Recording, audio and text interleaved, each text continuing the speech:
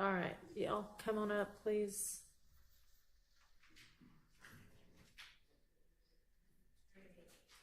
And Miss, up to the podium. One of you can come on up and the other one can just sit in one of those seats right there till it's your turn. So you are Miss Borden? Yes. Okay. And you want to, what, live stream? Or what do you want to do? Yes, I wanted to do a live stream in pictures and take notes. Okay, well, you're certainly welcome to take notes. That is not a problem at all. In terms of live streaming, we've already got a lot of different cameras going, and so you are welcome to pull from either of the streams that's already occurring. All right? Okay. Your Honor, I would like to, if it's okay, I would like to submit some reference letters that I have from a civil rights attorney and also the news media channels that I've been working with over a decade. You certainly may, and it absolutely has nothing to do with who you are or who you represent or what you're going to say. It's just that we've already got so many pieces of equipment in here. It just becomes kind of a security matter and a distraction to the deputies and frankly to me to have to trying to keep track of that many more pieces of equipment and people handling them. Had you been the first person, I probably happily would have given you the right, but it's just, you know, we've already kind of got everything set up. There are two different streams that you can pull from. So yeah, I'm happy to take them. That's not the reason for the denial. It has nothing to do with who you are. And can I say something, please? Sure, absolutely. So my concern up under the Rule 2022, and I've been doing this over a decade as a civil rights leader, and also an awarded community advocate where I'm a former mayor.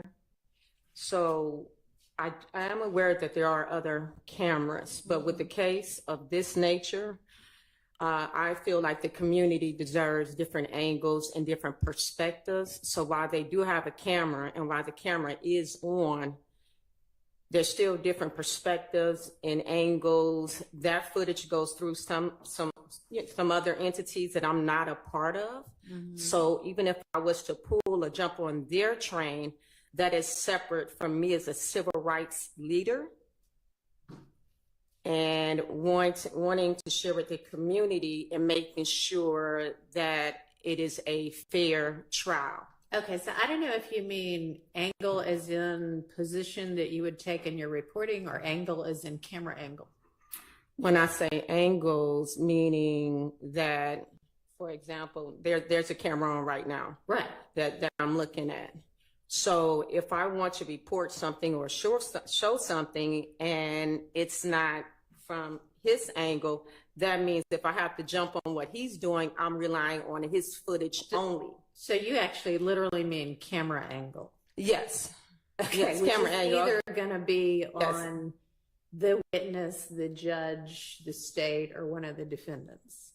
Yes, but it's still the reliance of me depending on the footage. And I'm pretty sure the footage that they have, I know any other time I've worked with 2-5 and 1146, there's an approval process for that footage.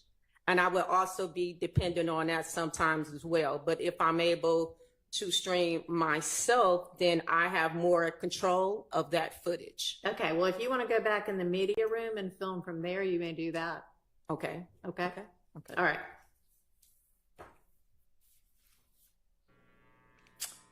All right. Anything else? No, Your Honor. Okay, thank you.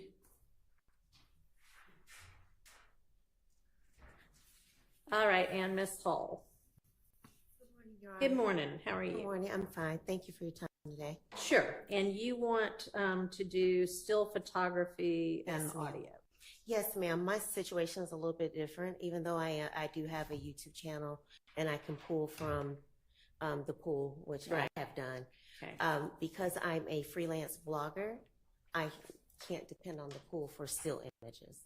So my situation wouldn't be setting up tripods or, anything of that nature. And I would ensure the integrity that of course, especially from our seating that we have, that we don't compromise any integrity of jury or anything of that nature. All right, and you'd be able to, you say still photography and audio, you'd be able to pull audio from one of the pool sources Yeah, I can pull already. audio from pool. Okay. And what kind of equipment are you talking about? Sony AX50, one of those type of still cameras. Does it make any noise? I will make sure the settings are off. All right, you're going to need to be wherever it is that the deputies put you. Yes, ma'am. And you're not going to be able to move around. Yes, ma'am. Okay. All right, and what's the camera? I have a Sony AX1, Canon C50. So I'll work with the settings and make sure which one will be dependable on the fact that it will make no noise. All right, and you'll be the one operating? Yes, ma'am. Okay. Thank you. Thank you.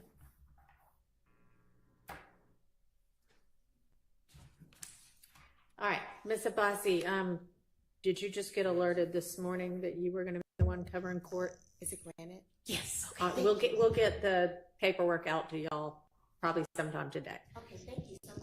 Yes, Your Honor, I thought it was both of us, and then I learned it was just me while sitting in traffic. Okay. My apologies to the court and everyone else. Well, since you didn't know until, I guess, a few minutes ago, nothing you can really do about it other than get here as soon as you could. So I appreciate you doing that. All right. Does anybody have an issue with anything that occurred over the course of the evening that y'all need to bring up with me? Or is everybody fine?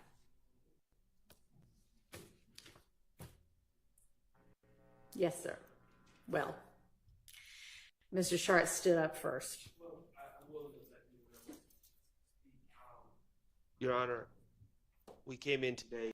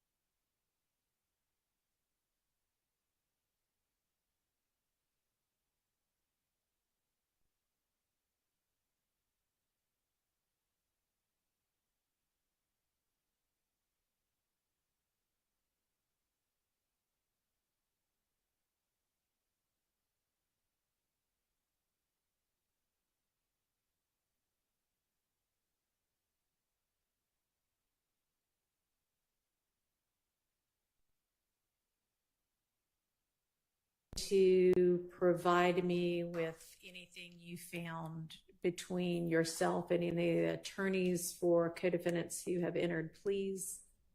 Judge, the court gave me until noon. Oh, okay, that's fine. Your Honor, I would like, with permission of the court, to check with Ms. Winfrey's exhibits to see that 460 is up there, because I took one stack, but 460 was not. You can check. Thank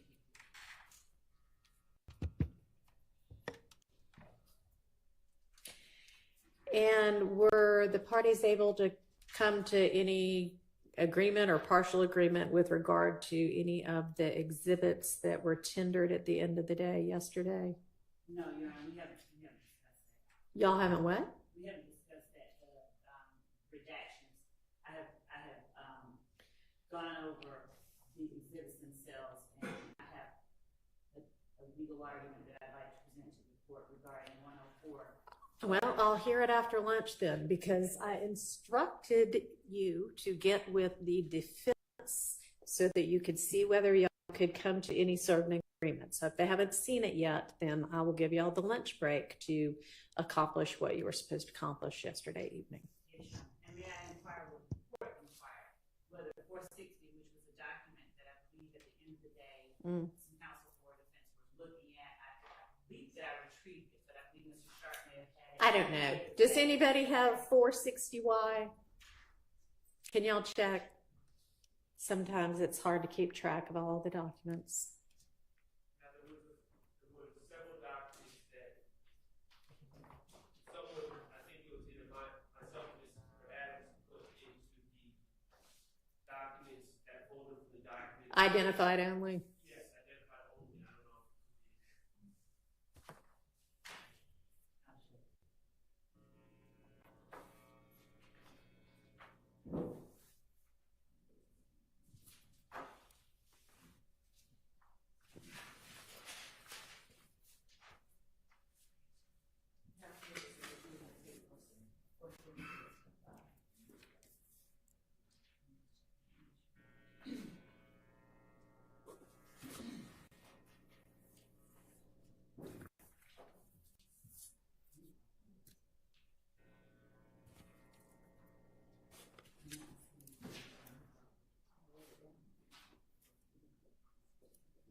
Yes.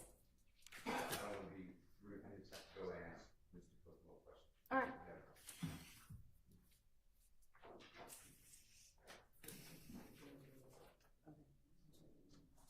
Do you locate it? Were you able to locate it, Ms. Love? It was, we were just going to check around in terms of, of course, I have everything else, but 460. Okay. Well, I'd imagine that would be easy enough to reproduce. It was just printouts from emails, right? It was Mr. Wright's emails to the state. And we provided a hard copy. I mean, yeah. And actually, I'm sure I have a copy of it since you gave it to me, if that would help. it would, if the court doesn't mind allowing us their copy, the court's copy, I will Okay. return it back. I don't think I've made any markings. Well, I have made a marking on it, sorry. It would actually help us to recreate it. To just, yeah, look at it to recreate it, that's fine. Thank you. Thank you very much.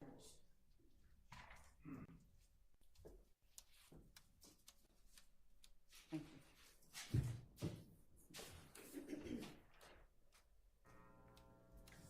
Nobody was able to find a 460Y anywhere? I personally don't have. Okay.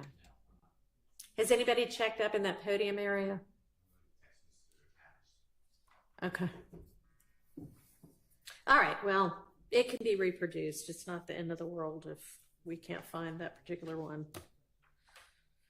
All right, turning to the issues we need to decide.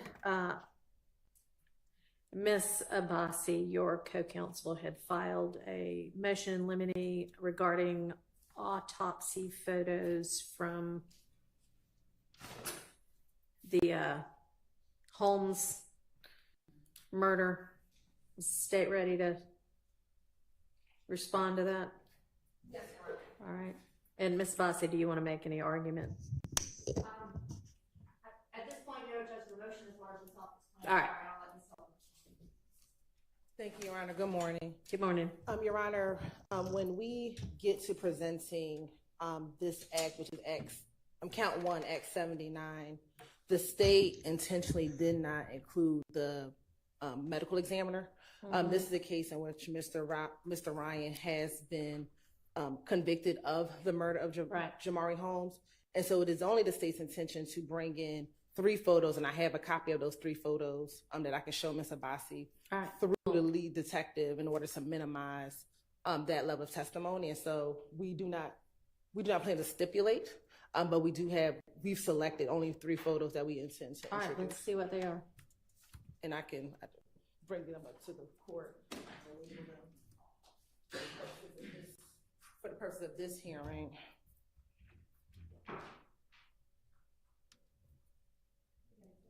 Yes.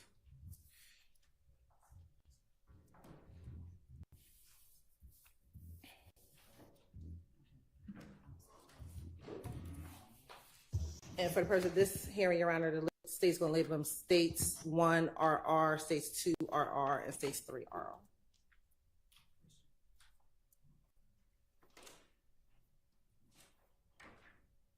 And what do y'all plan to present with regard to, just kind of a general overview, the evidence that will establish that Act 79?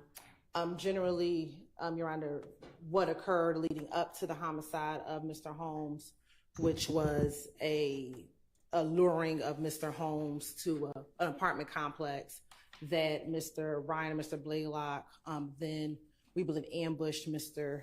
Holmes along with 2 other victims. They were in a vehicle. Mr. Holmes was shot, and then they fled. And then subsequent to that, there were Instagram postings, Facebook postings, social media postings regarding YSL, very close in time to the murder of Mr. Holmes, Your Honor. All right, and how many witnesses are you going to utilize?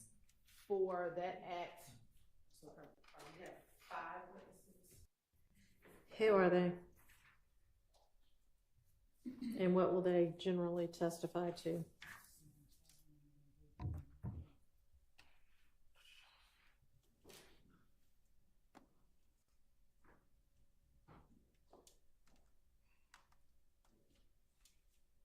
know, that 5 is a marked reduction from the original list of witnesses. We did not intend to retry that murder. Well, that's good to hear. Your Honor, 5. The witnesses for that act are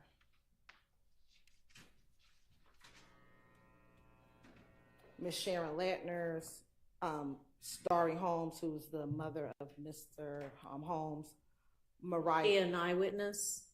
No, she is just would be able to bring in his in-life photo. Let's figure out a different way to do that, especially given that this is not even the trial of that case. And speak about Mr. Holmes and who he was. Okay. I have a relevant objection on that. And that would be sustained. And to talk about his involvement, who he is prior to this murder happening. He was a juvenile. I don't know if any of these other witnesses would be able to do that. Mariah Smith was someone, I believe he had just met recently, who helped set up the robbery that ultimately led to his death. Okay, all right. Have you moved on to another witness now? Is Mariah Smith another witness, or Mariah Smith is another witness, Your Honor. so Mariah Smith would be able to say he was a juvenile, right? She doesn't. I don't believe she really knew Mr. Holmes. How old was he? He was 15 at the time of his death. Mm-hmm. Yes. And Miss Latner's backing up. She would introduce a 911 call? Yes, and what's that gonna say? But it was the initial reporting of the shooting. So it was at the time, the time of the shooting. Just framing one the call? Yeah, I believe just one call, Your Honor. Judge, we would have no objection to the call. Okay. Admitted where, the witness says he'd like to speak with police and police don't speak with him. So we have no problem with that call coming in. Is that the call?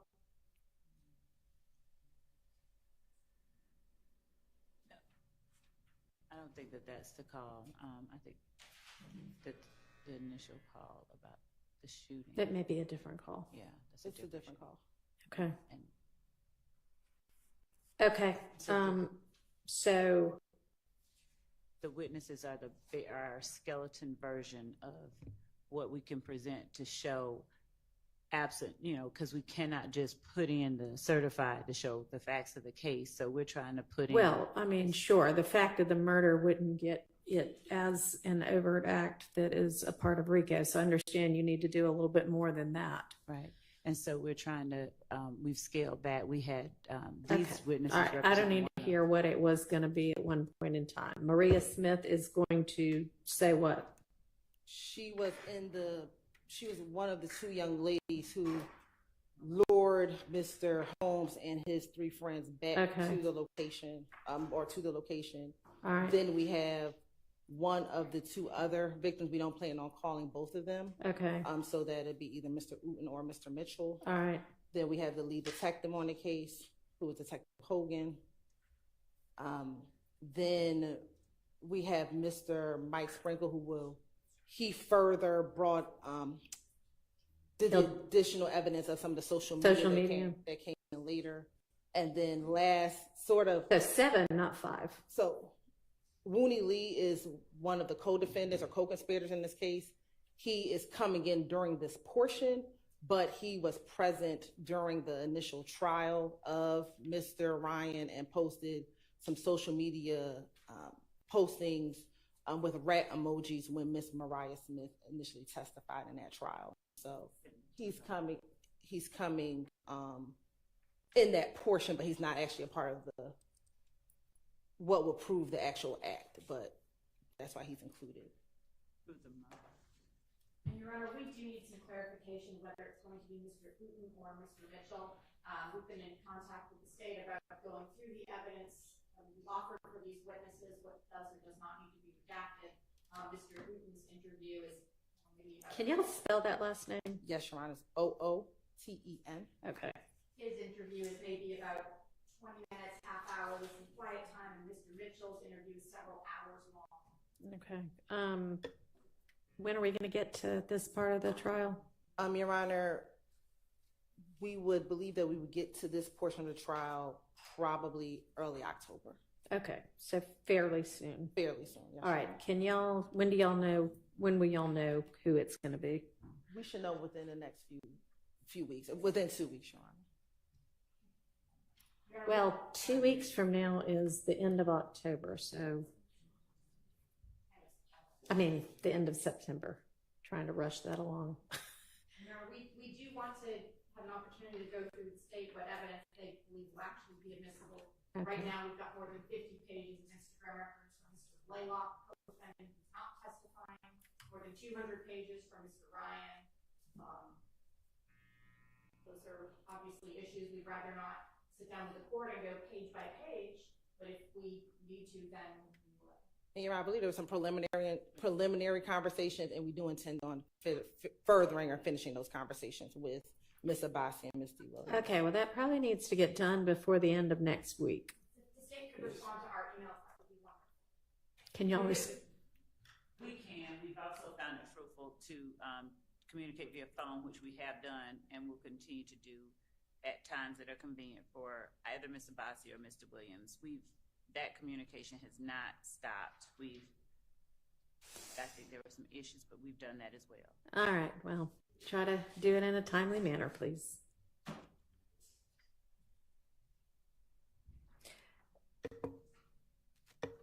Okay, let me see the photos. And the photos would come in through the detective.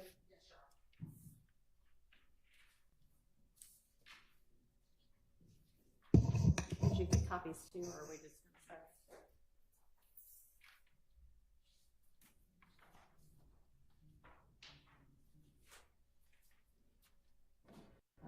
Is this third one like post-incision, or is that the exit wound? That is the entrance wound. Entrance wound? Yes, Your Honor.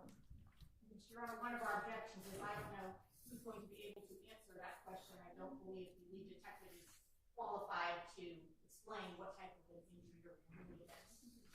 We don't believe the detective will be able to lay the foundation. Oh, I'm sorry.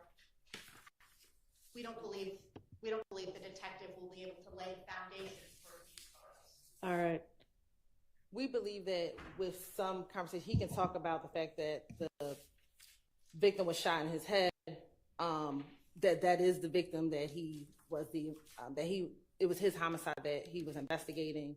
The picture, which I believe is 2RR, with just the area in which the Before it's shaved. before it's shaved, I believe that he could talk about where the bullet was, or that he was shot in the head.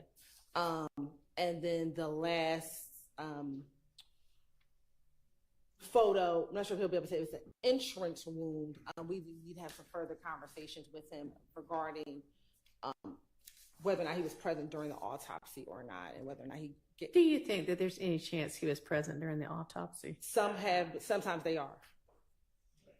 Sometimes they are. I'm not saying that he would, but sometimes they are present during the autopsy. Was he present at the scene before the body was removed? Yes, Your Honor, I believe so. I believe so, but I need to ask Ms. Okay, well, y'all. Ms. Love.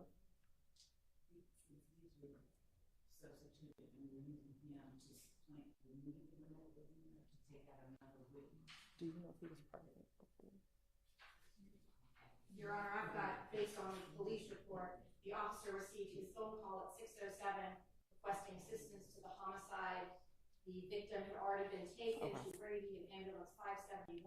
He was pronounced dead at Grady at 6:10. Okay, so if he was at the scene, he wouldn't have seen the victim at the scene, so that wouldn't be helpful with regard to these photos. Correct.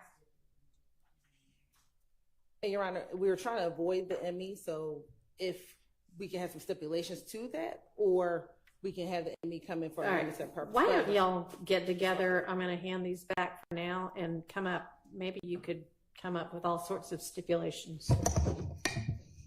So we'll revisit that.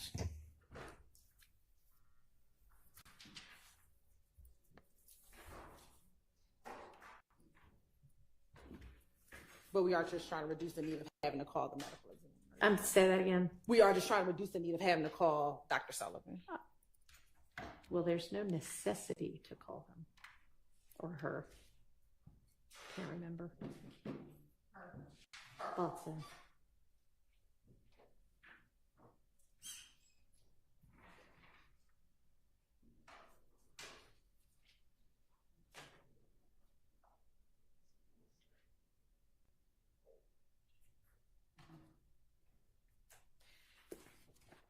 Okay.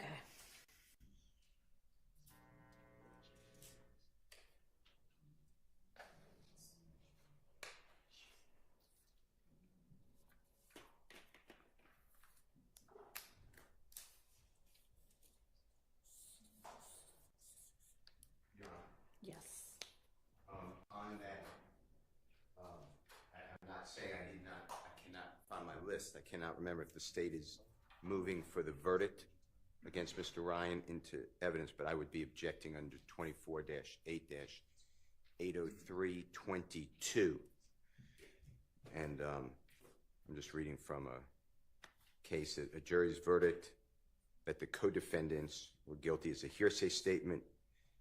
The exception to the hearsay rule provides for the admissibility of the final judgment of guilty as to a felony, but not including when offered by the government for purposes other than impeachment, judgment against other persons other than the accused. And then I just pulled up 24-8-803, and then it's subsection 2.2, and it specifically says the same.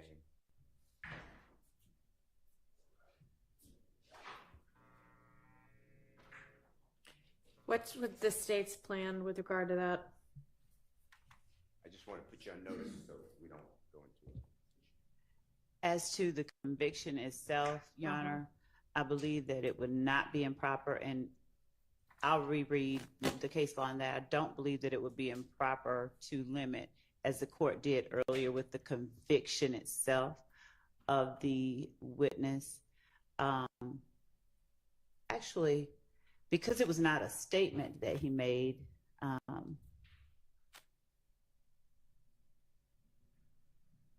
actually, Your Honor, I think that it would be admissible against all of them. It wasn't a guilty plea, so it's not a statement that the It's any judgment of previous conviction is what 22 covers. okay. So To the extent that the actual certified is tendered, then if it is the fact, and it could, we don't argue that it, it's probably the fact that that certified alone is admissible only against Mr. Ryan. But the facts of the murder itself and the circumstances and what he did,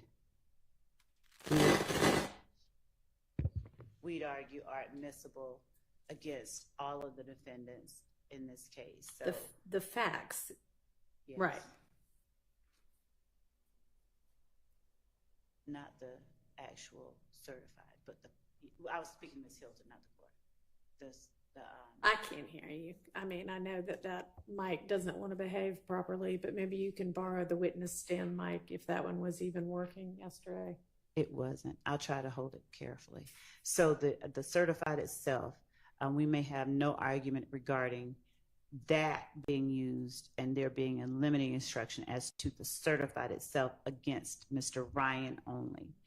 But we would also ask and would craft and present to the court an alternative if there is an instruction that is requested that includes language that the facts that are presented that the jury takes as evidence are admissible against all of the defendants,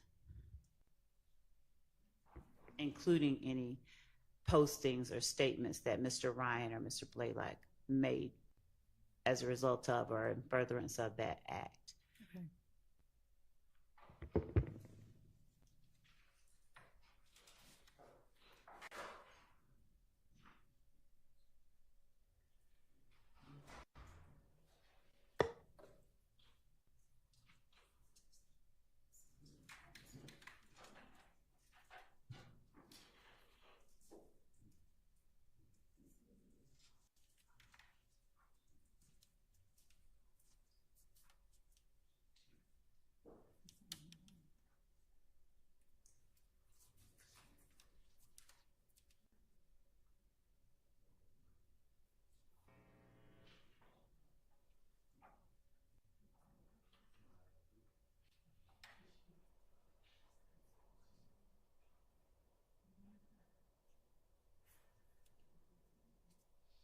It seems, Your Honor, as well that while the court can't hear us,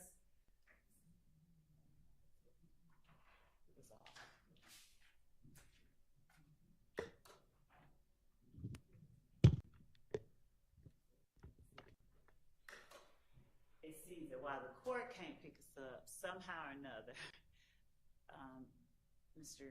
the person who is running the camera, he hears all of our. All right. Well, that is irrelevant to me. I know. I mean, I'm not worried about how the media can or cannot hear. I'm worried about whether the parties in this case and the court and the jury, when the jury's here, is able to hear. Yes. So they'll just have to deal with it. Yes. Because the issue was they could hear our internal.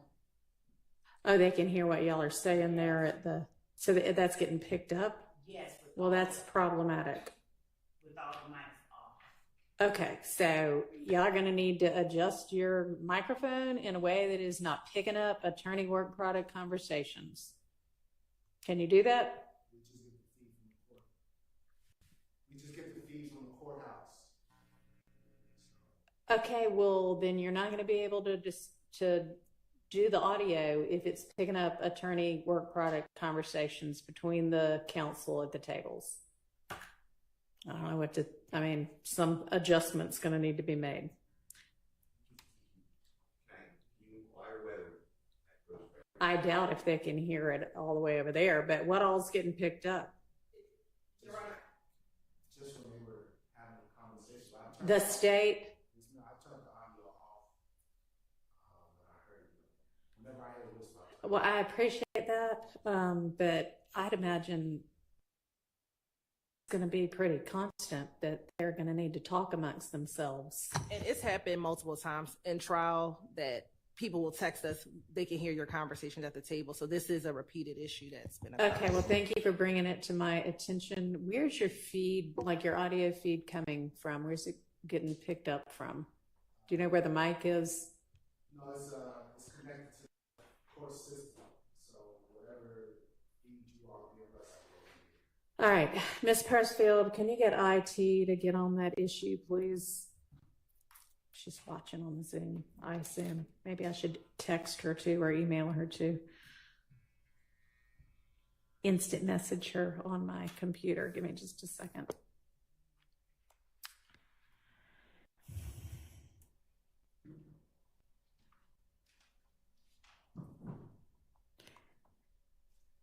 So you're attached to what, the Zoom?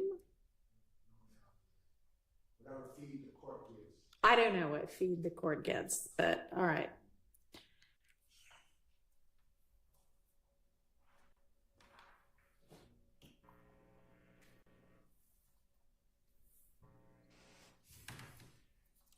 Ironic when the court came here.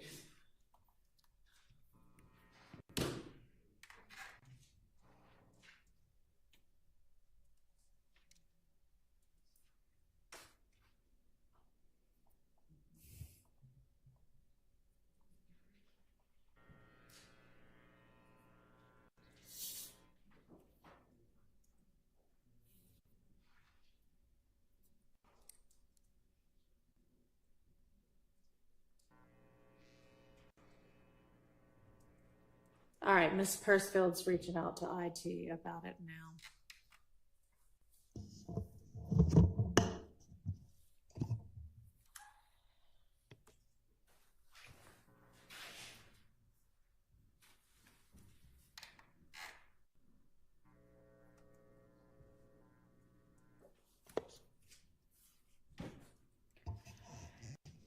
All right, do we want to turn to where we left off when we were last here, which was trying to sort out the nested hearsay in one of the wiretap conversations?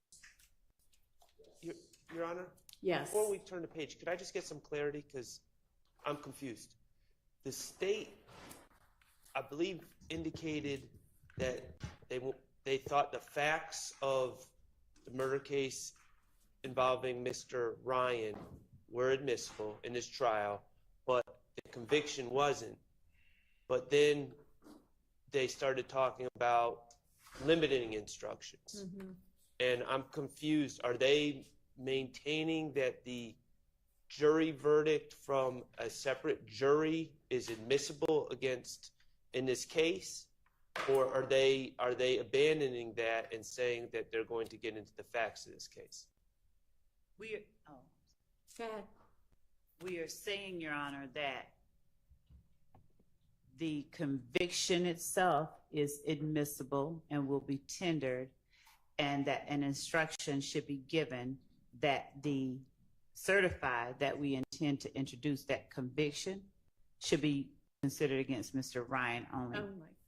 But the facts of the murder and what happened should be considered as evidence if they choose to, believe it, against anyone currently on trial. All right, so it sounds like you do intend to introduce a certified copy of the conviction? Yes, Your And that would be accompanied by a limiting instruction that is probably similar to the one I gave before, that that can only be considered against Mr. Ryan. Of course, he's charged with the RICO count, right? He is. Okay. And then they would present facts which they would hope to be able to establish not only that a murder occurred, but that the murder was part of the RICO conspiracy. We would introduce. And that would be admissible against everybody charged with the RICO count. We would, right, much like some of the unresolved murders that are in the indictment. We would be introducing the evidence that Mr. Ryan and Mr. Blaylock did it, and what connection we believe it has to YSL, and what they did to promote YSL before, during, and or after. So that evidence we believe is admissible against, well, we know it's admissible against everybody on trial now. Okay. All right, does that clarify? Well, it clarified that we do not have an agreement, and I'm diametrically opposed to what the state is saying. Couple things. First of all, that verdict was not the verdict of the fact finders in this case, which we chose, and are our jury, and that's Mr. Stillwell's jury. Right. Also, Your Honor, I'd like Your Honor to know that Mr. Ryan's case is currently on appeal. It's not a final judgment. It's on appeal. All right. And I guess I defer to Mr. Attorney Steele on this, because as I understood it, he was going through the law that would prevent them from presenting this as evidence. And it is evidence against us. I'm sorry, when you say this, what do you mean? The conviction. I'm not worried about the facts. I understand the facts, but the conviction, and they want to use it as proof of an overt act, which as an element to Mr. Ryan, is what they're saying. Well, no, they just said it against everyone as far as count 1 to RICO. The facts that they're going to present, not the conviction. Okay, well, I don't, as I understood the case law as Mr. Steele was reciting it, and maybe I'm wrong, but I thought we were at an understanding that they could, that's exactly what they could not do, is take a verdict from another jury and use it as substantive evidence against anyone in this case. No, they can use it against, I think that they can use it against Mr. Ryan. Well, they're using it against him for a RICO. This was not an admission by Mr. Ryan. This was not a plea of guilty. He was found guilty. It's still a judgment of conviction. Well, it's not a final judgment. It's on appeal. Pendency of appeal doesn't matter in terms of admissibility. It's right there in the statute. Okay. Well, I understood the state said two different things, and so I was seeking clarity. I'm opposed to it. I'm stating my objection.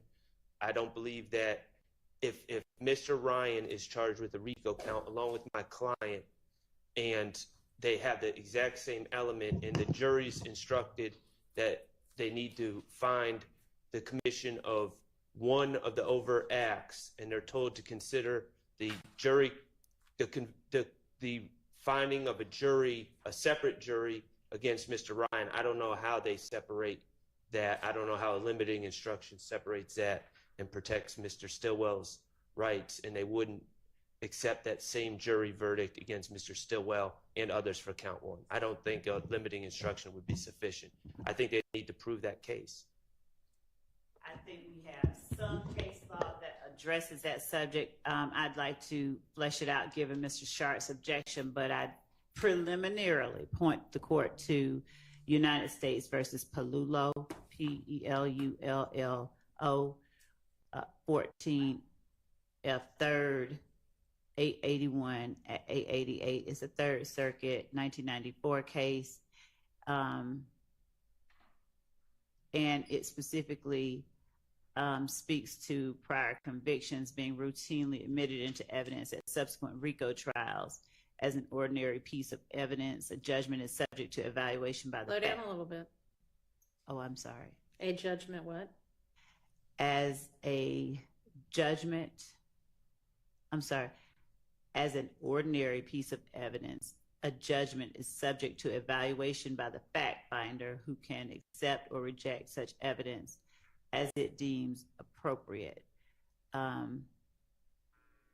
Also, United States versus Tocco, T-O-C-C-O, 200 F 3rd 401 can cite 417 to 418. It's a Sixth Circuit 2000 case, finding the district court's admission of evidence of a co-defendant's prior conviction permissible to establish RICO predicate.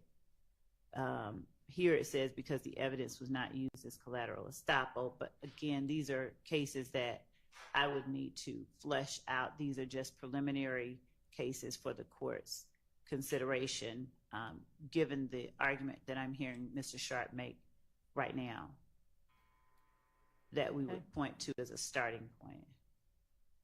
All right. Well, we're gonna have to get that sorted out fairly quickly if we think that within the next 2 weeks we're gonna get to this. Yes, yes. Or so, 2 weeks or so. Okay.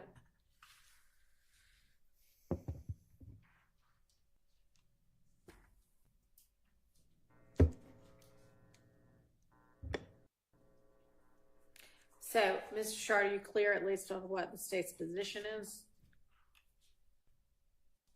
Now, Okay. thank you.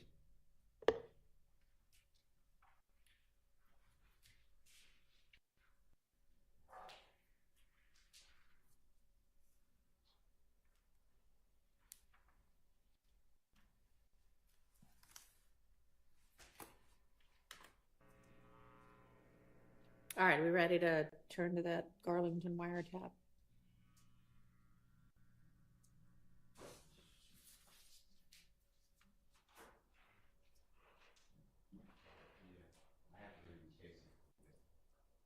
Hmm? Oh, yeah, I'm not deciding that issue right now. We'll come back to that.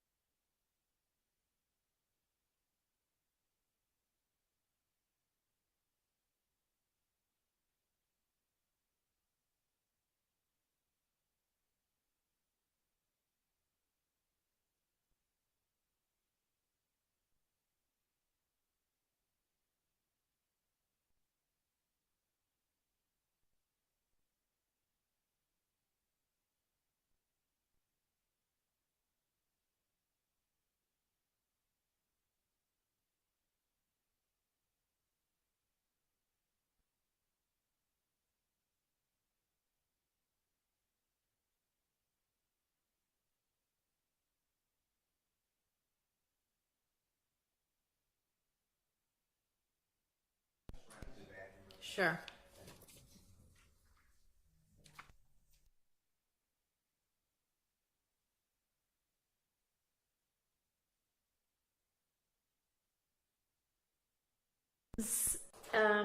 Evidence before the Garlington wiretap evidence?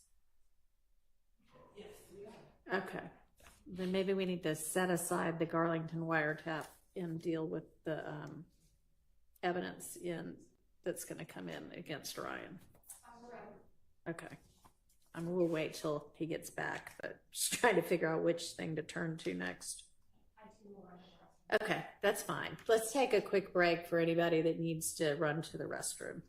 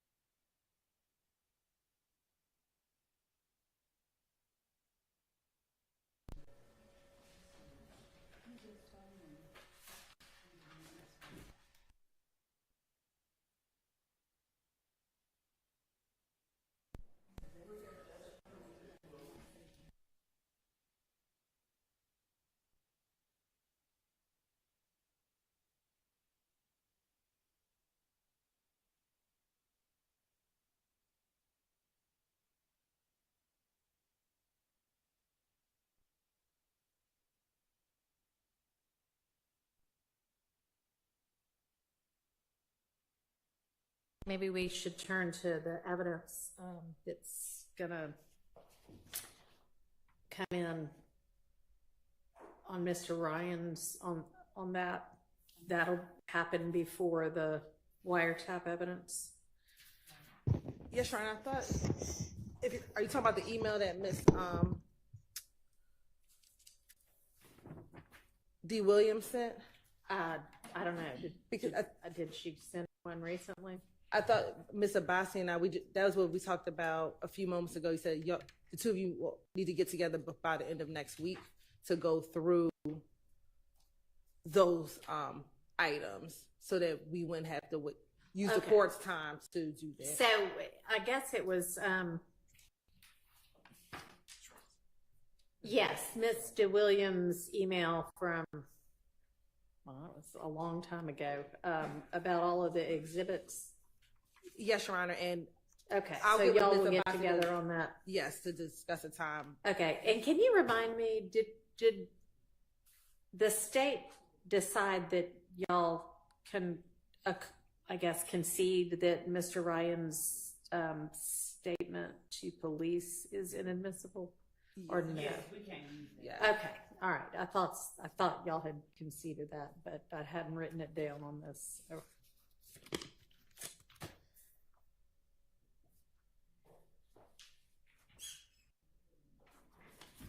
Let me put that in the issues that have been dealt with folder.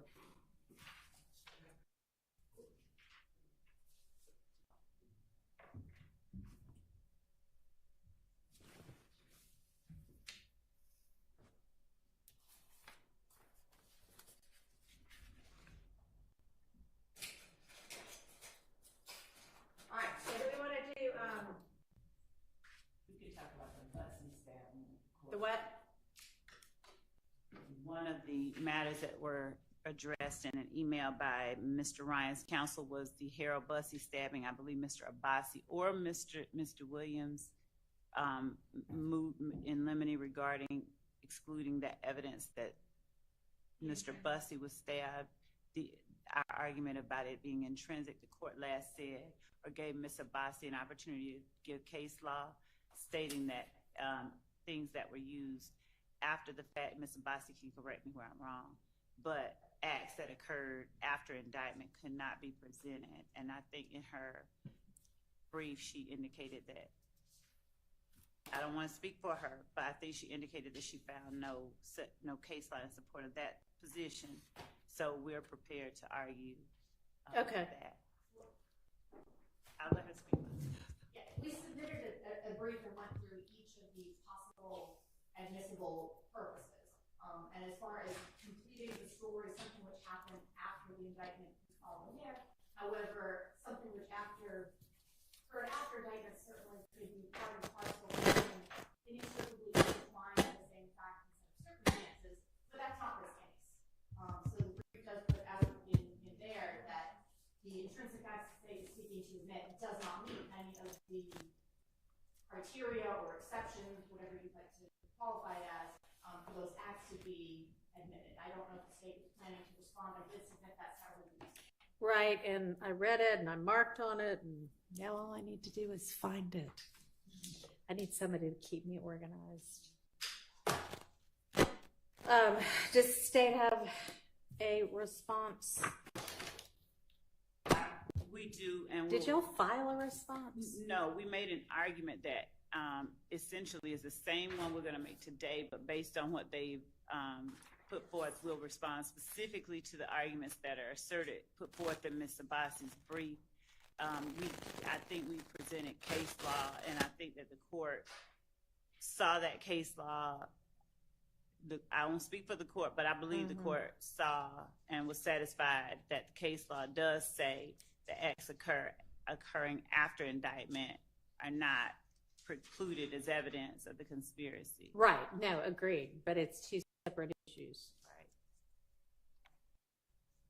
Right. I mean, if it's going to be, they're not precluded just because they're post-indictment, but if they're going to be admitted as intrinsic evidence, then they have to fall within one of the things that makes them intrinsic evidence. That it's the same series of transactions, it's necessary to complete the story, or it's inextricably intertwined with the evidence about the charged offenses. So what are y'all contending that it is? All of it. So, in as much as the arguments that are put forth in Ms. Abbasi's brief seems to focus specifically on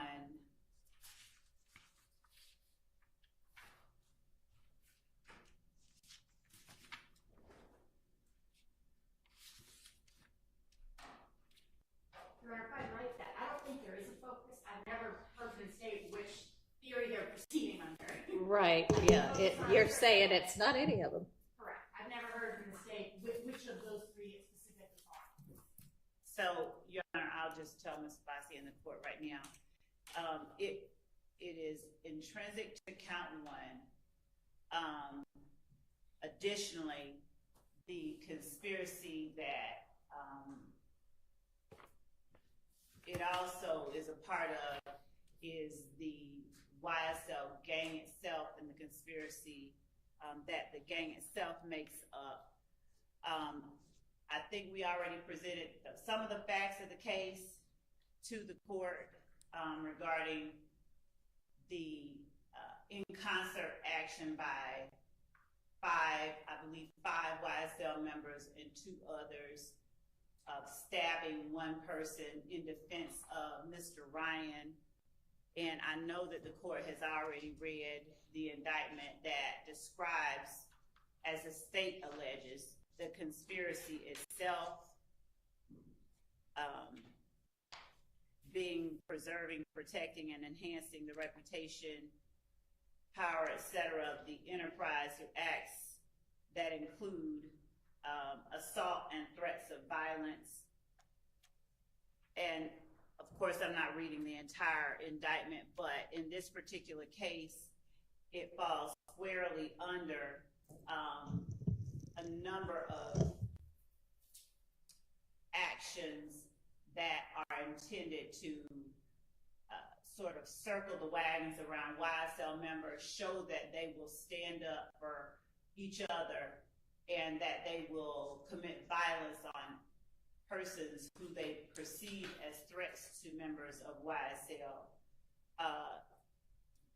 Mr. Ryan, after he was indicted, there were several, at least one YSL member that we have listed as an overt act who makes assertions about Mr. Ryan and his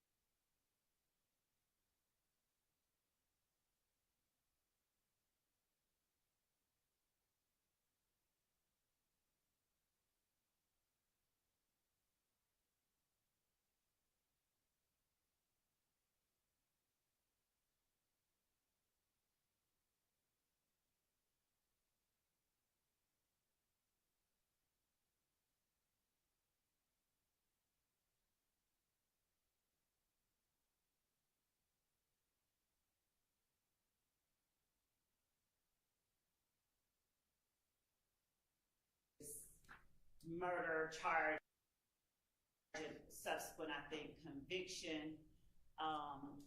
And there are people who perform acts during the course of his trial.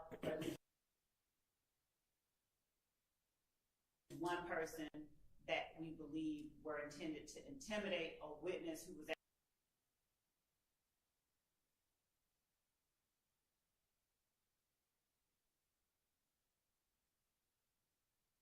actually on the stand at the time. There are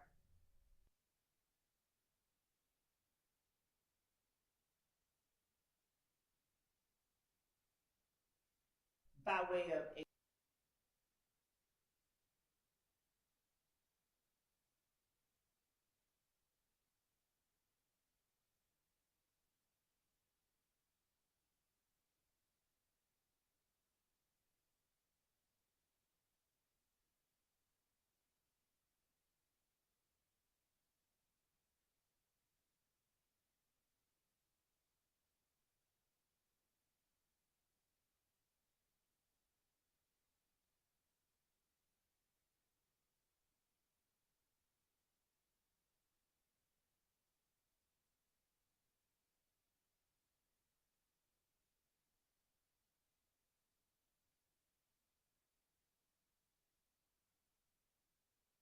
acts that are committed on behalf of YSL to show their solidarity. For instance, when Mr. Garlington is jumped, other members of YSL immediately jump in. We have evidence that when Mr. Copeland is jumped, at least one person in the courtroom now jumped, just jumped in just because. When it's one of them, they're going to come to their defense. The act itself was. Hear all of this argument. It would be great under 404B. I'm waiting to hear which of the three categories it falls into. So we're talking about two different issues here. Which of the three, and then 404. It is not 404B. It is intrinsic. It could be both. I mean, I guess it would be intrinsic, but I mean, y'all haven't offered it as 404B, right? And you don't intend to. Right. Even if I rule against you on the intrinsic. Well, if the court ruled against this, it would be a different argument that we'd be prepared to make on a different day, because that's not something we were putting before this court today. All right. So the actions of Mr. Ryan and the other YSL members in concert in stabbing Mr. Bussey, when Ms. Abbasi asserts that they're not necessary to complete the story of the crime, this is our position, is that this conspiracy didn't stop at the jailhouse doors. It's ongoing. It's necessary that the jury sees that it is ongoing, to show to them the truth and the whole truth that we believe that our evidence reflects, to show them the extent to which YSL members go in order to preserve and protect not only their name, their own, but their reputation. Mr. Ryan, Mr. Blaylock, Mr. Eppinger, Mr. Myrick, and Mr. McMullen are seen in the photo that, I don't know that the court needs to see it, but if it does, we can present it on Zoom camera to show the concerted action on their part in stabbing Mr. Bussey. This particular screen grab of the video doesn't have 5 knives in the air like one of them does. This was just them all holding him down. And for the purposes of just this hearing right now, we'll just call it State's Exhibit 465, RR for rebellious Ryan. All right. Your Honor, I guess I'm kind of more confused now, because I think the state's purpose is they want to show that it's ongoing. So I don't know how they're using it to complete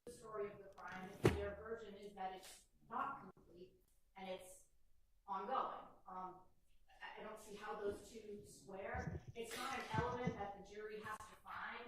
The gang is continuing. The only thing they need to prove is that by the date of indictment, this happened. It really doesn't matter as far as what the jury needs to know for the state to meet the required elements. It doesn't matter whether the gang is continuing. All right, but the state can prove if it chooses It sure can. that it's an ongoing conspiracy. Sure, but that doesn't make it necessary to complete the crime. Well, necessary to complete the story of the crime, and I guess the story of the crime is Ongoing and continuous conspiracy that is YSL, its enterprise, and the members committing these particular acts and crimes for the purposes listed in the indictment under the definition of the conspiracy itself. And this act is not something that is obviously relevant to the issue of whether or not the defendants are or are not guilty of count one in terms of what we're alleging that they conspired to do. It certainly would be an overt act under the definition of overt act of count one. So it would go to prove count one as to each of the defendants. It's therefore relevant, highly relevant as to that particular issue. It's presumptively, of course, the court is the gatekeeper, but under 402, because of its relevance, it's presumptively admissible. Under 403, Your Honor, there's nothing about it that is so substantially more prejudicial than probative, given its highly probative nature. Do we have the Zoom up here? Can we pull it up and put it on the Zoom? Considering it's coming just, we're not in yet. all right. Ms. Abbasi, can you remind me, and I don't know which one of y'all cited Murphy. Was that you, Ms. Abbasi? The part about integral and natural part of the witness's accounts of the circumstances surrounding the offenses, which factor did that go to? I specifically did not cite that case. I did discuss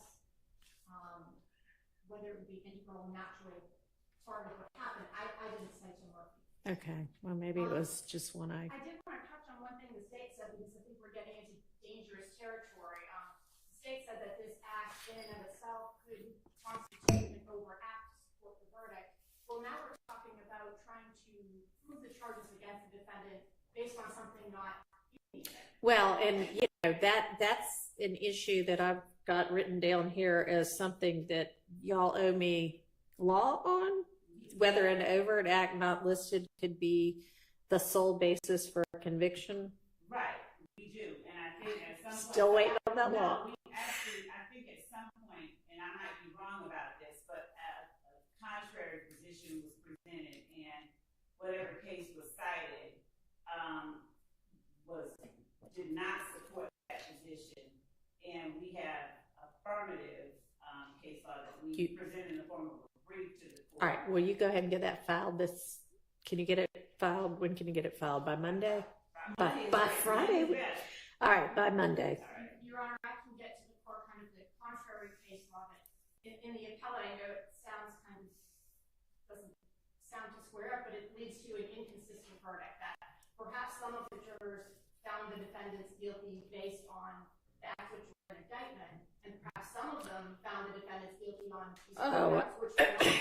I mean, it's going to be real fun when we get to the verdict form. I think that we're going to have to get really specific about what they're finding, because I don't think it can be that 6 found one and 3 found another and 2 found a third. I think that this precise situation came up in Cotman, and I could be very, very wrong. I read it, I glanced over it briefly, but I think that the court found that given that the court instructed the jurors that their verdict had to be unanimous, that it did not present a reversible issue, the defense argued, or the appellants had argued, that there was no way to tell whether or not they all agreed on the same overt act. But in giving the court the brief that we intend to present, I think we can address that as well. I think that that part is easily All right, addressed. so that'll be two different issues. There's, can an overt act that's not listed in the indictment be the basis, the sole basis to support the conviction? Mm-hmm. But then there's also, does the jury need to find unanimously this overt act, specific overt acts? Do they need to delineate which overt acts they are unanimously finding exist to each defendant? Right, and I think that as it relates to our previous discussion that the court said we would address a little bit later, you know, whether we number them or whatever, I just off the top of my head, I think that them listing an act that they found unanimously had been committed as to the defendants, I think would suffice. Okay. Well, if we all agree on that, then we don't need a brief on that. Okay. So, I'm sorry, Mr. Boston. I don't know if we made it to the 403 part on that. No, we hadn't. We sort of got sidetracked, but. Make sure I'm not. All right, so we all agree that the jury is going to need to delineate. We unanimously find this overt act exists as to each defendant, right? I mean, we're going to break each defendant's counts out separately, and I think that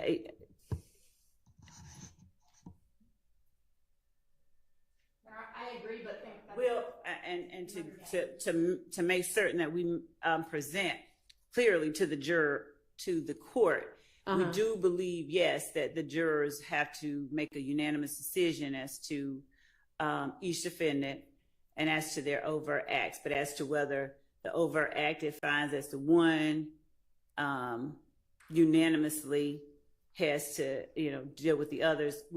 I know. I mean, it can be wholly entirely separate as to each defendant. It needs to be a separate determination as to each defendant. Yeah. But for each individual defendant, does the state agree that the jury has to unanimously find two overt acts, one of which needs to or happen within the statute of limitations? We agree they have to at least find one Okay. that happened within the statute of And limitations. it needs to be unanimous that, let's say they all find overt act 66, whatever that is. I believe it's safest that they find unanimously. Okay. All right. And I don't need law on that, because we'll just do that the safe way, whether it needs to happen that way or not. Okay. So back to, so I still will need by Monday whether an overt act not listed can be the sole basis for the conviction. And now we will go back to to what we were talking about, which is this the allegedly intrinsic act. So Mr. Ryan, given Mr. Blaylock is not here, but I will, since they were the two that were charged with the murder in one of the overt acts listed on the indictment, Your Honor, Mr. Ryan and Mr. Blaylock have entered a plea of not guilty to count one. And they are obviously charged with committing an act of violence against a person as alleged in the indictment in a manner that furthered the interests of the enterprise in the conspiracy. The three, I guess, points that Ms. Abbasi referenced in her brief were that the intrinsic or the act needed to arise out of the same transaction or series of transactions as the charged offenses necessary to complete the story of the crime, or is inextricably intertwined with evidence regarding the uncharged offenses, and there is an or, so it does not have to be all three of them. So given that the jury will hear evidence of and Mr. Blaylock's concerted efforts as they related to Mr. Holmes. They will hear evidence of Ryan's actions after the murder of Mr. Holmes. They'll hear evidence about their connections to YSL, but the fact that other members of YSL acting on behalf of Mr. Ryan way against another person whom they allege only messed with Mr. Ryan's commissary, stabbing him just because he messed with Mr. Ryan's commissary, show the extent to which members of YSL go to assert their dominance, even in a situation like the Rice Street jail, and to protect one another, to show that you don't mess with one of our own.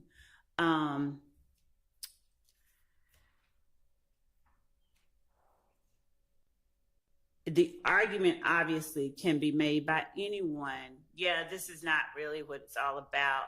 But in terms of what the state is required to prove beyond a reasonable doubt to the jury, we alone bear that burden, given that it's evidence that there is violence committed on behalf of a member of YSL by members of YSL. We believe that it shows that the gang itself conducts itself in a particular way, and that the... Okay, let's stop interrupting, though. I mean, I assume she'll get to it at some point. That the gang itself conducts itself in a particular way, and in Johnson versus State, a Supreme Court of Georgia case, whose site is 312 Georgia 481, decided September 21st, 2021, at Penn site 491. The court said that, of course, evidence is admissible as intrinsic when those three elements that we just mentioned exist. And they went on to expound and say, in applying this test, we have explained the evidence pertaining to the chain of events, explaining the context, motive, and setup of the crime is properly admitted.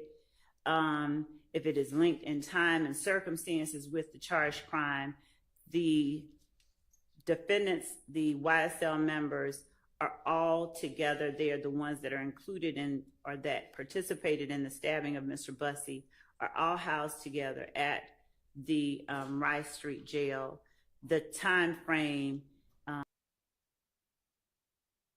is shortly after they're put together in that situation, all together in the Rice Street jail.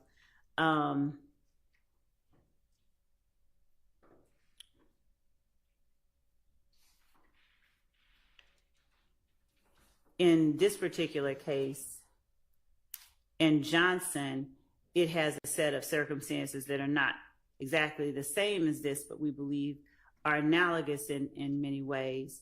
In Johnson, of course, the appellant was charged with participating in criminal street gang activity, and the state's theory was that he was involved in the gambling house shootings with Blood Gang affiliate Porter and several unidentified assailants in another restaurant shooting.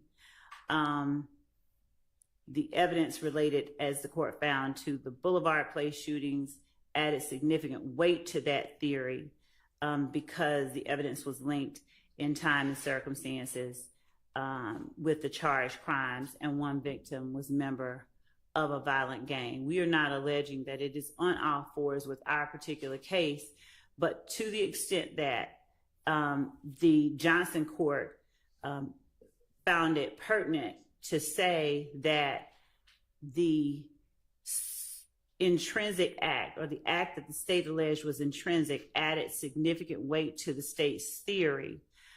For these reasons, we believe that that is analogous to our case as well, with 5 people, 7 total, acting in the same, overacting with an extreme amount of violence on behalf of one person, whose connection, we believe, with the 5 YSL members is just they are all YSL members and they are acting protectively towards him. We have, we believe that that incident adds significant weight to our theory of the willingness of YSL members to participate in that enterprise in a manner involving violence to protect the dominance and the members of the enterprise and the gang itself. So the court found that even though the state didn't charge appellant in connection with the shooting, evidence of the incident was relevant to disputed issues in this case. So as Mr. Ryan has entered a plea of not guilty to count 1, conspiring to violate the Racketeer Influenced and Corrupt Organizations Act, by participating in YSL through these acts or conspiring to participate in them, then evidence of the involvement of Mr. Blaylock, Mr. Ryan, Mr. Eppinger, Mr. McMullen, and Mr. Myrick, all of whom are also charged in this indictment with the conspiracy. Evidence of Eppinger being charged with the shooting of an officer, evidence that Ryan, who was promoting YSL while in prison when Eppinger got a bond for shooting at the police, that Blaylock is a co-defendant on the murder of Mr. Holmes, which is an overt act here, and that Demise McMullen is a named co-defendant on the 2015 murder in the same indictment, shows how intertwined these people, this type of action, and this gang itself is with one another. They're all inextricably intertwined with the evidence regarding the uncharged offense, which is the stabbing of Mr. Bussey. So we believe that it satisfies the requirement of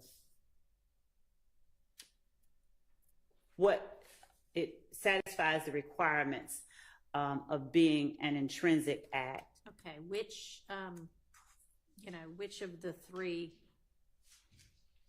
The third one, we believe, is the strongest in that it's inextricably intertwined with the evidence regarding the uncharged offense. No, it's the charge. It should read the charged offense, right? I mean, it needs to be inextricable, right? Yes, that the case is citing it wrong. Yes, thank you.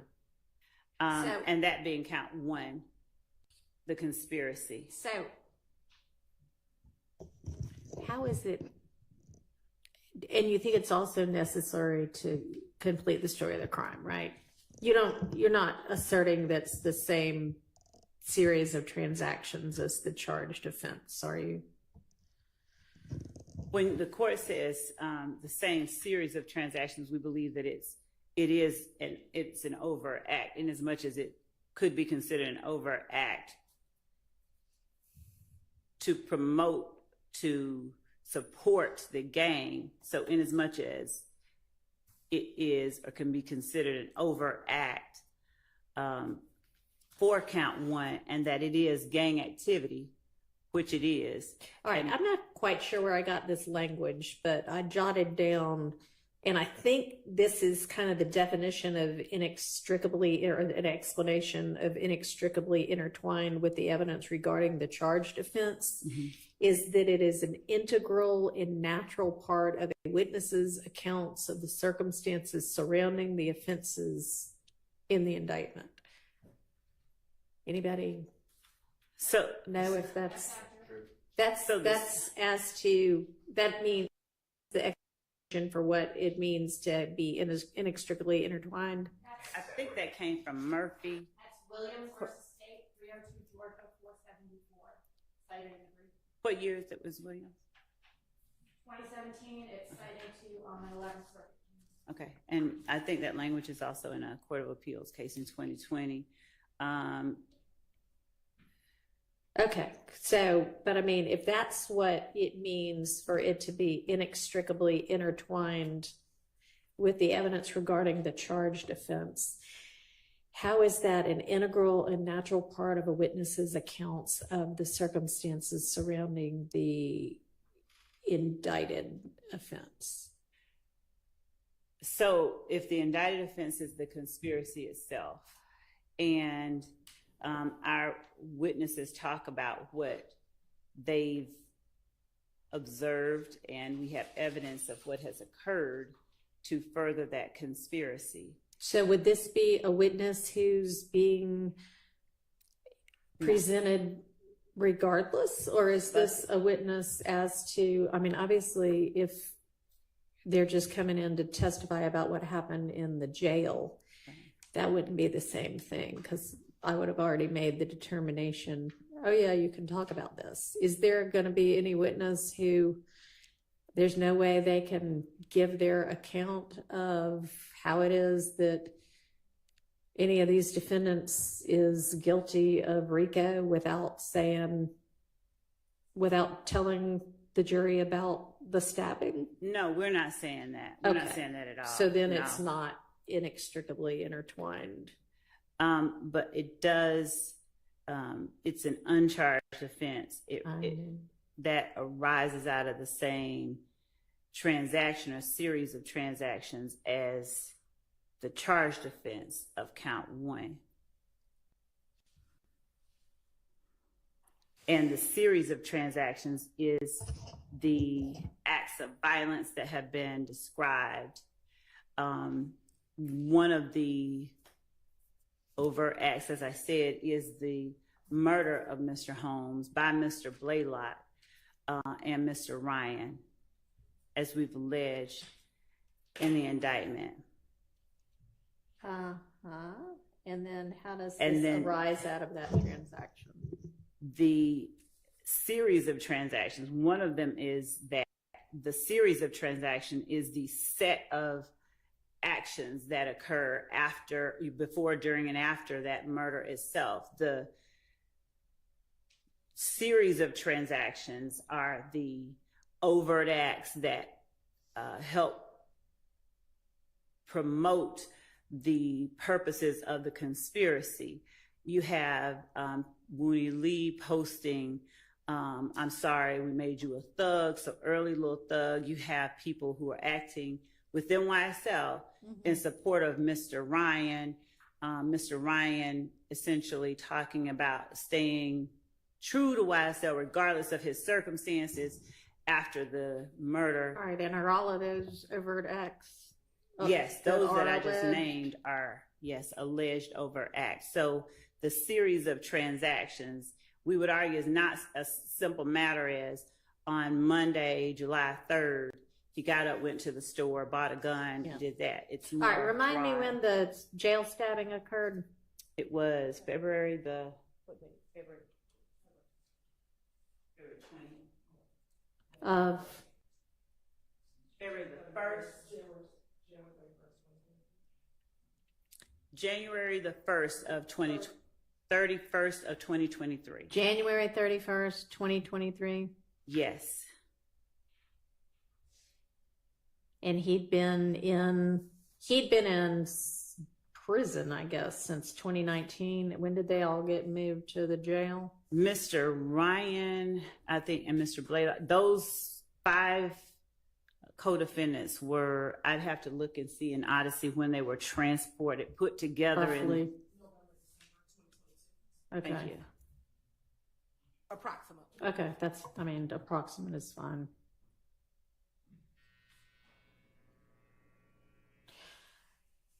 And also, Your Honor, under 104, and I get that we are still hashing out whether or not it's intrinsic. Once the court makes that determination, and we believe that it's clearly intrinsic regarding the conspiracy and the gang.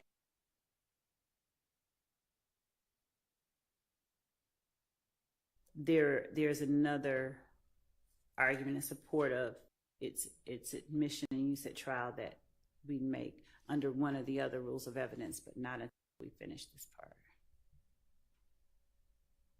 Well, I'm curious now as to what that would be. Just that under rule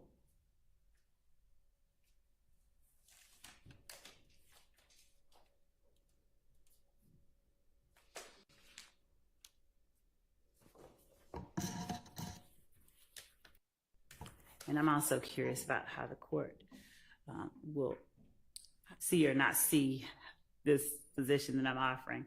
But under 24-1-104, which specifically deals with the court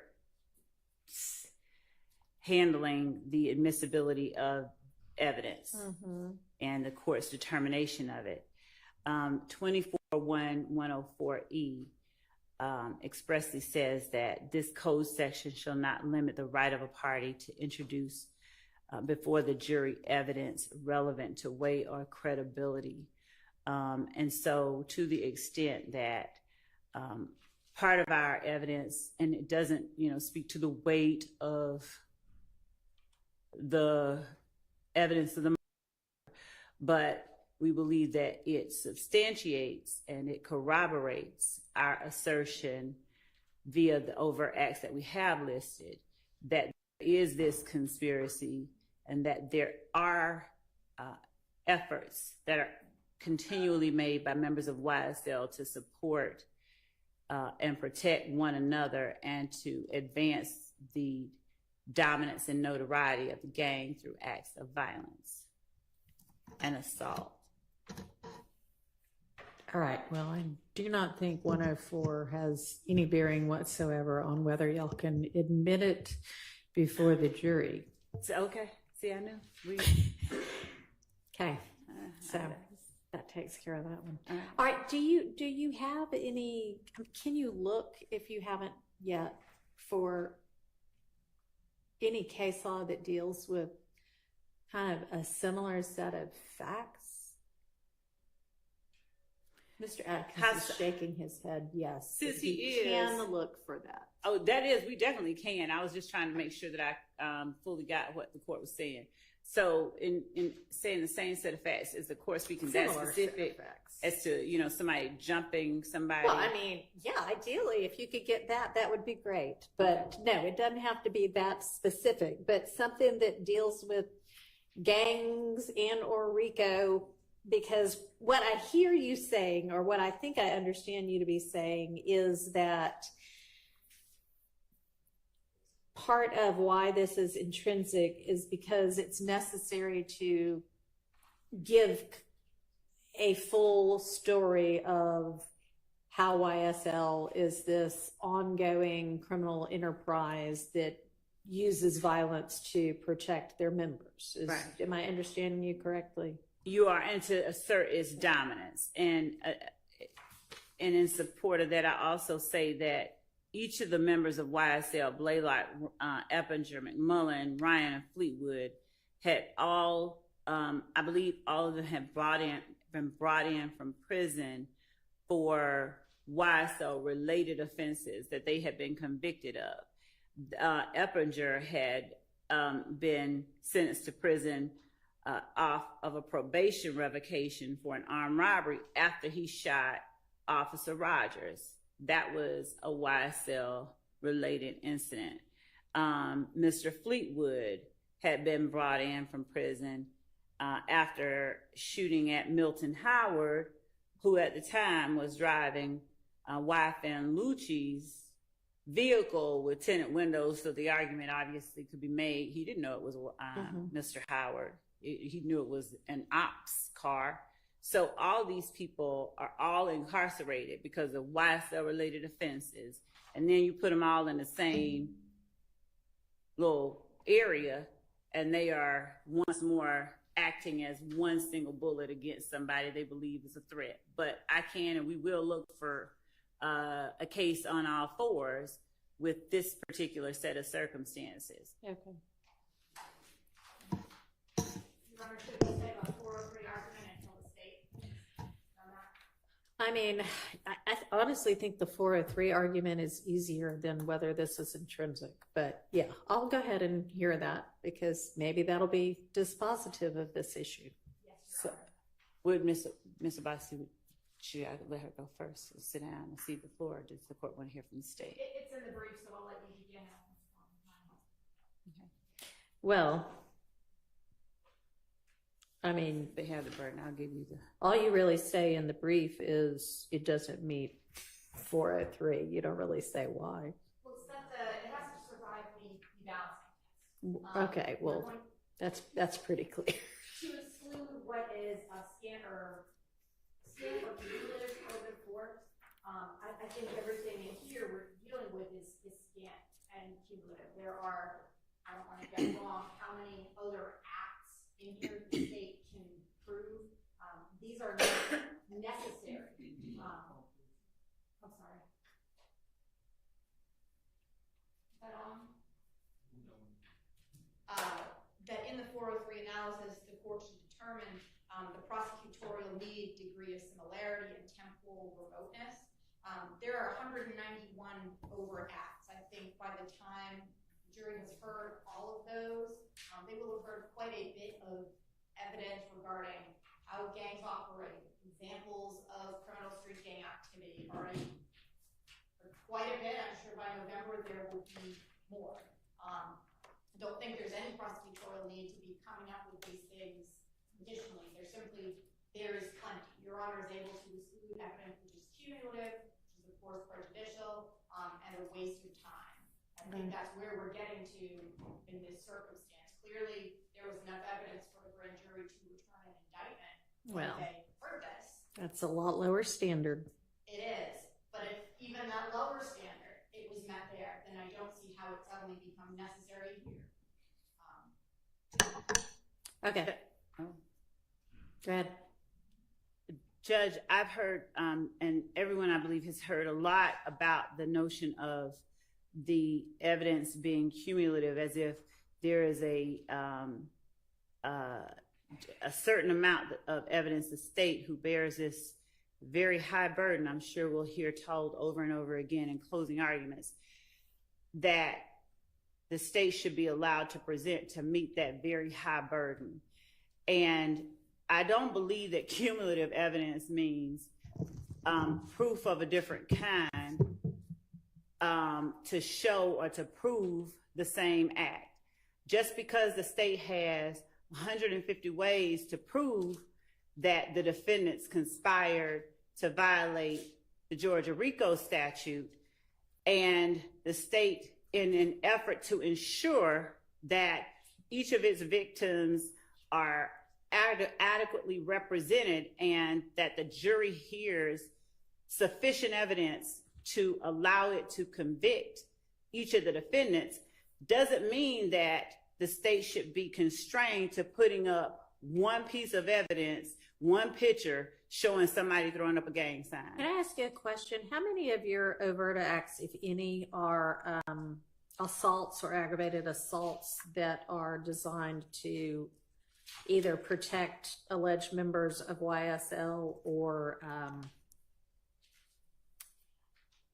promote or continue the, I can't remember the word you said, but the dominance, assert the dominance of YSL? as it relates to Mr. Ryan or just in general? In general, since the argument is this is done to protect members of YSL and Assert their dominance. assert the dominance of YSL. Okay.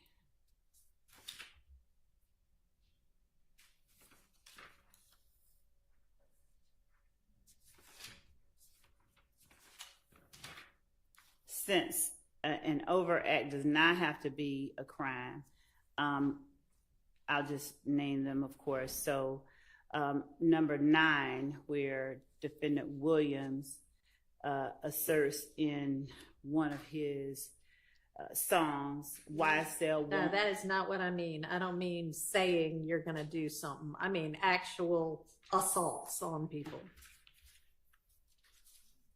We have Mr. Holmes's death is alleged by the state to have been a murder of someone that they believe to have been a member of a rival gang. All right. So I'm sorry. I mean, I guess maybe, so because it's a rival gang, that would be dominance. Yes. And that's overt act, what, 79 or 69? And I can also even be more precise there as I look for that number 79 or 69. Mr. Drinks's murder is alleged to have been a direct retaliation for the death of 2 people who were associates. Your Honor, I'm sorry. I'm just trying to 69. determine what you're asking. Are you asking what the indictment alleges? What is overt acts? Well, the indictment, as I understand it, just broadly alleges that the overt acts are done to that for those purposes. The indictment broadly alleges several purposes and doesn't delineate which overt acts are designed to do what. So the answer, as far as I understand your question, would be all of them. They've alleged all of them. But I mean, I'm asking the state sort of what. I appreciate that position, but I think I mean it a little bit differently than that. And yeah, sure, they could end up saying every one of these does all of these things, but I'm kind of asking them to be focused on aggravated assaults, obviously, or worse, murder, that are for these very specific purposes. So to answer your question about the number for that murder, it was overt act number 79. All right. Also, the act on 4/28 by Mr. McMullen.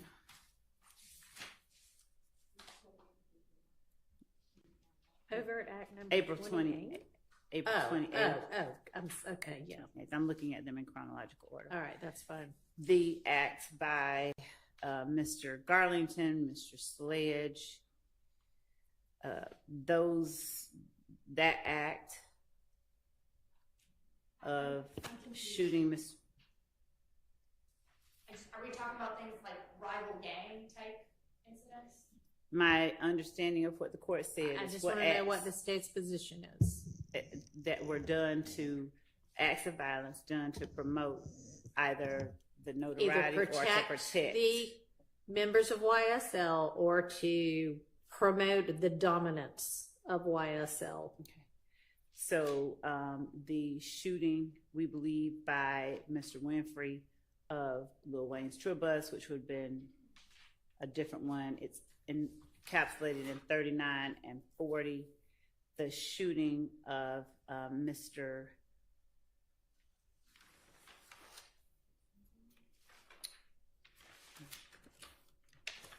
By Mr. Murphy.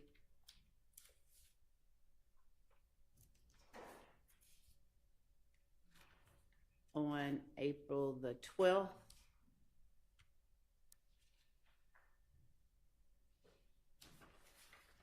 Do you have any other overt acts where members or alleged members of YSL are basically doing a beatdown of anybody because somebody from YSL got threatened or attacked?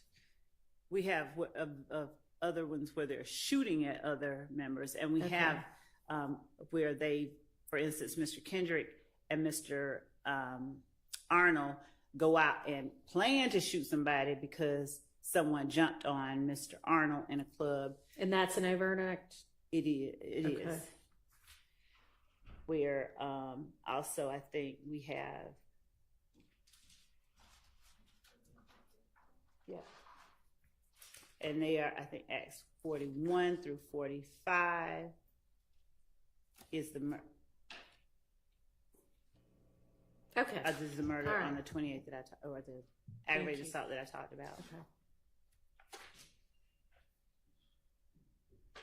All right, well, y'all see if you can find me some more on-point factually case law, please. Okay. And Is the I know court, y'all want a decision, but that's so, we're going to come back to it yet again. And Your Honor, in terms of the number of acts that we've enumerated in here, does the court want specifics or just the number? No, that's all right. I mean, you've told me enough. That's fine. Okay. I mean, it's not like that's critical to my determination. Okay. I just was wondering if there were so many that this was something that would really be cumulative, but it doesn't sound like you really have anything that similar to this. And as well, Judge, in terms of judging whether or not something is substantially more prejudicial than probative, it would have to, I think I've said it before, it would need to tend to sway the jury to convict the defendants on a ground different than something that has been alleged in the indictment. And given the allegations that we've made, we don't believe that this comes near that category of cases or circumstances. As well, Judge, I know the court is aware, but just to put it out there, 403 is all of these rules of evidence are rules that favor admission. And so 403 is not to be used as been alleged to limit the state's ability to present evidence so much as it is a permissive statute that under very rare circumstances should be used to exclude relevant evidence. And the mere fact that a defendant may feel that, oh, the state has too much evidence against me is not one of those circumstances that the courts have recognized. So actually do speak about prosecutorial need.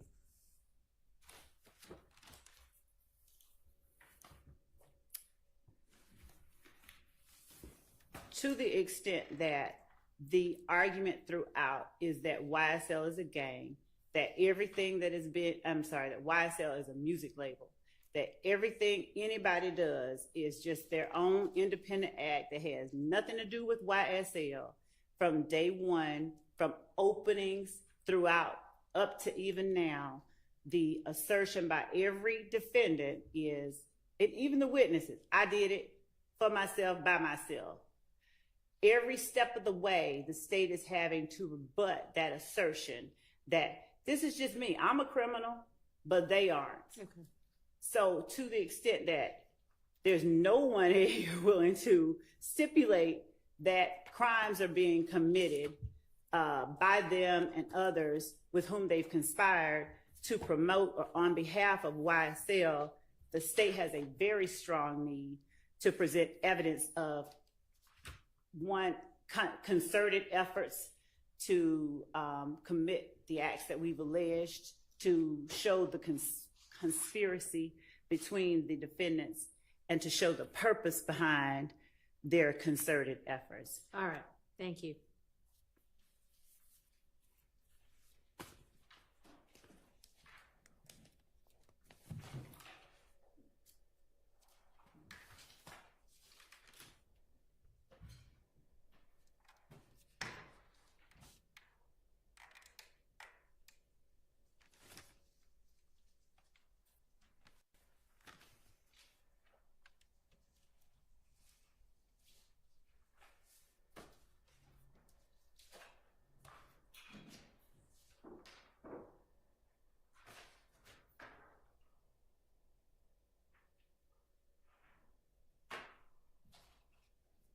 Your Honor, I'm just looking here at some case law on prosecutorial need to see what I have to answer Your Honor's question in that respect.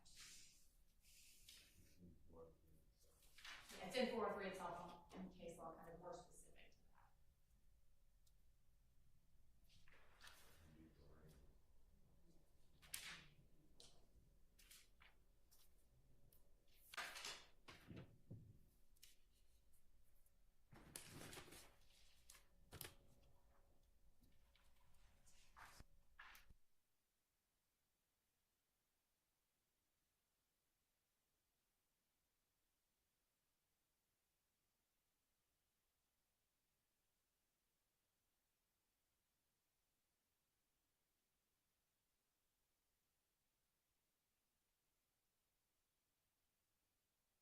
I'm going to keep looking. I'm looking as I'm speaking here. As far as the prosecutorial need, I'm looking at cases where the need is there's no other source for that information, or at least limited sources of that information. I'm not sure how many hours of gang expert testimony the jury has already heard from about how a crime can further a gang or be part of a gang. I think the need to that point on this principle, that there is no need. They've heard about it in depth. They will continue to hear about it. And as I said, I'm trying to look and see if I can get any more case law to specify if we have a level or a test for what need is. All right. Thank you. Well, if you find something else, feel free to just, shoot it over in an email that you share with everybody. That'll be fine. It doesn't need to, if you want to file it as a brief, that's also fine, but. What I've got, just looking at some case notes here, prosecutorial need to induce a prior rape-related incident to show. Yes, I'm sorry. Prosecutorial need. Explaining that the prosecutorial need to introduce a prior rape-related incident to show the defendant's intent was high because there was little other evidence supporting the charge of aggravated assault with intent to rape. That is a case, Kirby versus State, 304, Georgia, at 483. And I haven't read that case. I'm looking at it. It is cited within Jackson versus State, 306, Georgia. 69 from 2019. All right. And Your Honor, could we get clarification? Is that a 404B case or a 414 case or 413 case, Kirby? This is addressing a 403 issue. Is it in the context of a 404B? I don't know, but it's not a different analysis under 403. As I said, I've not read the full case. No, it's fine. I understand the concept. Okay, let's set that aside and move on to something else. So there was I've got some notes of things we were going to circle back to.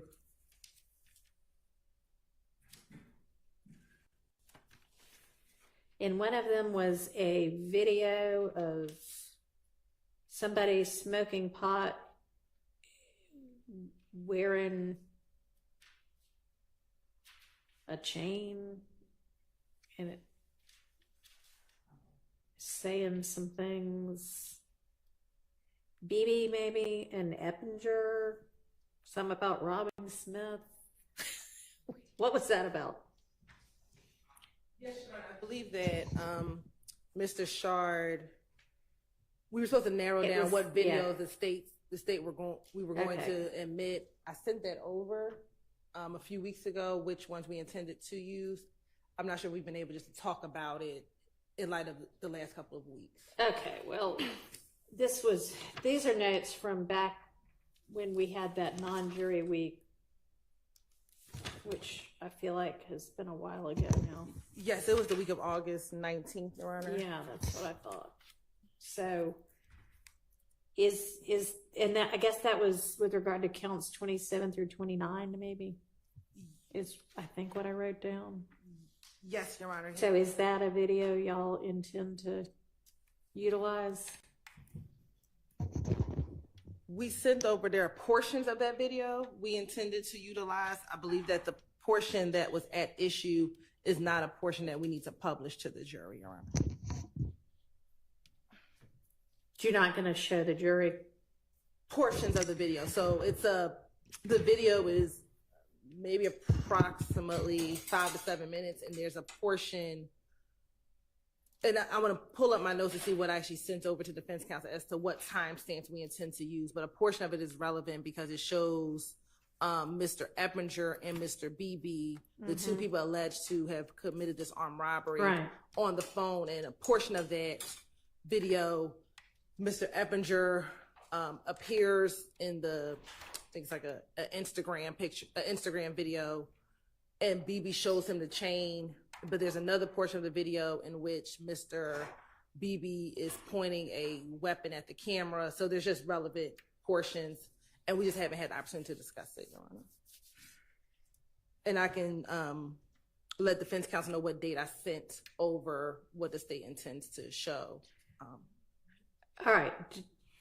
Does defense counsel still object to whatever portions those were? Yes, I'll re-forward the email.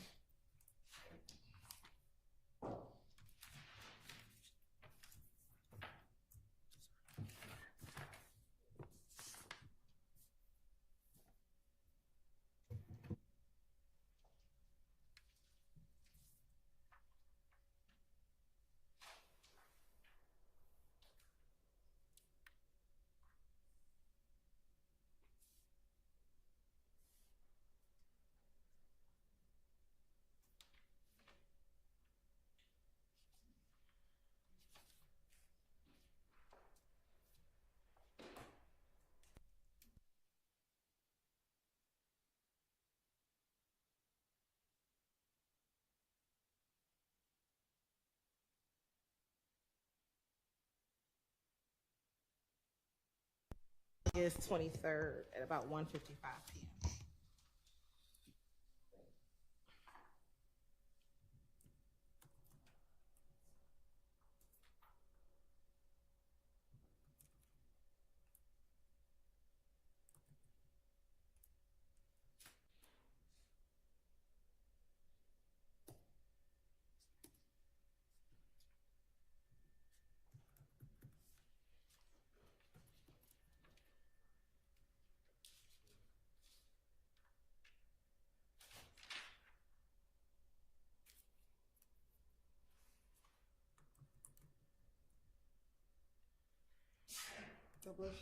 Bless you.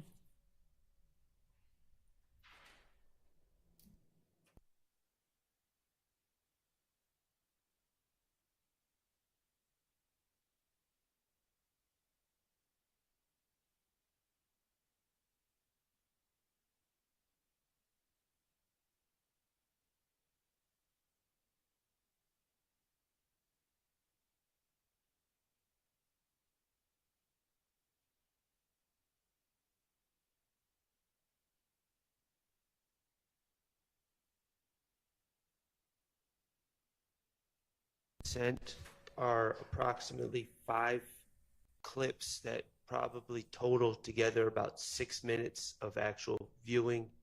Is that about right, Ms. Hillen? Yes, sir. Okay, so in all honesty, we haven't had a group this is all acts involving someone that's not sitting here. And if we could have a couple minutes just to talk as a group to figure out what our stance is. All right, and you know what? I may have y'all do that over the lunch hour.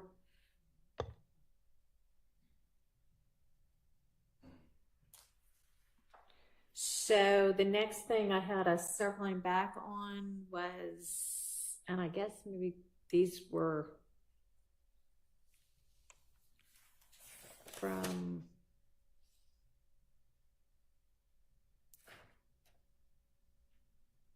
I don't know, we were going through maybe one of the sets of statements, because I've got like page 2, 523, 513. Oh, these were the wiretaps, maybe. Big Nick. Yeah. Waters Road.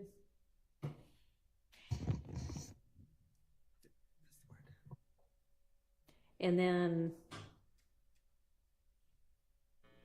oh, the comment about, yeah, this was the wiretap stuff, the flipping the car and laughing about that. And the state had said y'all were gonna narrow what you wanted to use from that and let us know.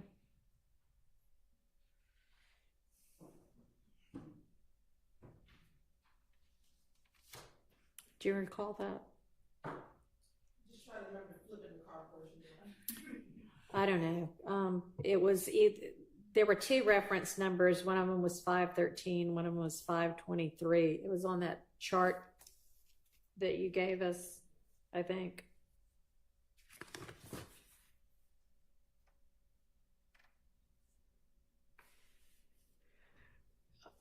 On the second page of it, Garlington talking about how they came through and thought they were going to come back and they were going to get ready to light them up, laughing about Shamel Drink's murder and the need to re-up on drugs to sell. And I had determined that the drug part was in, but y'all were going to look again at that other part. You said there was a non-hearsay purpose for it.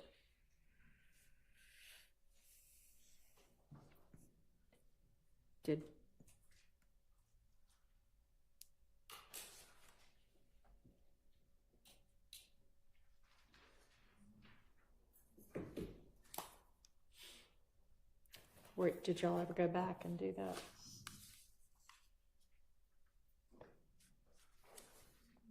By lunch we can. Okay. We'll be able to have an answer by lunchtime.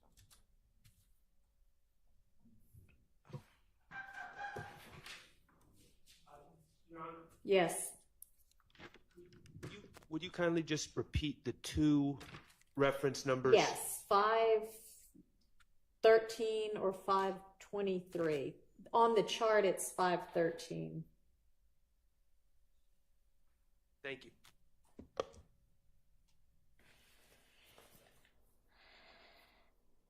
And then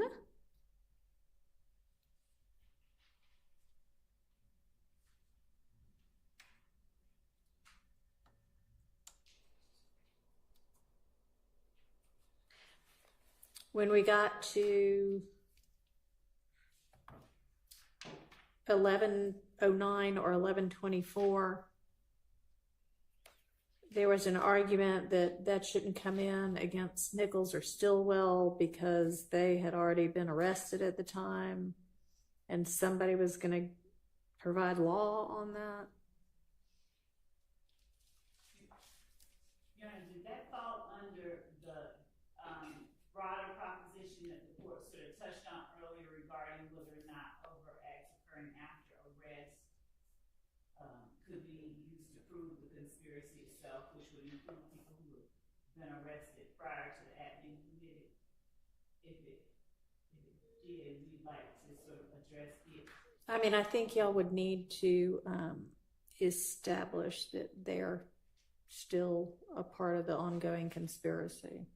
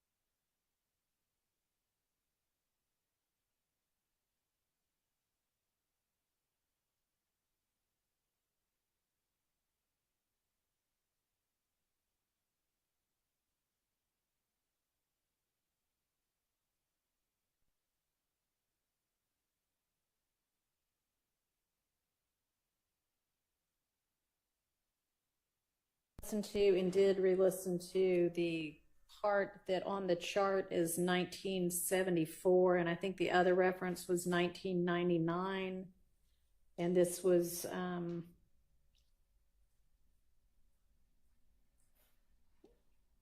I don't know if the argument was 403 there.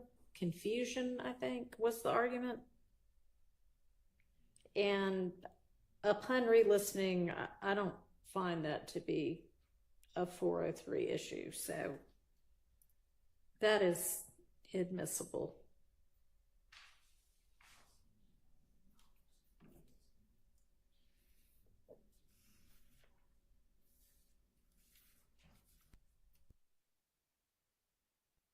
That was about as far as we had gotten. And then, of course, we still need to circle back on the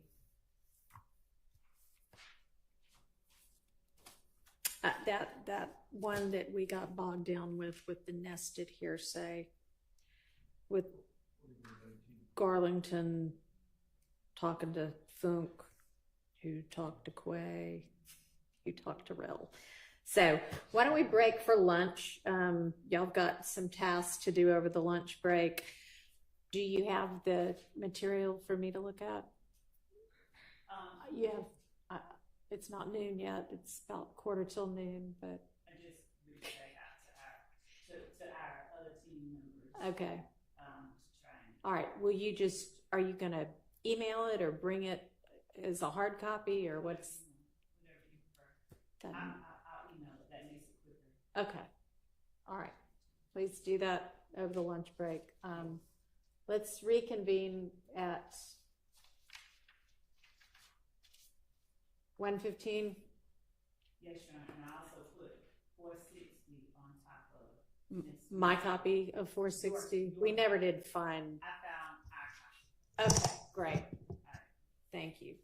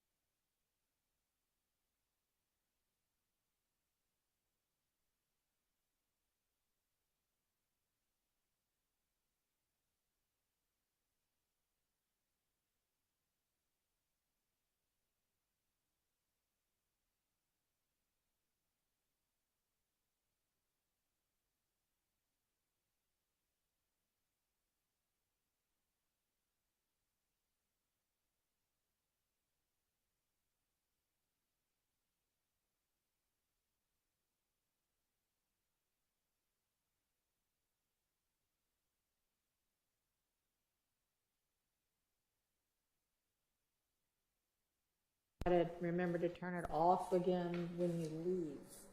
Which maybe it's just going to be an issue at breaks. I don't know, but I don't know. Just I guess try to turn it on and turn it off as you arrive and leave the podium area. All right, Miss Love, I appreciate you sending electronically the communications between the state and the various attorneys whose clients have pled. However, I think for me, it's just going to be easier if you can print them out and give me a hard copy, and I'll give you until, if you can just have those to me by Monday morning, that'll be fine. But I just think it's just going to be easier for me that way. And just, and I didn't go through all of them. I started going through them, but make sure that if there were a couple of emails that, and it was like well into the string. So I'm sure if I got to the original email, the attachment would be there, but just make sure I've got the relevant attachment too. Okay, so I'll just deal with all of that after you give it to me in hard copy form on Monday. All right. Did y'all get an opportunity to try to come to any sort of an agreement, if there is any, on those items 451Y through, I think it was 455 or so, and then 460Y? Your Honor, no, it was not an intentional disobeying of the court's instruction. What I was doing was the state's position is slightly different than it was with an argument for why. Okay. And whenever the court allows, I'll address it. If he wants me to just start now, I'll just start now. All right. So did you give a redacted copy to the defense, or you just think it's whatever your new position is might change everything? It will change everything. And, all right. And I did also, the thing that I'd asked Ms. Winfrey for that she so kindly provided was what exactly the objections were to the exhibit so that I could address them in turn. What I recall specifically, I believe that it was Mr. Stillwell who made the initial objection that... Hang on a second. Can y'all try to be a little more quiet over there so I can hear? I don't know who it is, but... Oh, that actually reminds me too, before we get into that. Just a reminder to everybody that there's not supposed to be any eating in court and that the defendants are not supposed to be on laptops, okay? That has not changed since I took over this case. All right, go ahead. My recollection is that Mr. Stillwell's attorney is the one, Mr. Sharp, who originally specified a portion of one of the exhibits that he felt should not be allowed or presented to the jury because it contained information he thought was overly prejudicial. If I'm not speaking correctly, I'm certain he'll correct me where I'm wrong. But other than that, I was wanting to make certain I heard all of the objections so that I could speak to them. But if because I'm going to make a proffer to the court. Okay. It would be a lot easier, I think, part of their position had been until we know what the state's actually proposing as the redacted exhibit, it's hard to make objections. So are you ready to share that? Yes. Okay. Yes, I'm ready to address it. If you would do that, that might help the So, Your Honor, court and the... on what theory the state would be seeking to admit out-of-court statements? That was part of what I intended to address. So okay. I'll just well, let's all get a copy of what it is they're not redacted. It's the ones we gave them. So the ones that I have previously identified. Can I have a hard copy of them? Because that's another one of those things that if I'm having a look on the electronic, it's like embedded within several emails. Yes. Before I ever get to what I'm supposed to be looking at.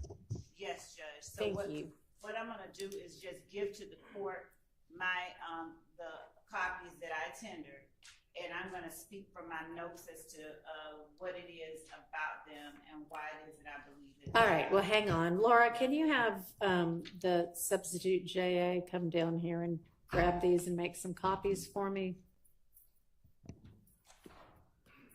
Please. Thank you. Because I have a tendency to write on things once I get them.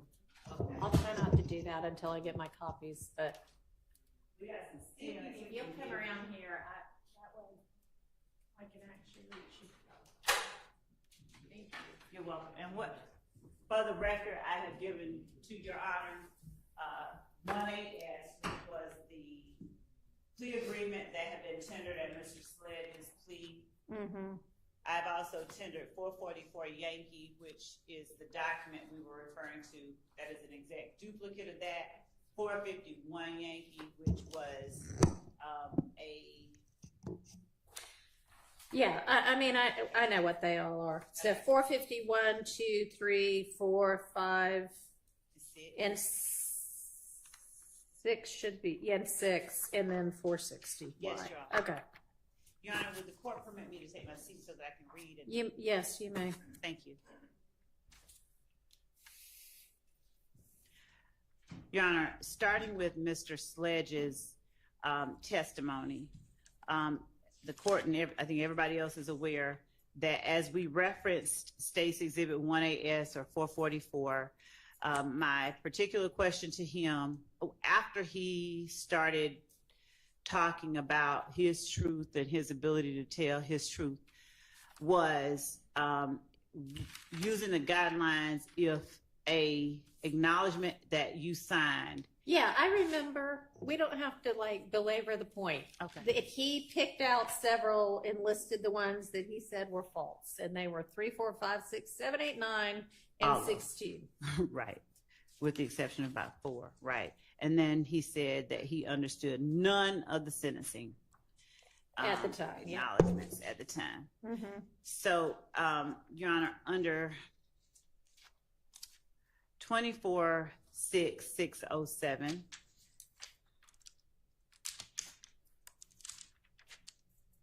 OCGA 24-6-607, Your Honor, impeachment by contradiction. Mm-hmm.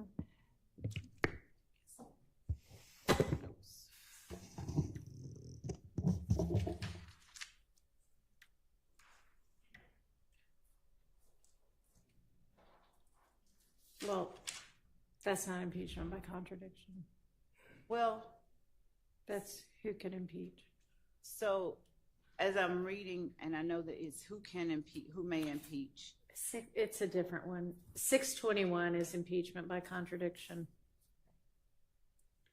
A witness may be impeached by disproving the facts testified to by the witness. Right. The reason that I referenced that only is because it was in the book that I'm reading from. There's a section that I'm looking at. So particularly a witness may be impeached by contradiction in several ways. Close questioning to elicit concessions of errors in testimony during direct, questioning a witness about the substance or implications of evidence already produced during the case to suggest contradictions, confronting the witness with his or her own contradictory prior statements, or calling another witness, or introducing other extrinsic contradicting evidence. Generally speaking, the admission of extrinsic evidence for contradiction impeachment is restricted to non-collateral matters, so that evidence that impeaches by contradiction and is not collateral can be both substantively admissible as well as admissible for its impeachment value. And that is coming from Baylor, Behler versus Hanlon, Hanlon, 199 FRD 553, and then the parenthetical is surveying numerous commentaries. Judge, with respect to Mr. Sledge, the reason that I began my statements to the court about what it is that he said, and will then go into what his lawyer said. When I asked his lawyer about plea negotiations, on the heels of Mr. Sledge not just saying he was told he could get up and tell his truth, but on cross-examination, he was asked repeatedly through the use of allowable leading questions. These weren't your words. You didn't write it. You didn't understand it. You didn't know what you were signing. You felt like you could come in here and tell your truth. You signed it regardless. I'm not directly quoting, but essentially, even though it wasn't true, you signed it. And things of that nature were elicited during cross. You signed it because you wanted to get out to go see your sick mom, things like that. You were in Fulton County Blues. That's the only reason you signed it. These aren't your words. These are only the state's words. So all of those questions were intended to attack the credibility of the veracity of the statement that Mr. Sledge made on December 28, 2022, when he signed the plea agreement. And Mr. Sledge acquiesced to all of those attacks, essentially asserting through his sort of obfuscations and running back and pulling back my truth. I don't understand. I don't recall. I don't remember saying that. That isn't true. And his pointing out at the state's request the factual acknowledgments that he now asserts were inaccurate or not completely true. He allowed himself and the cross-examining attorney to, in front of the jury, completely question or to undermine the credibility of the statement that he made and his own credibility at the time that he made the statement. So as the court has already instructed the jury that the inconsistent statements of a witness are also substantive evidence that may be considered against other persons on trial.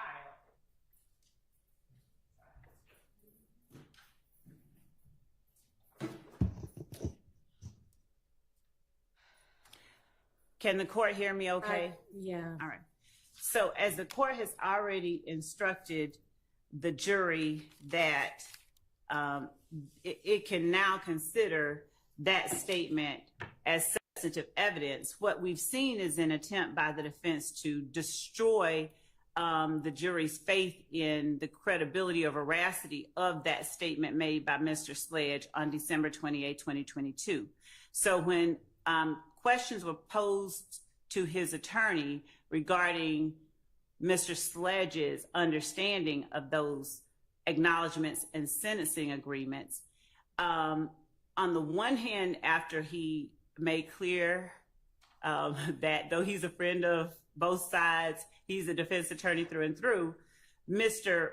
Wright, though he did clear it up, he seemed to, his answers on cross-examination, there were some things that were not true. There were some things we didn't agree to. He was kind of vague with it, and it took belaboring point by point for him to even acknowledge, hey, number 3, number 8, these are the only 2 anybody took issue with. So at this point, Your Honor, I believe that the iterations that were presented to Mr. Wright and to his client per his words are important because it is further evidence that corroborates Mr. Sledge's understanding of and his understanding of the final plea agreement that is 1AS and 444Y, and his ability to effectively engage in and have an active hand in that final document that he signed on December 28, 2022. it points not only, it demonstrates not only the inconsistencies of Mr. Sledge's testimony, but his outright perjury regarding his purported lack of ability to have any say in what that final document asserted that he signed. It is illustrative of the fact that he actually did have the ability to tell the state what he felt wasn't true and what parts he wanted changed. And I think that our position is that it is relevant in showing or allowing the jury to judge the credibility of statements Mr. Sledge has made on the stand versus the credibility of the statement that he made on December 28th, 2022. The statute that I cited earlier, it substantiates our position that the representations that Mr. Sledge made under oath on December 28, 2022, were part of a long and detailed negotiation and refinement that Mr. Sledge himself took part in. I think at this point, 24-1-104 might become relevant. That's the one I brought up earlier that didn't have any bearing on what we were talking about. But in as much as 24-1-104 speaks to the code section not limiting the right of a party to introduce before the jury evidence relevant to weight or credibility, we believe that this particular evidence allows the jury, it is pertinent evidence that they should be allowed to see, to understand fully what was put before Mr. Sledge, what he did dispute, what he did not dispute, and so that they can compare it with what he finally agreed to and make a better determination about the truth of the statements he made on December 28, 2022. I think that the argument that some of the statements, the allegations made by the state, those are things that one way or another may be asserted in any event. For instance, they caught nut down bad is a statement that we know is going to come out either through the person that said it, the person that relayed to law enforcement that they said it, or in his statement to police if he lies on the stand. These aren't matters that are so prejudicial that they should be kept from the jury. These iterations, if you will, the defense wanted to have us reference part of them, but pointedly objected when I attempted to have Mr. Sledge show or point out differences between a previous iteration and the final version. That previous iteration was not circled there. It's one that I have because I did not tender it as a marked exhibit. They actually objected to my calling it a previous iteration. And I think in attempting to keep from the jury, not just the previous iteration, but the number of them and the changes that were made and requested, and the changes that were not requested, as is reflected in 460Y, we're keeping from the jury very relevant, pertinent evidence that in no way substantially prejudices either defendant through its admission. So I believe that an instruction that these are assertions made by the state, essentially questions that they ask the witness, then defendant, are these true?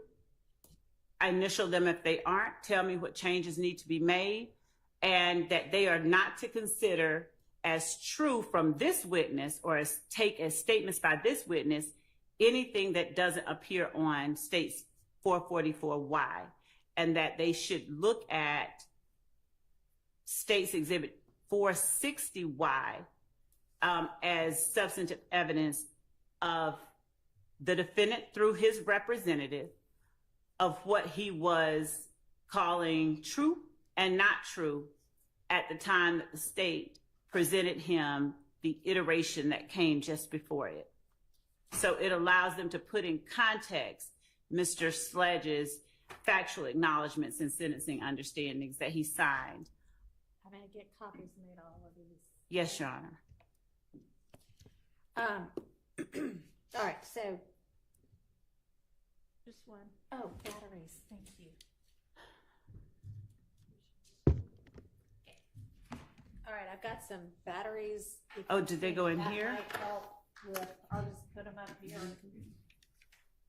It seems like your mic is out and you might need batteries. I don't know whether they take double A or triple A. Double A over here. All right, got a few of each.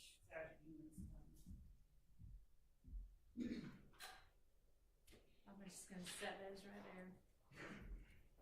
All right, so I think that, you know, there's the 444Y one, which is the signed plea acknowledgement. That's sort of a separate type than all of the rest of these correspondences back and forth. And are you at this point saying, just so I understand, that like as to 460Y, you don't even intend to redact it at all? No. All right, help me understand what you're saying. As to 460Y, I wanted to redact everything except the one email that Mr. Wright sent. I want to take out everything else before. I even think I included twice in that 460Y the same email. So I would like to redact out all of that except the email from Mr. Wright to me on December 27th at 8:43 or thereabout at night, wherein he is making statements for his client. So they are statements of his client that number one is okay, number two is okay. And I say that under, I would call it an adoptive admission, but he is Well, an agent. It's an agent. Right. Yeah. So he is stating, his client is stating, number one is okay. And in order to know what number one is, the jury needs to see what number one was that I sent to them, which would be the exhibit directly preceding, which I believe is 452. If I'm wrong, I'll make that correction. But the jury should see 452, wherein Mr. Sledge says that's okay. They should see whatever he wrote about 450, about number two. Let me ask you something. I mean, is he really a party opponent anymore? He was. But is he now? Because admitting it in this trial now, is that an admission by a party opponent? Oh, you mean in terms of the... You're saying, you know, this is a statement by Mr. Sledge's agent, which it is, but would that get admitted under the admissions by a party opponent exception to hearsay? I wasn't admitting it under that. So I was just saying that they are statements of Mr. Sledge. okay, all right, but under what exception do they come in? They are Mr. Sledge's statements. He is a witness who was on the stand, who was subject to cross-examination. So inasmuch as they are inconsistent and contradictory to the testimony that he gave. Okay. So I can see 444Y coming in as a prior inconsistent statement because he definitely testified inconsistently once he was on the stand to what he said in that document, which admitted as factually true all of those things that he initialed. Right. So that's a separate item, and I'll hear argument on let's deal with that one. 444Y. Is it my turn? Okay, so don't talk about the rest of them until we get past. Not yet, because I think this is kind of separate than the rest of them. Okay. Because it's a different type of document. So do you want to say anything else about that? You saying it's a prior inconsistent statement and it's impeaches him by contradiction. Yes, and it corroborates the state's position and. Well, I know why you want it. Corroborates the state's position is not a hearsay exception. Right, I understand that. Yeah. So, why is that not come in as a prior inconsistent statement? Your Honor, first, I just have to address one thing. And I'm sorry, I'm not trying to be a whiner. This is exhausting because every time we are on the same page and Your Honor seems to direct us, things somehow get relitigated. We were up at the bench and we all looked at 444 No, 444 is a different one, but yes, 451 through 6 and 460. Are we talking about the emails right now? Or are we talking? No, what I wanted to talk about right now is the actual final plea acknowledgement. So I'll address that. Okay. We all talked about this and we determined what would be admissible as prior inconsistent statements. And the state was allowed to read and confront, and he acknowledged that he signed. So he never said he didn't sign those things. He explained it. But those factual acknowledgments on the 1AS, which I think is 444Y, were read into the record and fully litigated. And we not only heard from Mr. Sledge, but then we heard from Mr. Sledge's attorney for a day. And the whole process of how everything happened was covered ad nauseum. I think the jury gets it. And there's nothing that I would understand to be gained by admitting the paper copy of what was testified to and discussed over a week with, this gentleman and his lawyer on the stand, however many days it was, that hasn't already been covered. Additionally, Your Honor, of course, my stance would be, if it were to be admitted, it would not go back to the jury because it would be continuing witness.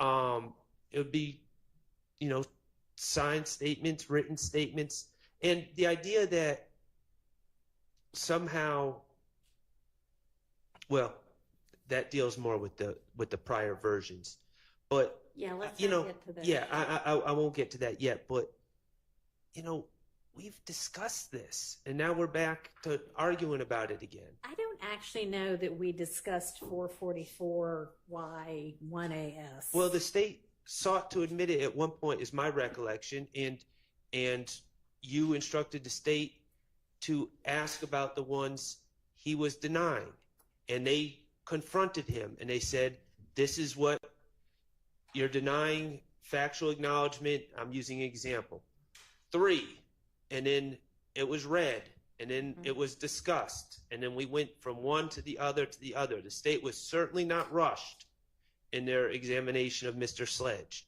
So all this has been covered. There's no need to admit the document into evidence at this time. And it's cumulative, but also it should never go back to the jury to begin with, so I don't even know what purpose it would serve at this point. Well, we can deal with that later, what goes and what doesn't go and what's subject to a continuing witness objection. But it's definitely a prior inconsistent statement. Y'all were given an opportunity to cross him on it. He was given an opportunity to explain it. It can come in as extrinsic evidence. Well, okay. It's pretty clear law, I think. Well, the other thing is, I don't know if he denied, the other thing is he didn't deny adopting it. He said, and he gave an explanation. I know. Right, but I don't believe that lays the foundation for a prior inconsistent statement. Him saying, "Oh, I did sign this, and this is why I signed it," Okay. and then so Well, the statements on the document say every bit of this is true, and I acknowledge every bit of this. And he testified inconsistently to that with regard to the majority of it. he did, but he never said at the time he didn't acknowledge it to be true. I think he did. Okay, so to me, I don't know if the entirety of it or just the parts that he denies are admissible, but does it really matter It if, does.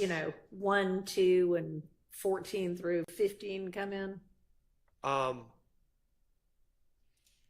have to really look at it, and this is, the state has not given us a proposed redaction, but Do you propose to redact that at all? No, and just as a Well- point of clarification, on the first day of direct examination, he specifically said that one was not true. He said that on the second day, he came back and said yes, but the first day he said no. it's interesting that Ms. Love says that, because when she actually was examining him, she misspoke and said that he adopted number 1. So now she's saying he denied it.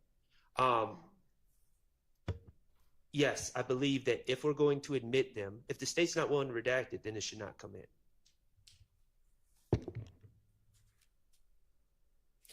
All right, so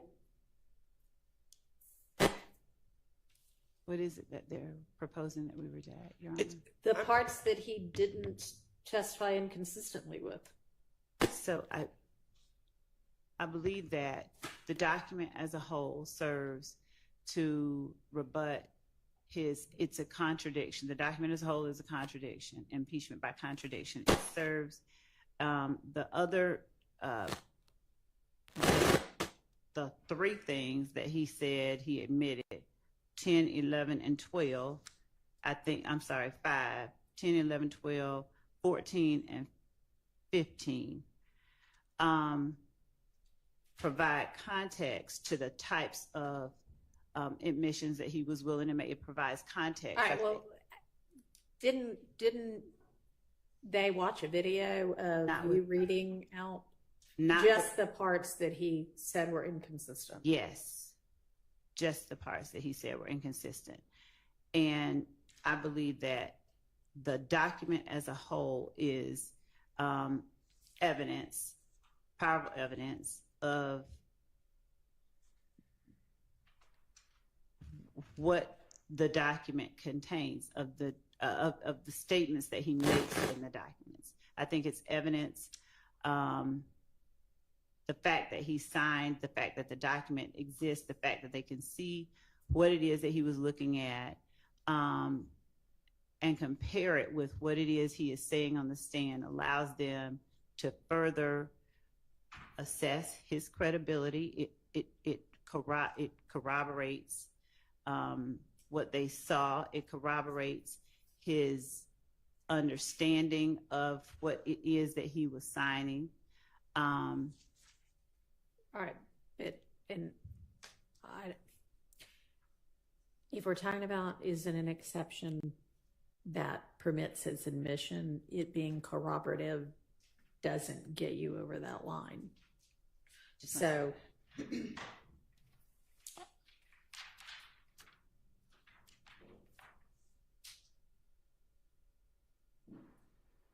yes, sir. Okay, Tom, Your Honor. Yeah. Now it may be that what you mean to say is that the entirety of the document needs to come in because that's the only way they can understand it. Is that what you're saying? Yes. I'm sorry for not doing it as well as the court did. When I say context, yes, it is the only way that the jury can fully understand the document and what was before Mr. Sledge at the time that he signed it. The state's stance is that the jurors can't possibly understand one factual acknowledgement about a video, for instance, without being provided another factual acknowledgement about gas stations on Cleveland Avenue. That acknowledgement about gas stations on Cleveland Avenue just sheds light on this acknowledgement about the video that allows the jurors to understand that. That's ridiculous. You had him admit on the stand the factual assertions that he still agreed with, right? I had him not read from the document. Did the jury in any way hear the factual acknowledgments that he still acknowledged? I believe that the answer is in some form or fashion they did. For instance, hang on just a second, Miss Love. Oh, I'm objecting to the document coming in. And you said it, and I think the Honorable Attorney Sharp just said it. My memory, and according to my notes, the entire, from the swearing in of Mr. Sledge, then it skipped, and then the entirety of his acknowledgments, whether he admitted it or did not admit it, was read over my objection on a video audio from Crime and Law, or Law and Crime, and now we're doing it again. That's in evidence. So I'm objecting to it. It's already there. And the state at one time told you that they needed that evidence in because it shows demeanor, and he had an opportunity to sit next to his lawyer, and that there was no one else in the courtroom, and Mr. Williams and I and the others weren't there to intimidate him, or whatever their word was. This is just cumulative. He's been impeached. He's been thoroughly impeached. So I'm objecting to 444 at all. and at the appropriate time, I'd like to respond. The answer to your question is yes. It has been acknowledged. So your recollection is that on the video, every factual acknowledgement was read? Yes, that is, if I'm wrong, please correct me. I'm not trying to be wrong. He's right. That's according to my notes. There was nothing redacted. It went right from the acknowledgments, whether he agreed or disagreed. It was read by Miss Love. All right, Ms. Love, I know you sent us an email at some point that said, here's what I intend to play. Respectfully, Mr. Steele is incorrect. Right? We do. Okay, so hang on. And was sent Friday, September 6th at 7:45 a.m. And then, yeah, I think that's the right date. And what then maybe again to me at 9:54 a.m. Right. Would the court like that we put it on the screen or just reference the portions that we were taking out? No.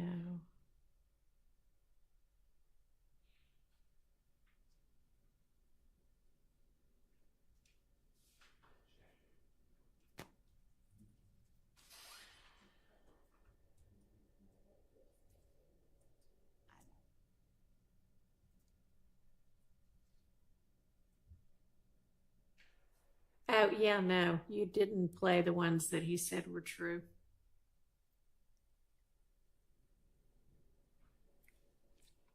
You only played the ones that he said were false. Right. I know. Yes, Your Honor. Okay.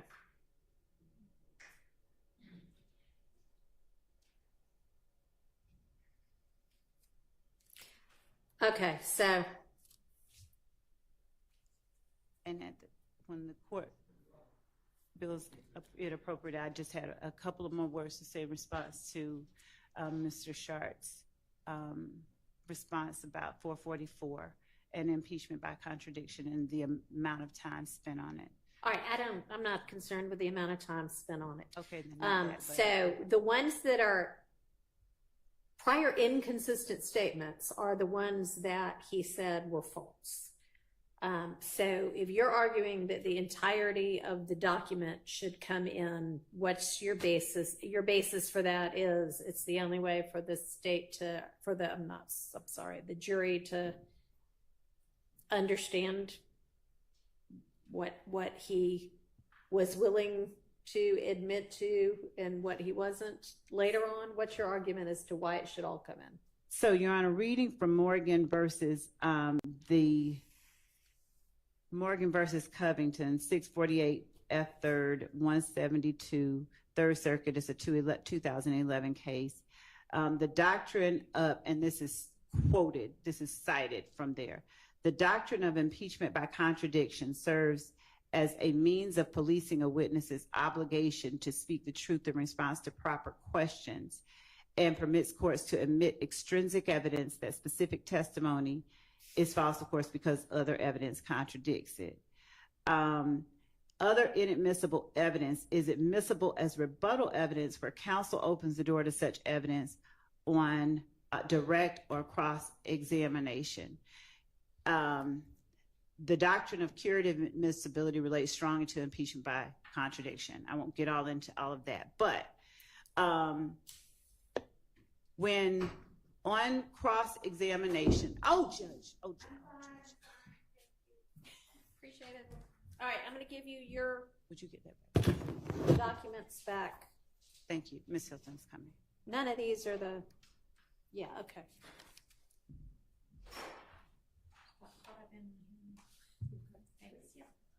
Thank you. Sorry to interrupt. Good. Yes, Your Honor. So we're not just talking about, if we were only talking about inconsistent statements, then that would limit us to a portion of it. But here on cross-examination, the entirety of the cross-examination was intended to present to the jury the impression that the statement itself was not knowingly or willingly or voluntarily agreed to.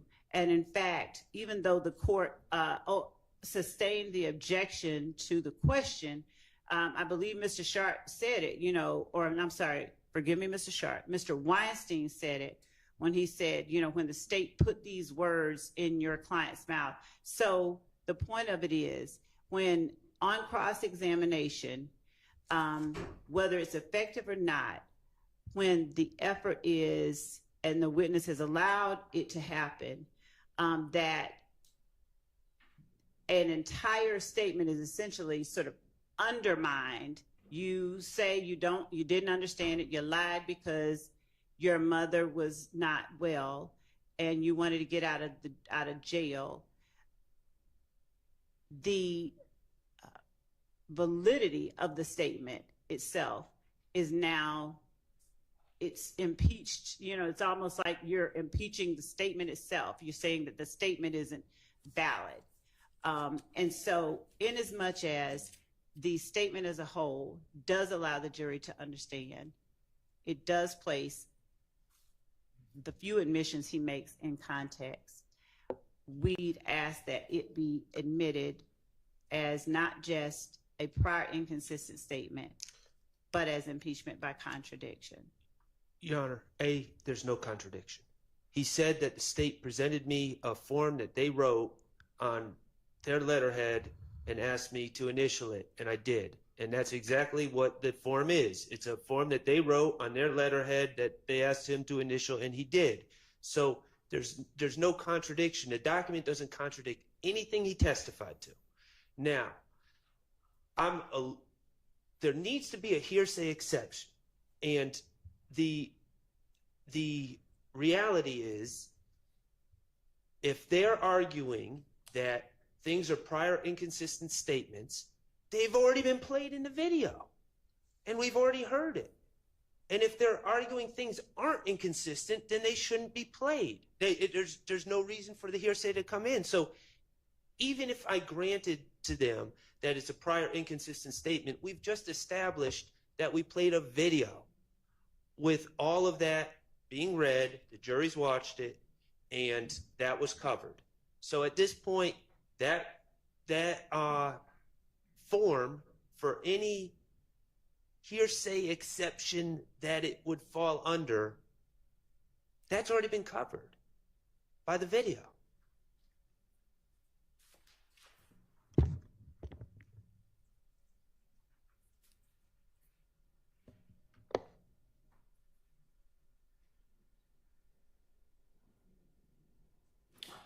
All right, I'm going to rule on this one that the portions that he disavowed on the stand may come in as extrinsic evidence of a prior inconsistent statement. And we'll deal later with whether they actually go out as continuing witness or not.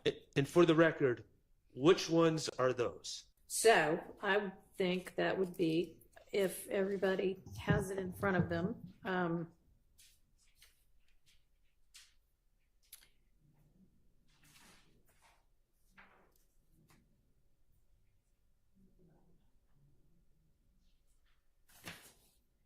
my understanding is he disavowed 3, or at least portions thereof, 3, 4, 5, 6. These are all under 4, under, factual acknowledgments. 7, 8, 9, and 16. And then every bit of Section 5, the sentencing acknowledgments. He said he didn't understand any of them, even though he initialed saying, I understand fully each of them, as well as the paragraph underneath that. He also acknowledged on day 1 of my direct, number 1, I wrote it, though he changed that. Well, if he changed it, then it was no longer inconsistent. I mean, I didn't, when you were like, all right, here it is in front of you, tell me which ones there you have any type of problem with. He did not say number 1. So he done, I made my ruling.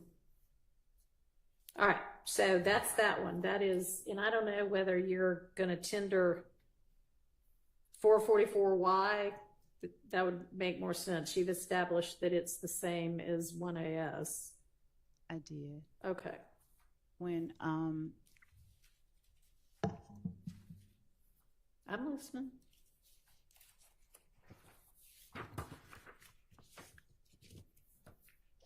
Yes. I'm going over just one moment, Your Honor. Okay.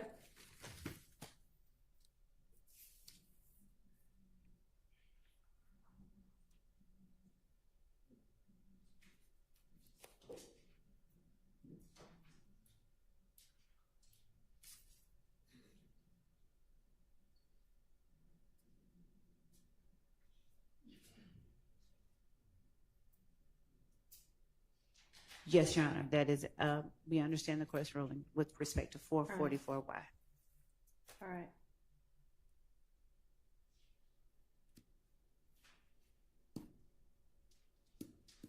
And I don't think it would come in as, whatever it's called, the rule of completeness, because that would be if one party's introducing it, the other party has the right to do more, and this is all one party over here trying to get it all in, so that doesn't apply. All right.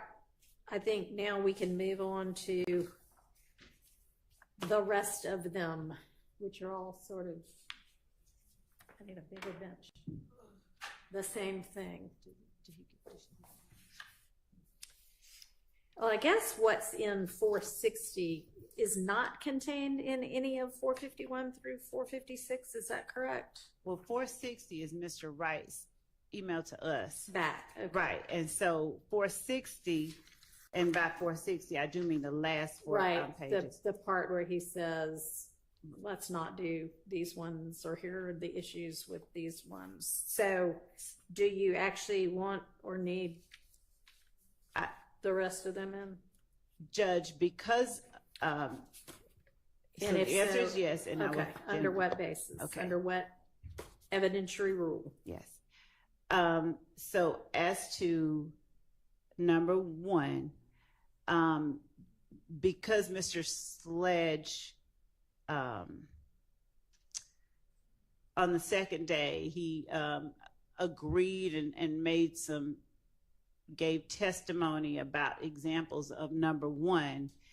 It's not so much that it's an inconsistent statement as it relates to number 1, but when Mr. Sledge on cross-examination asserted that he did not have the ability to change things, that we didn't change things for him. Showing the way that the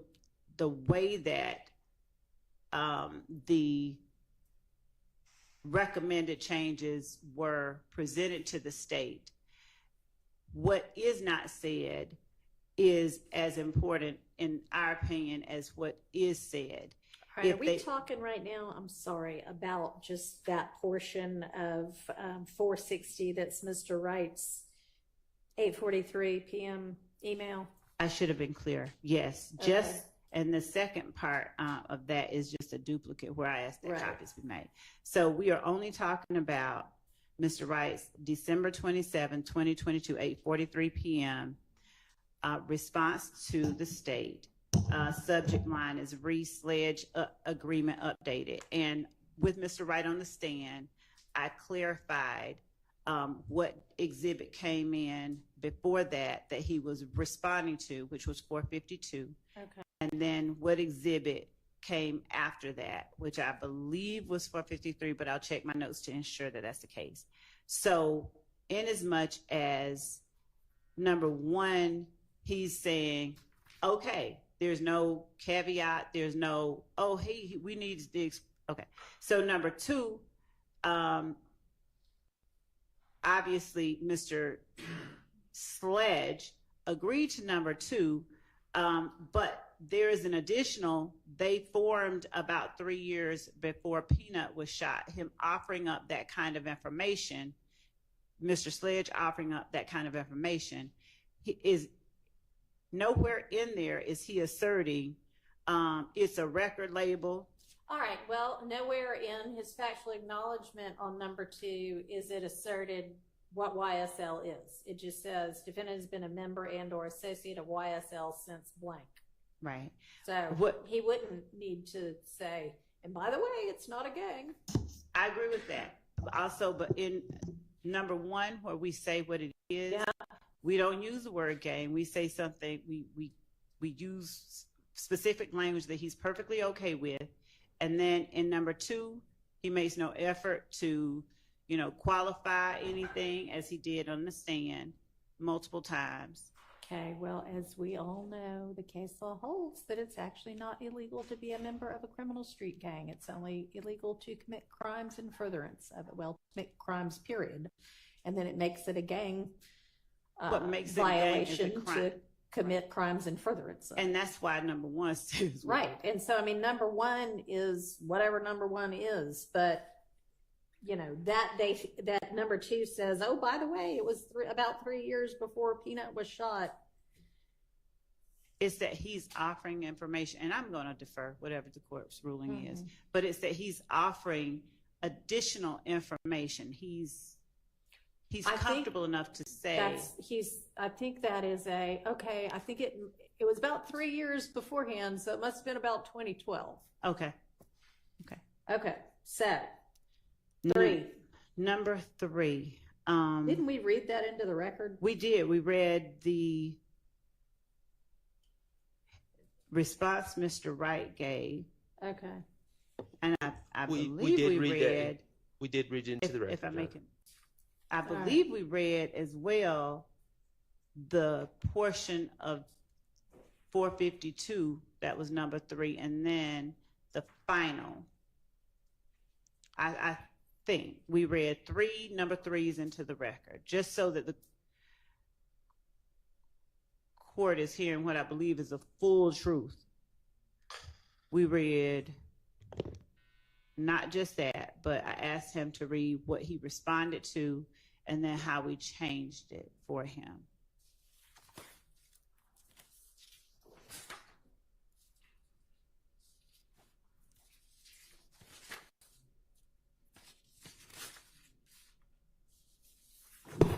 We read at least the final version of number three. We many, did. many times.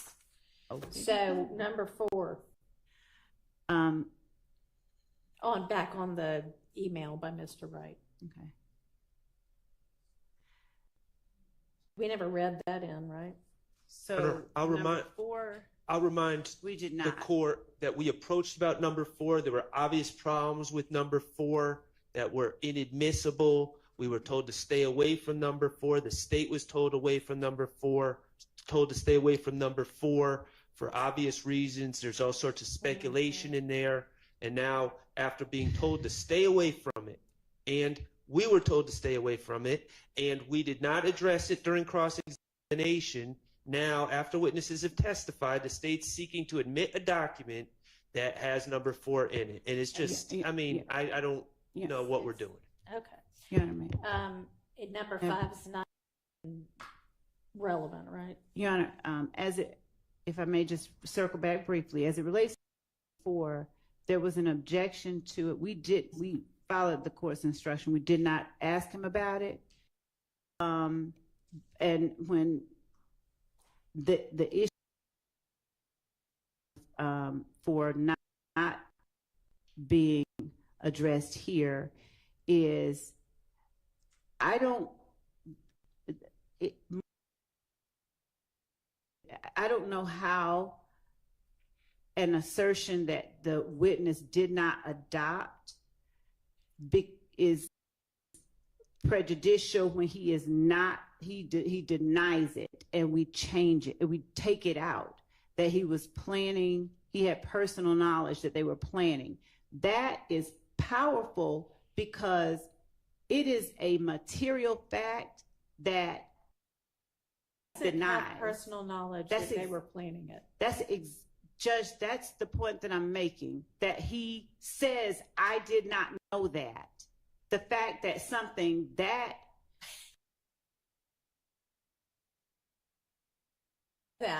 is sort of like, or that's not it true. was true, but I didn't know. He's saying that's not true. He is No, saying he's not. He's saying, I don't know. I think maybe XYZ. That is not coming in. That kept out under 403, if nothing else. And that's really the only thing you wanted in, right? So I didn't hear you.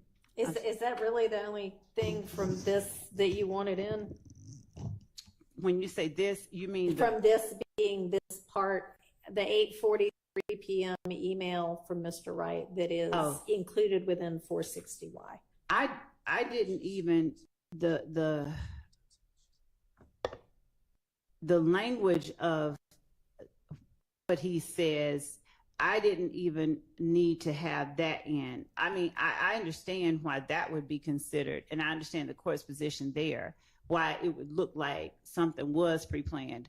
The reason that I was asking or seeking to have the assertion in is just to show that he says no to it.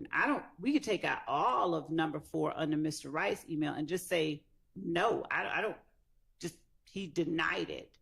Well, we can't make it say something. No, not put the word no. He said, Mr. Wright said on the stand that is something that we did not agree to and we took out. And that's exactly the point. Mr. Wright said all this stuff on the stand. We're not going to be admitting 460Y.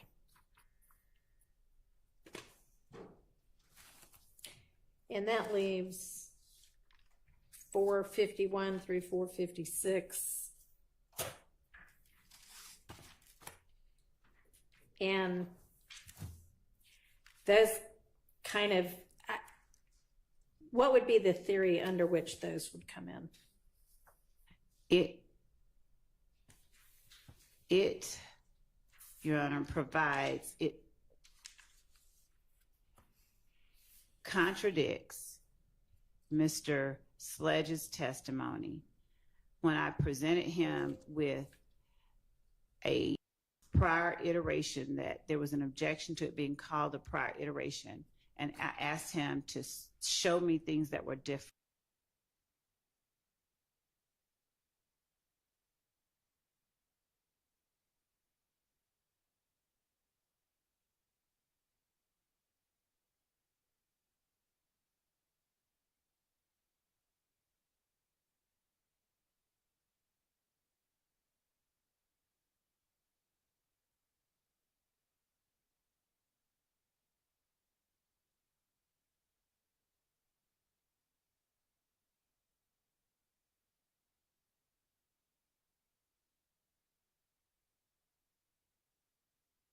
different. It contradicts his testimony that he saw prior iterations and was allowed to make changes to the prior iterations. He said on cross, the first time he ever saw that plea agreement, it might have been the first time that he saw. Well, that was the first time he saw that plea agreement because all of these were prior versions. And when I asked him, did he see any prior versions? My recollection is that he denied. I don't remember that. I think he said the back and forth between us and the state was up to my lawyer. I left that to my lawyer. And Mr. Wright clearly testified that he took a version to speak to Mr. Sledge the night before. And I'll look back at. All right. Well, subject to that actually being some kind of so that would be what, impeachment by contradiction? Yes, it would. Okay. Well, you can let me know if he actually testified Your Honor. in the way that you remember it. Yes. And I don't think we should have to litigate this again, and I'm going to explain why. The state, under the state's theory, well, I mean, why don't they just do this for every case? They could write out their facts, just send them to a bunch of witnesses. Witness doesn't need to initial them at all, and then they take the stand, and then we just start bringing in all copies of documents that they wrote and sent to witnesses that witnesses looked at. I mean, it's false facts here. It's facts that haven't been adopted on these documents. There's inadmissible statements on these documents. It's a mess, and we didn't create this. We didn't tell the state to do it this way. We didn't tell the state to write their documents and then send them to an attorney, write the statements and send them to an attorney and see what the co-defendant says or the witness says. We didn't tell them to do it this way. They created this problem. I understand.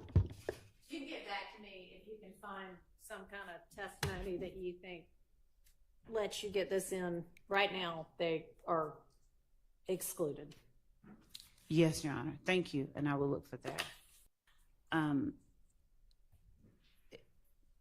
Yes. I can't say with certainty, but I'm just going to ask if there is also a case which I, in my mind, in the recesses of it, believe that it may address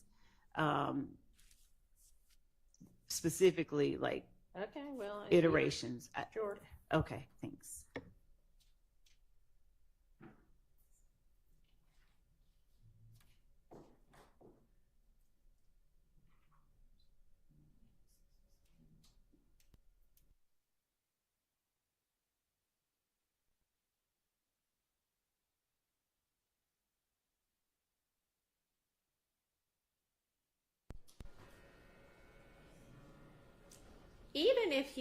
Even if Mr. Sledge did say there were never any other versions, and which I don't think he said, you've disproved that by presenting the testimony of Mr. Wright. So I think given the number of 403 concerns there are with 451 through 456, I'm going to just stand on my ruling excluding them.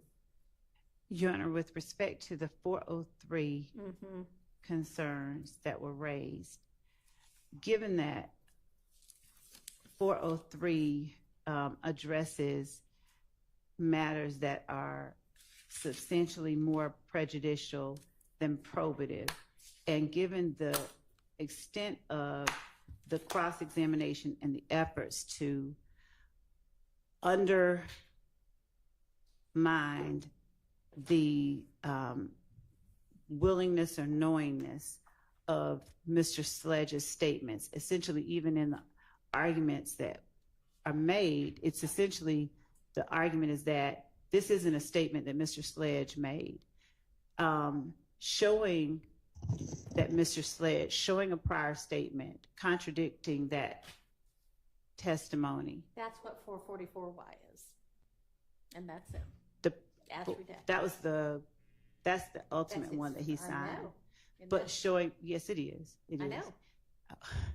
Showing that he was untruthful and letting the jury decide, why are you telling stories about that? about seeing a prior version, we believe is strong evidence that allows them to judge his credibility, why he's saying what he's saying, any bias he may or may not have, and help them to determine the truth of which statement they should believe. So we would ask that the court, I don't know, revive its prior ruling, 5 minutes ago. revive the ruling that the court Okay. made. Denied. Let's move on.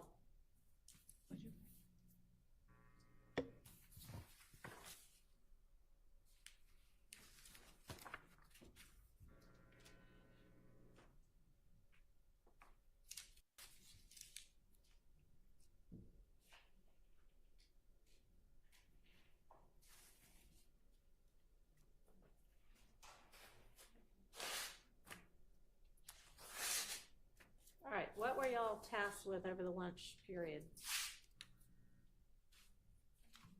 Your Honor, we reviewed the proposed segments of those videos that showed Mr. Beebe and Mr. Eppinger referring to and they weren't referring to it, but it's clearly involving the armed robbery that they're charged with that's listed as an overt act. I can say on behalf of myself and Mr. Steele, we have objections. I think Mr. Steele was going to articulate them All right. to those segments. Okay, I think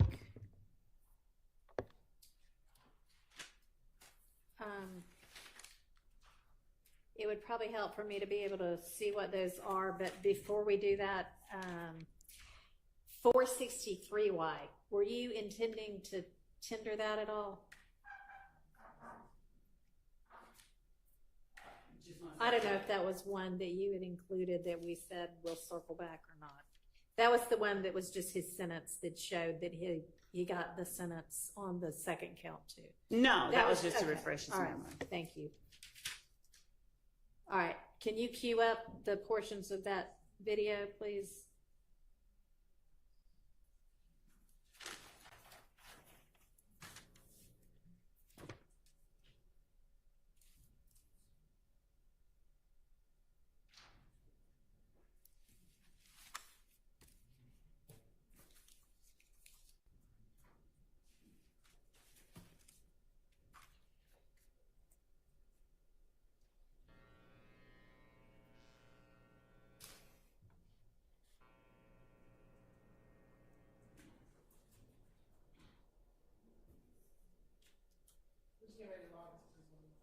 Hmm.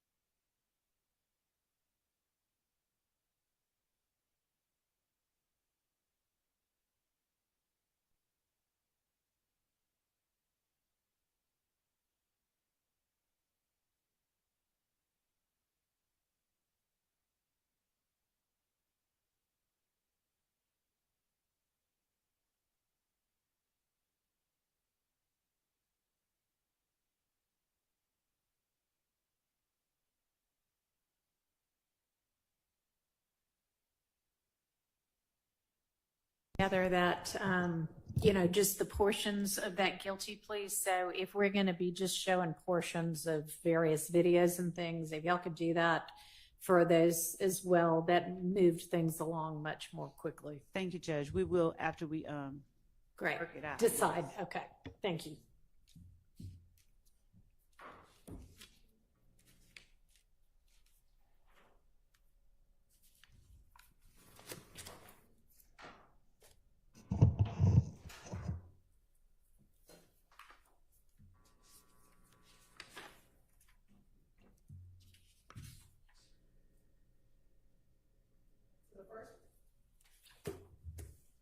The first portion of this video, it ends in 2624. In the video, Mr. Durante Beebe, and it'll be Christian Eppinger. This is after the armed robbery that both are alleged to have committed. Mr. Beebe has recently or did plead to the charges in this indictment regarding this armed robbery. All right. So I'm sorry, timing wise, this is shortly after the robbery or shortly after? Shortly after the robbery. Okay. And we're going to begin the first portion at 1:12.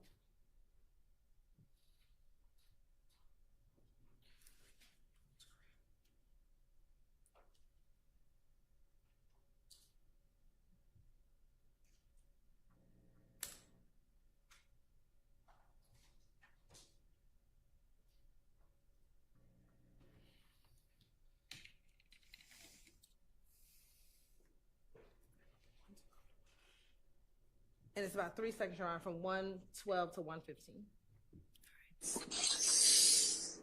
What y'all going on now? What's up, Slim? And Your Honor, as you see, or if you see there, when Christian Eppinger gets onto the call, he throws up what we have alleged is the YSL sign, and then Durante do it back towards him. Okay. The next portion, Your Honor, is 2 minutes and 45 seconds to 2 minutes and 52 seconds.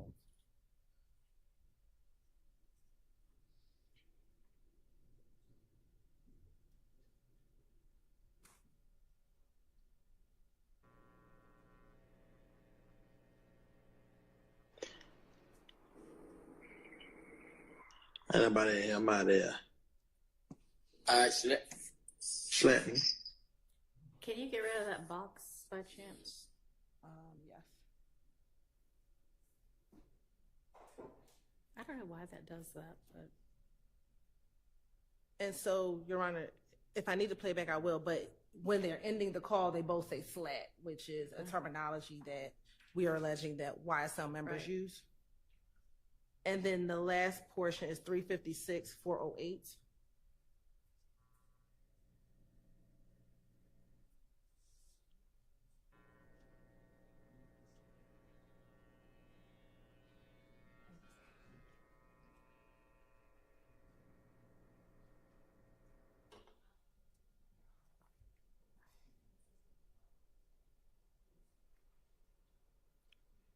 But they hit them up. Really, yo, my artist, man. Look at me, I done built me a business up. And it ends there. Just a few things. The clothing that he is wearing, Your Honor, I believe this is OTS or On the Slime clothing that he is wearing. This is also his public page. And so immediately after this call, he then points a gun at and towards the camera. Again, going towards the state's theory that members of YSL operate with violence and using guns to show their threat, their notoriety, and given everything that has happened in the video, those relevant portions. Those are, for this video, the 3 portions we see. Ms. Hilton, excuse me. Can you not hear? I didn't quite follow the first thing she said. Something about what was on the clothing. We believe that this is clothing that we've seen on other YSL members. It's either OTS or on the slime clothing. We've seen, and I think we have a few other posts, Your Honor, with them wearing similar type of clothing, but it has either YSL or related terminology on the clothing. All right, and on what piece of clothing is that? on his, I believe, the headpiece as well as the shorts. All Your right, Honor. can you show me that last portion again? Yes, Your Honor.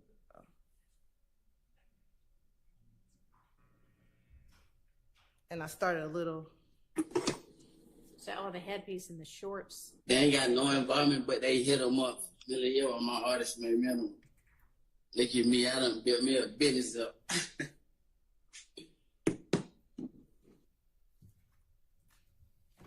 And what does he say? Built me a business up. I heard that part. What does he say before then?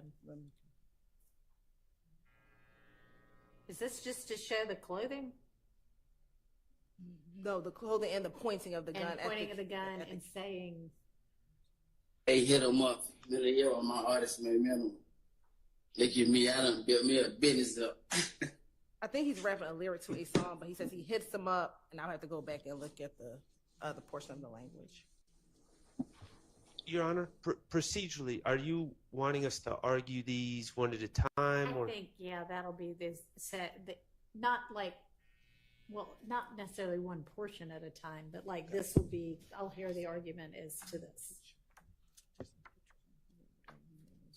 So I guess there's the beginning where they're throwing signs, the end where they're signing off with the language, and then the middle, the end of their call, and then the end of his post where he is wearing particular clothing, pointing a gun and saying something indiscernible other than that he's going to build a business up, but maybe you can let me know what he's saying. But if what he's saying doesn't matter, then I have What he's saying does not. okay. All right. I have reason to believe that he's singing a popular Okay. line from a song that All right. is not involve anyone in this room. Okay. So is this line of, what's the line of clothing? So Is it like a line of clothing you can buy in stores?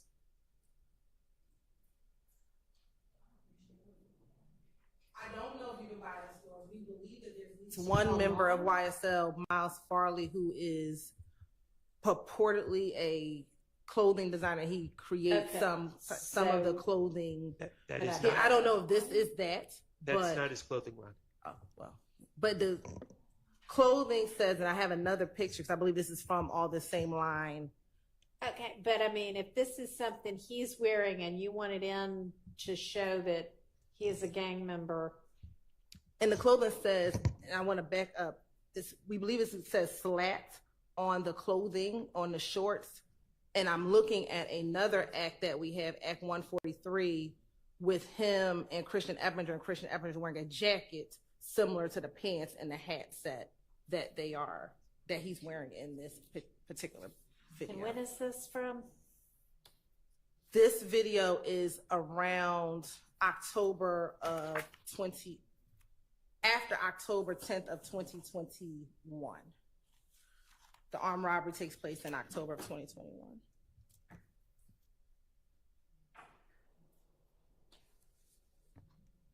All right, and tell me why y'all are offering this. Your Honor, so with the first two portions is to show that both Mr. Eppinger and Mr. Beebe, again, right after the robbery, are in communication with each other, showing their association with YSL by one, using the gang symbols, and two, using terminology in which members of YSL uses. And then the last portion of the video, which is when he places the gun inside of the video, Your Honor. Again, this is a public posting of Mr. Beebe. And it shows, again, that members of YSL uses this gun for no reason comes into this video at the end. There's nothing, I don't know what the purpose of actually flashing a gun is, but to show that he, as a member of YSL, has handguns, uses handguns,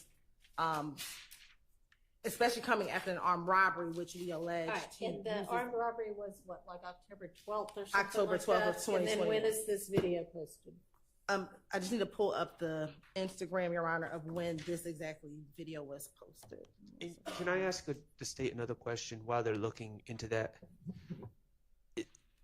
It's being, and I'm sincerely asking. It's being stated that this is a public posting, and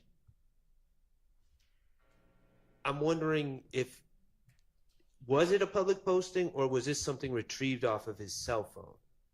Because those are two different things. It was not retrieved off of his cell phone. We got an Instagram return for Mr. Beebe. So yes. So these was are this on his public posts. Instagram page? Was this a story that disappeared after 10 seconds? I'd need a little bit more context about what exactly this video is and where it came from and how it was presented to the public. It came from his Instagram return. His page, we do not believe, was a private page. And the Instagram video was of him. It's a Instagram call that he makes with Eppinger, so it has to be public because Eppinger knew to log into the call when that's how he gets onto the call. So is it public between the two of them? No. Forgive me, I'm not. No, I believe it's public to familiar.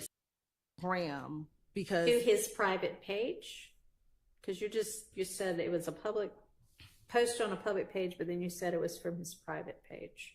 no, it's his personal page. Oh, but okay. a public. You don't mean it's private. You just No, mean it was his page. personal page. Your Okay, Honor, but it's a public page. People that are younger than me that are helping me here are telling me that this is not something, like if I wanted to check out what Mr. Beebe was doing on Instagram, it's not something that I could find publicly. This was a call. If you followed it, like if I know a lot of people have lots and lots and lots of followers, like thousands and millions. Would any follower be able to see this?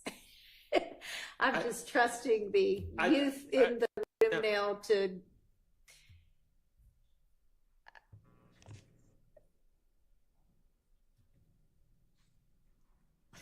I can Google it.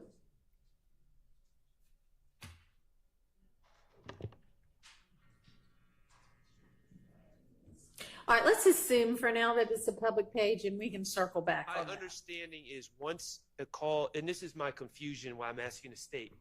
Okay, I'm using call, but What's it's not the- technically a call. Okay, but once the interaction is done, it is not saved. This is what my understanding is. It's not saved on his page. So I would not be able to say, hey, for instance, if I said, Could you watch it while it's going on if it's being posted to the page? if you were, I think it depends if you were invited. If you're a follower. I mean, Yes, so. whomever. With Instagram, if they are on a Instagram story, oftentimes the other person watching your story could get onto the call if you accept them. All right. Can they watch it regardless? Yes. Can they? Who's the they? I don't know. Somebody other than the two people communicating Yes. Other people can watch. can watch it.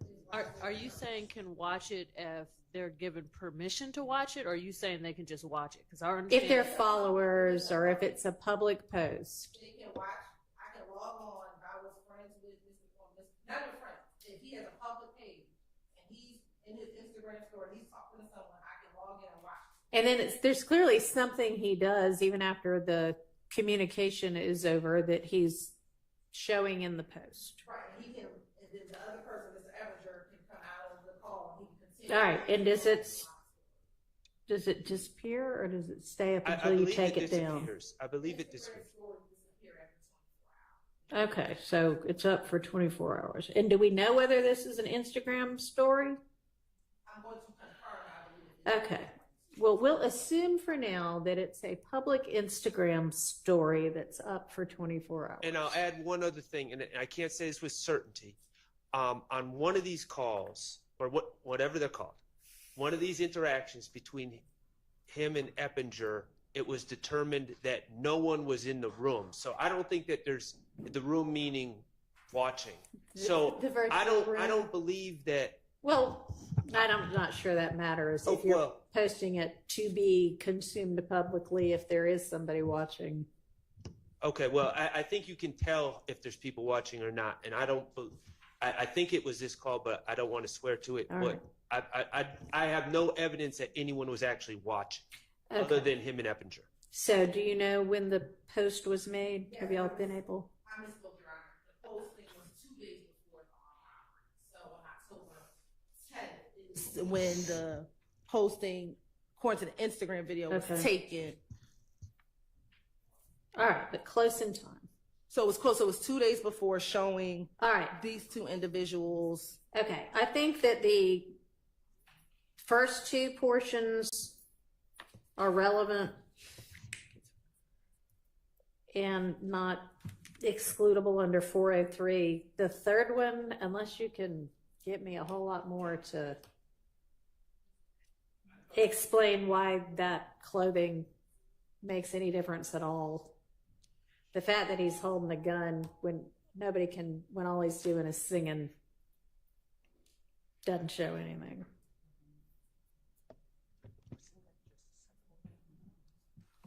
You're right. He is representing, we believe, with the clothing on YSL prior to an armed robbery that he commits with. Okay.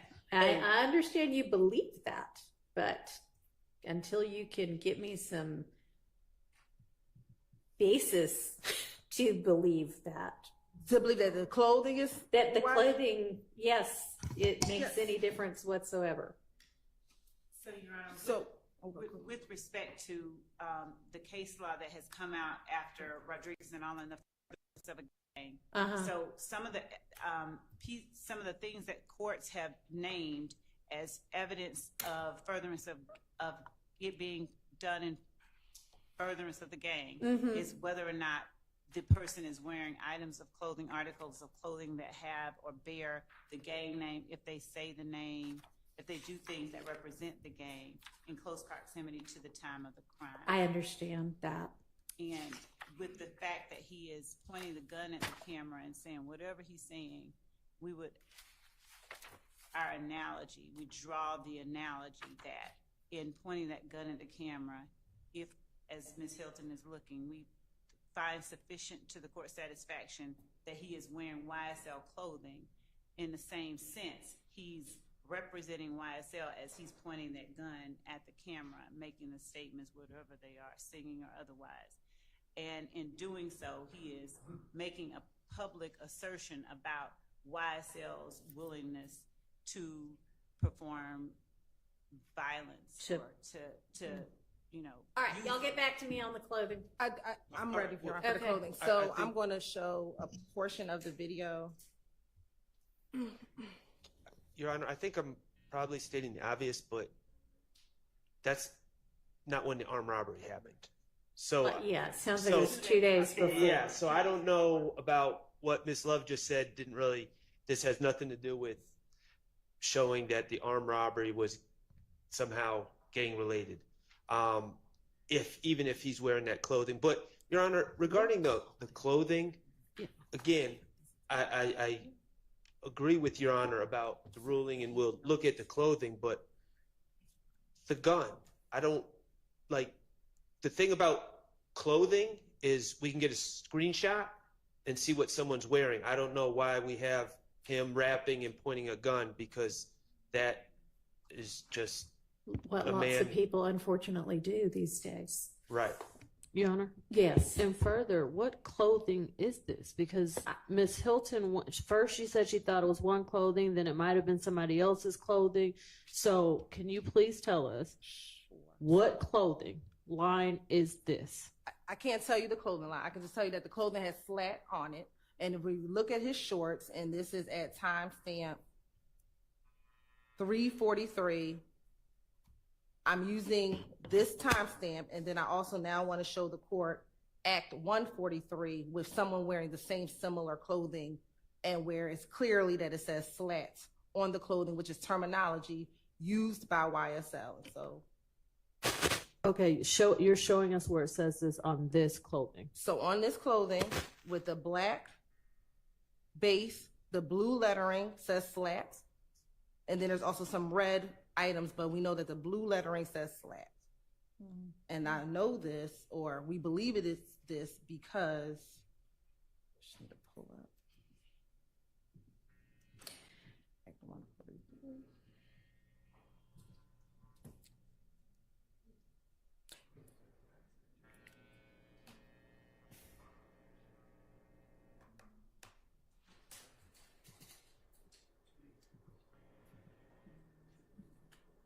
Do you have him wearing other gang paraphernalia at other times? That's what I'm All pulling right, up now. then that's going to be sufficient. So Act 143, Your Honor, which is, we believe on September 29th, 2021, so about 2 weeks before the video, Mr. Eppinger, who he's in the video with, is wearing the similar clothing, the slats.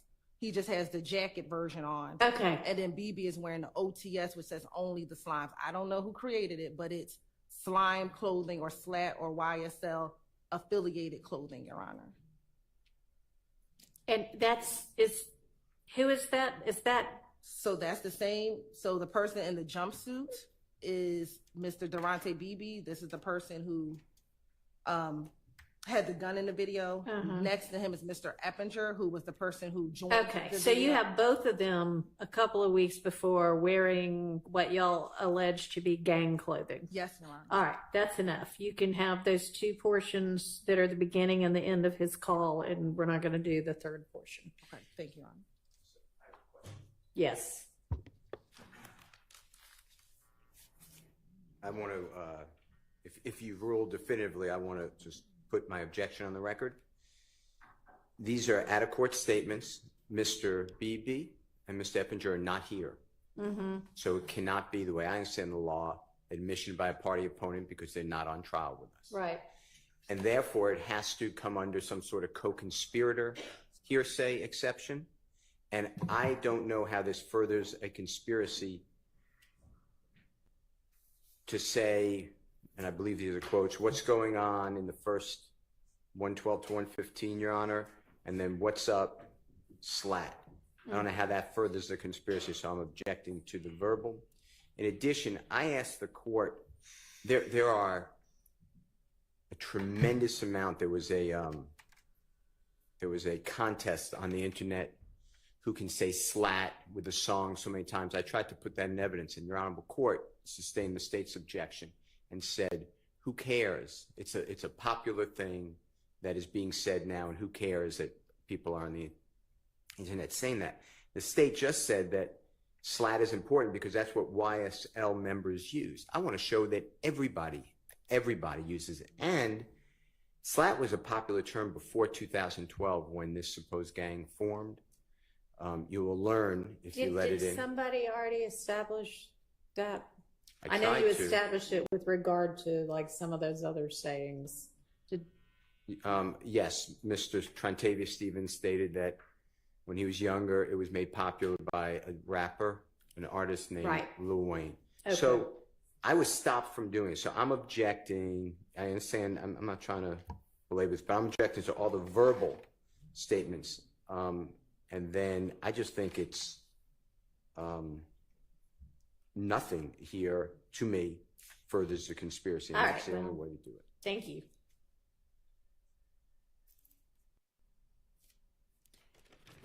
All right, so that's that issue. Oops. The next video.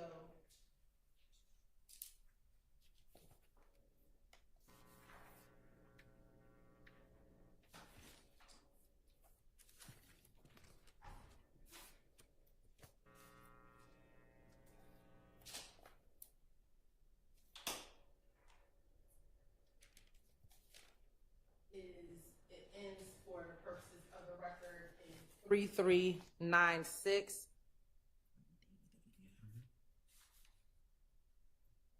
And I'm going to find the date, Your Honor. This is after the robbery. And we'll play from 10 seconds to 2 minutes and 52 seconds. Do you know how far after the robbery? That's the date we're looking up now. 10 seconds through 2 minutes and 52 seconds. Yes, sir.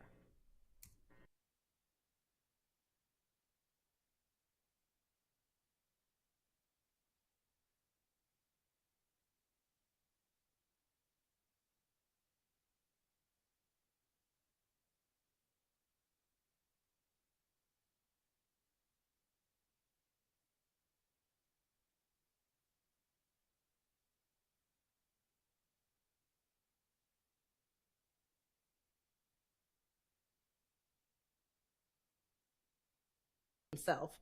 And so a live video is what we discussed earlier. He gets on Instagram, and anyone who is following him can literally open up his icon and see that he's doing a live video. And if you haven't yet, are you going to present somebody to explain to those of us who are not 20 that all of this is true? Yes, Your Honor. We will Okay. have someone explain Instagram for Instagram. And because he is posting a day after the armed robbery, the boldness of stealing the person's chain and with YSL paraphernalia on and saying YSL.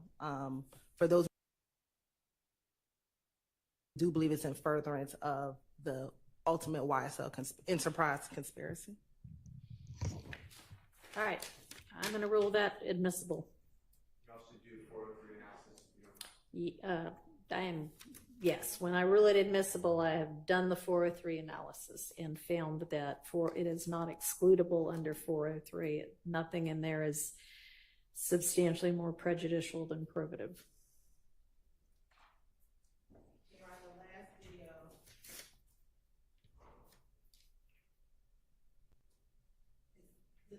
The next item, number 16, and that's going to be from 53 seconds to 2 minutes and 50. And for the purposes, we'll identify it as the last 4 digits, 5860.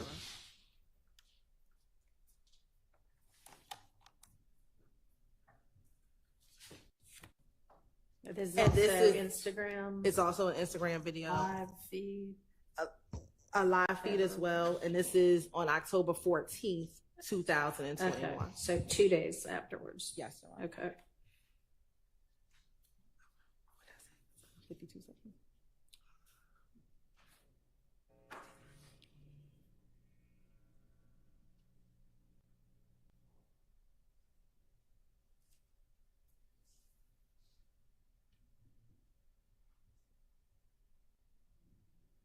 What? What they do? You hold a line. Oh, lock Slate face up. They locked Slate face up. They did. Yeah. Oh, everybody did. They wound up. You Slate face, man. He said, what? He said, so where you at? You still on the way up there? Yeah, we on the way to the room. We on the way to the room right now. Oh. All right, I'm gonna call you. Yeah, all right, motherfuckers, man. Cigarette, yeah.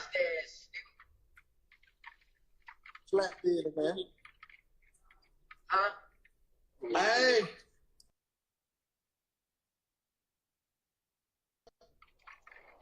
You ain't bullshit? Yeah, I'm gonna lock in right quick. About 4 or 5 hours. You'll be back by the time you're here. Alright. Yeah. Hey, wait.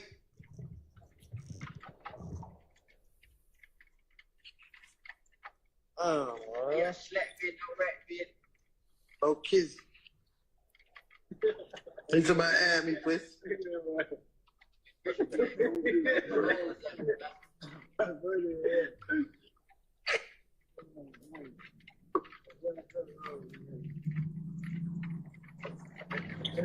What is it? Where you from?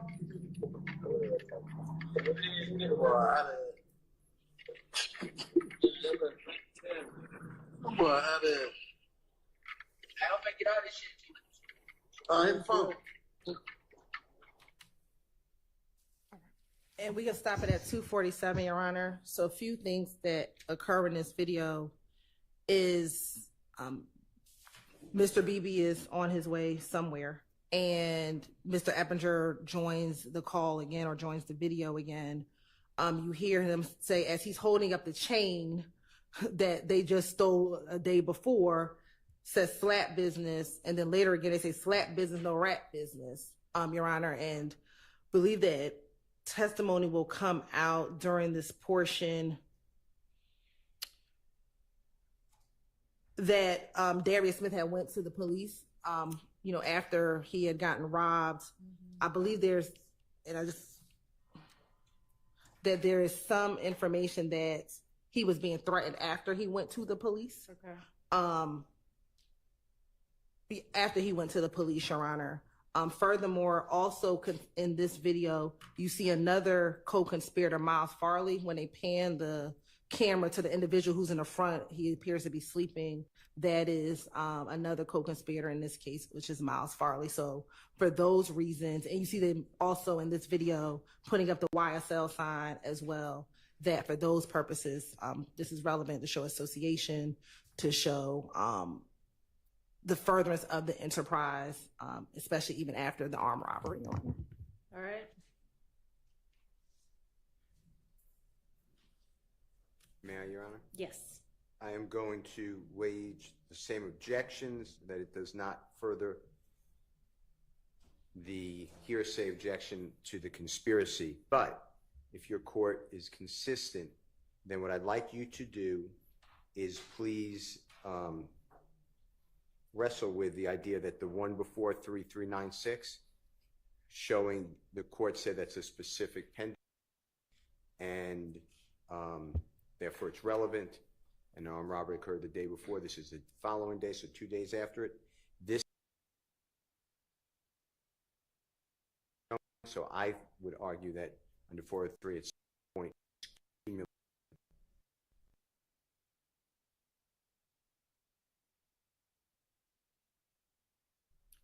So those are my arguments. All right. So I think, yes, sir. Yes, Your Honor. I have a question. As a condition precedent to the admission of this particular piece of evidence, public or private is a condition in terms of the social media, whether or not the platform was public, correct? Is that what I'm understanding? It's a question. So you said this was another live. Yes, this is also for archived live videos. So Okay. if they are downloading that information or those documents from a live feed, how do they know at the time that it was public? That's what I'm trying to understand. I want to make Well, sure. and honestly, you may need to have somebody come, give a proffer on all of that. I mean, I hear you saying your understanding is that it would only be archived if it was the live feed, and that live feeds stay up for 24 hours. And I think that anybody who wanted to log on to that page see it, or at least anybody who was a follower could see it. Definitely anyone who's a follower could see Okay. it. And I think that's the distinction. Anyone who's a follower of the person could see it. Whether or not someone who's not would determine whether or not it was a public or private. I don't know if that, to me, that goes to weight, not admissibility of the evidence coming,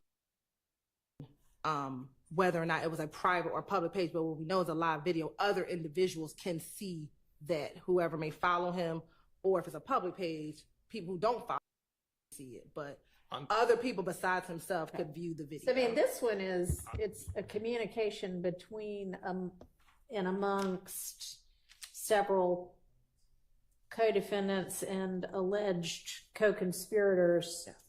Given all that she set forth as the different things that were significant, I don't think it's just cumulative of him himself sitting there with the chain. This is him talking to his co-defendant, co-conspirator, yes, of the robbery, and talking about slap business and rat business. So it's not simply cumulative. It adds a whole lot more. And honestly, like whether this one is Right. public or not, Okay. it's them talking in furtherance of the conspiracy. So for this particular one, it wouldn't be significant to the ruling whether it's public. For that first one, it seemed to be, I mean, for one thing that she was saying, that was one of the reasons why. But yeah, not really for this one. And for the court, I'm being told that whenever the court does consider public or private in terms of whether or not it's a condition precedent, that there should be some comments or icons demonstrating how many viewers are present, common. Okay. So I don't think how many viewers actually see it is significant to the fact that you might be putting it out there to be seen. Or you're putting it out there where it could be seen. And comments and viewers count are key, to determine or in allowing. I'm just trying to read the writing. Ms. Westmoreland is like, would you older people please stop talking about this? But Your Honor, the reason why Attorney Matthews is bringing up comments and things of that nature is because when it is public, even just public, meaning that your own followers can see it, you would tend to see commentary from even your own followers. Okay. So I just don't think that the state has proven that the videos, at least the videos that you're considering public or private, even your own followers being able to see it, I just don't think they provided any evidence of that. All right. Well, I don't think it really matters for this one. So I find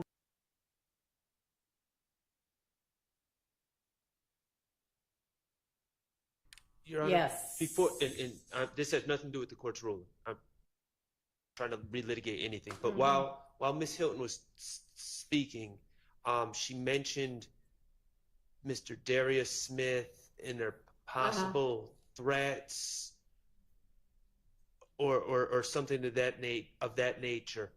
I don't know of anything that I've been told or provided in discovery that provides any information about that. So to the extent that the state's ever going to want to get into anything like that, I would expect to be given some information. Some production of something. Yes. Are y'all planning to get into that? I believe it's already, and we'll double check. I believe it's something that's already in discovery that after this, whether it was his interview, whether it was Mr. Smith's interview, that he talked about receiving threats because he went to the police. And so I'll find specifically. We'll just make sure that they've got that. Okay, so there's no video of any threats or anything like that? No. Okay. Okay, it's just that he says during the course of his interview with police when he was reporting the crime. Yes. Okay. And y'all are familiar with that?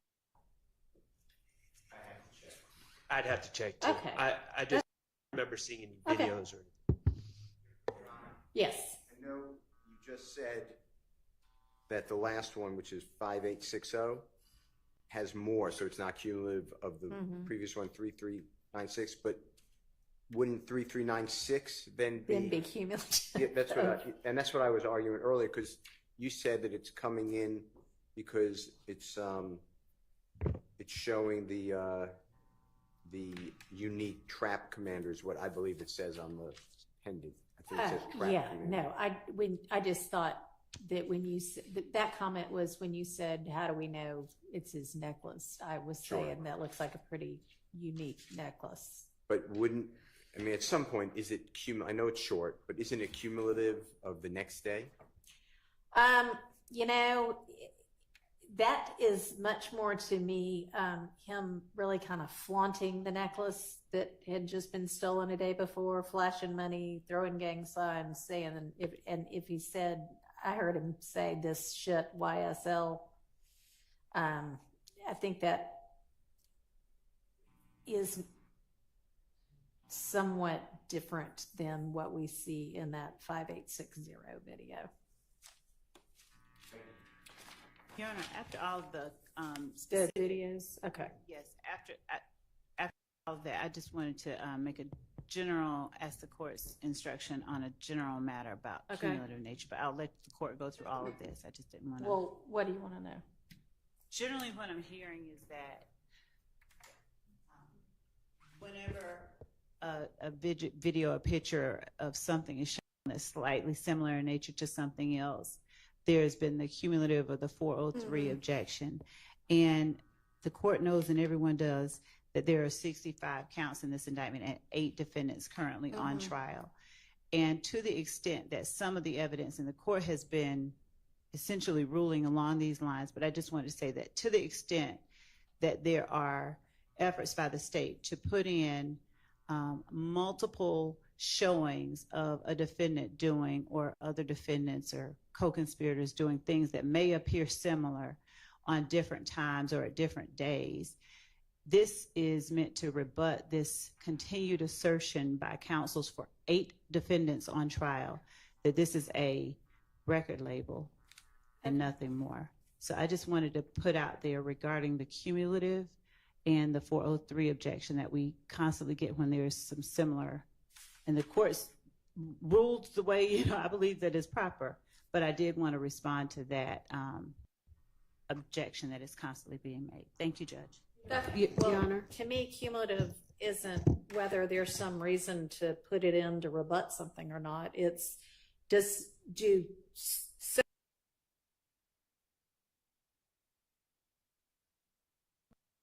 then after like probably 2 or 3, 4 through 8 become cumulative.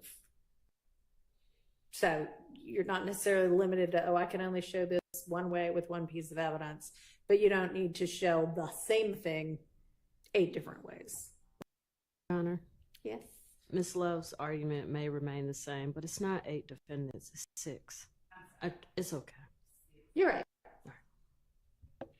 Right, I suspect your argument would remain the same.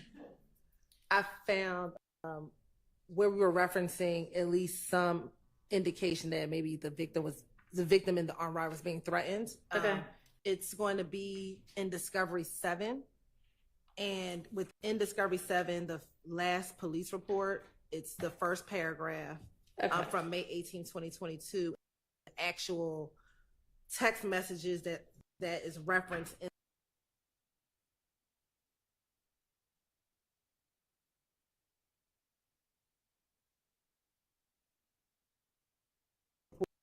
is also found in that same folder, in the digital evidence folder. Okay.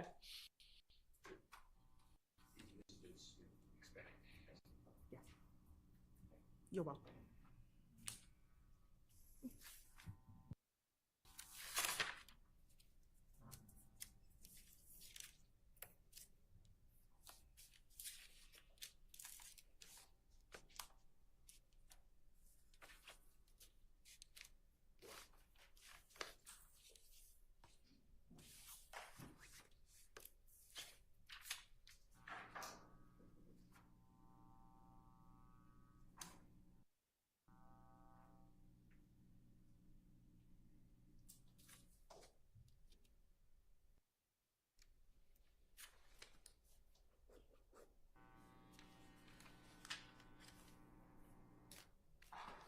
All right. When do you think we all can circle back on the we're going to get together on with regard to Mr. Ryan?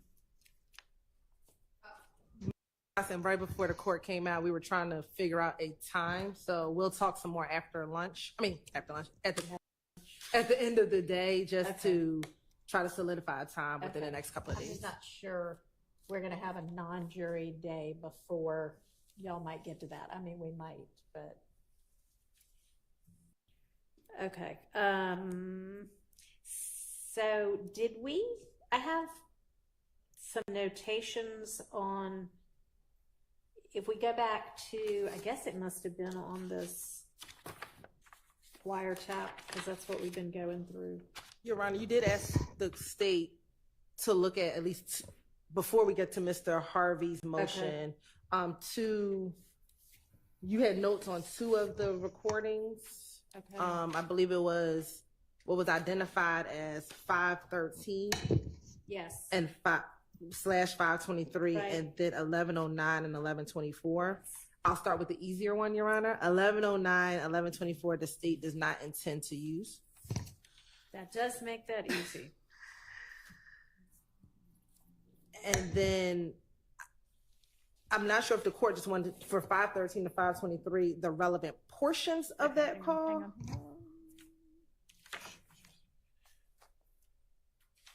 So on that one,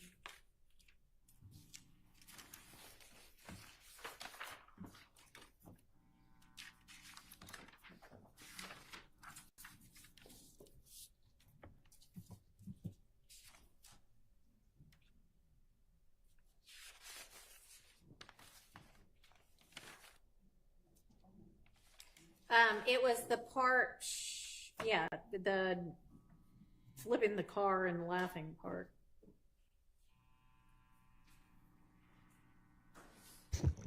So when I listen to a trial, I don't know if I hear flipping the car, but there is some conversation that starts at about 35 seconds into the call, in which, to set the stage, this call is at about 9:45 p.m. on March 16th. And so this is about 9.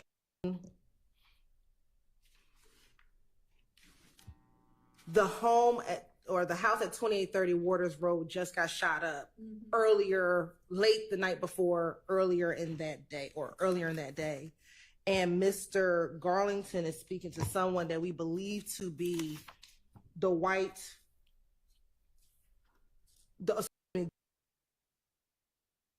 who is a member of 30 Deep. And when they're on the call, they first talk about different types of weed. Yeah, I said that part then. And after that, Demekion begins to tell Dewaskin about the drive-by shooting. And he tells them that 12 had us, they shot up Big Nick's spot, which is the home where they are. And we thought that they were going to come back through, meaning that they thought that the ops were going to come back through, sprayed through the house, that they were all in the living room, and they're surprised that no one got hit. And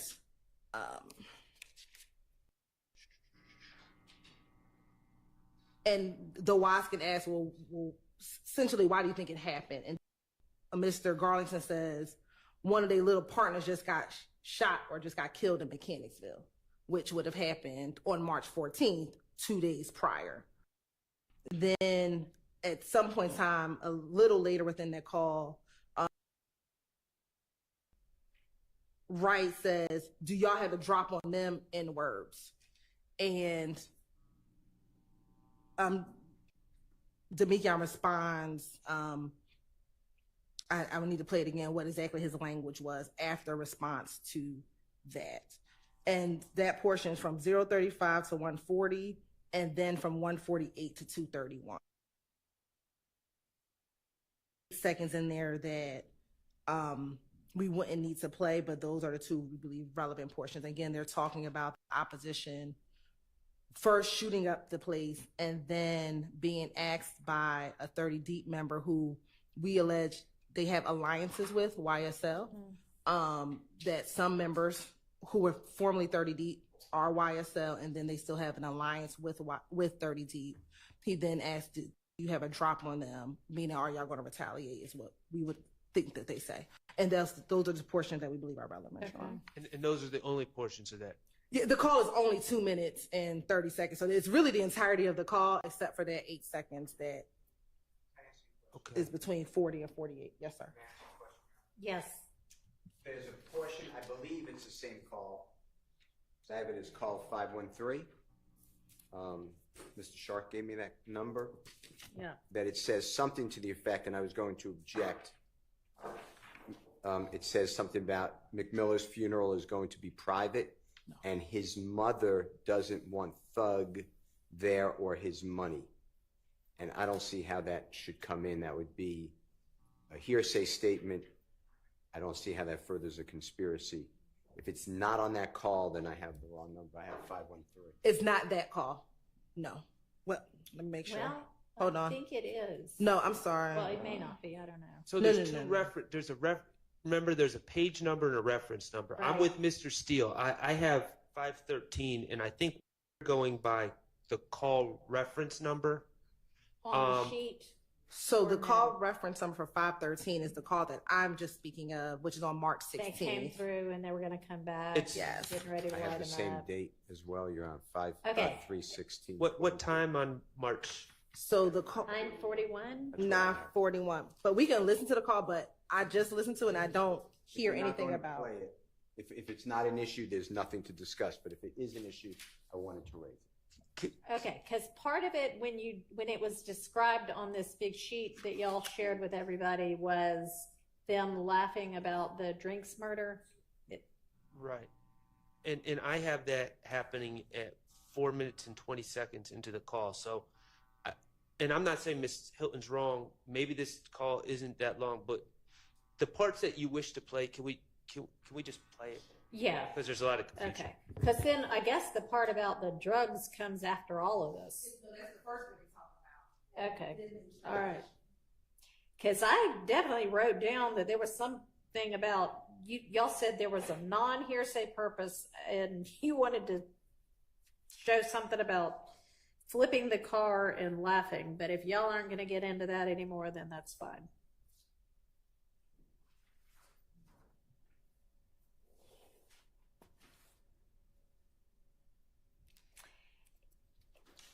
And I think this one and the one before reference a quay, and understandably there's some concern about confusion. Is it going to be clear?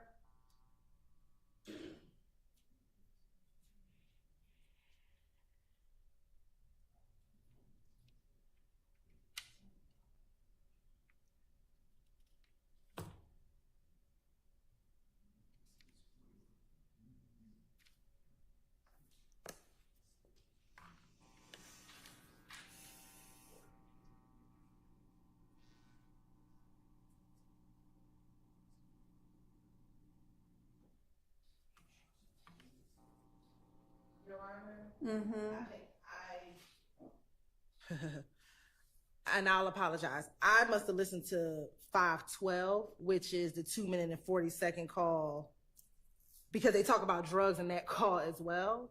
But it looks like I was supposed to look at the call under The one at 9:41 p.m. Yeah. Of course, indulgence for one moment. Let me just... No, that's the 502 is also 512, and that's talking about Big Nick's. And that one also says something about not having to drop on people. But we ruled that one, or I ruled that one could come in, but there was a concern about whether we need a 105 with regard to quay or qua, which I'm happy to consider. On call at lunch, I listened to the 2 minutes and 40-second call, which is the call right above it. If we could have the one that says 502. Yes, Your Honor, at 6:49. If I could have a brief moment, I can listen to the correct call, Your Honor. So that I apologize. Okay. Talk about the same thing twice.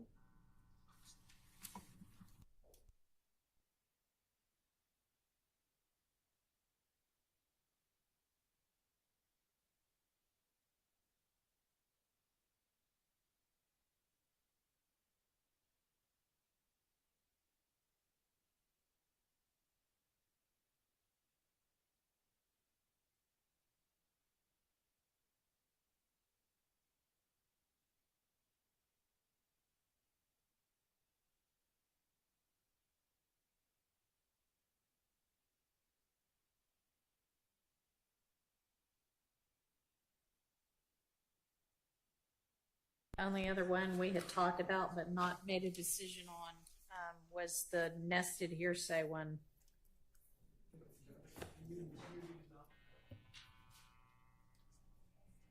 Do we need a quick break? Why don't we all take a quick break? 10 minutes.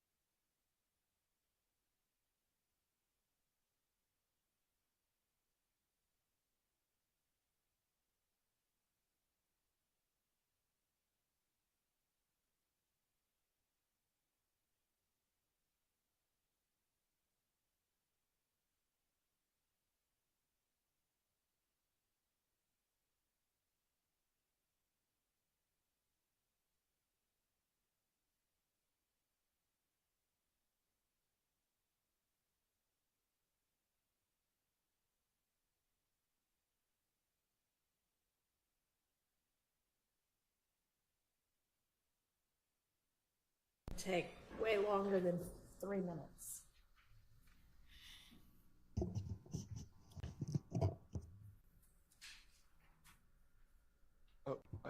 I'd just like to recap, if we can, before Ms. Hilton. Can we recap where we are just for a second? Sure. You And can there she help me is. with that, please, Judge. My notes from our previous sessions said 513 was open, 624 was open, 806 was open. The state today said 1109, and I'm going from the reference numbers. All right, hang They weren't going to try to get that in. Was there a ruling on 513? That's what she needed to go back and Okay. listen to again. So that's what we're about to hear from her, whether she's narrowed. Okay, great. And then, okay, so read those out to me again. All right, 513 we're going to deal with right now. Yeah. 624.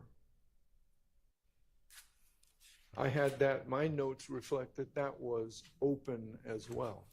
What, Open meaning you hadn't ruled we on. haven't, Yeah. yes, agreed. That's the one that's the nested hearsay, right? No, the nested hearsay, well, Oh, okay.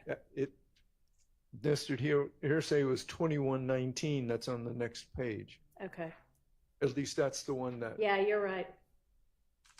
So I'm trying to So figure what out. else? So 513 slash 624. 6, which is also 635. It's very complicated with these Yes. two different numbers. 806 and 820. 806. Yeah. I had. You're right. I have a note by both of those that said So there's tomorrow, no- which we apparently never Right. got to that So tomorrow. there's no ruling on those Correct. yet? No Okay. ruling yet.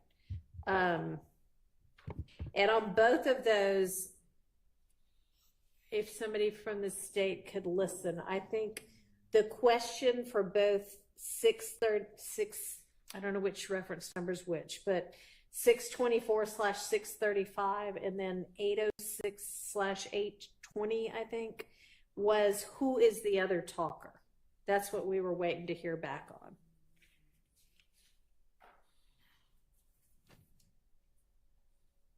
But yes, that matches up with what I've got as well, Mr. Harvey.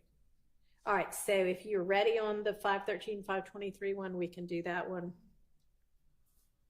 So I can answer the 624 and 806. Okay. We just know right now there's a person named Unk. No, we don't know who that person is. Okay. Name, what's the first name? Unk, like they call him Unk. Okay, which y'all knew also. And they don't know who that is.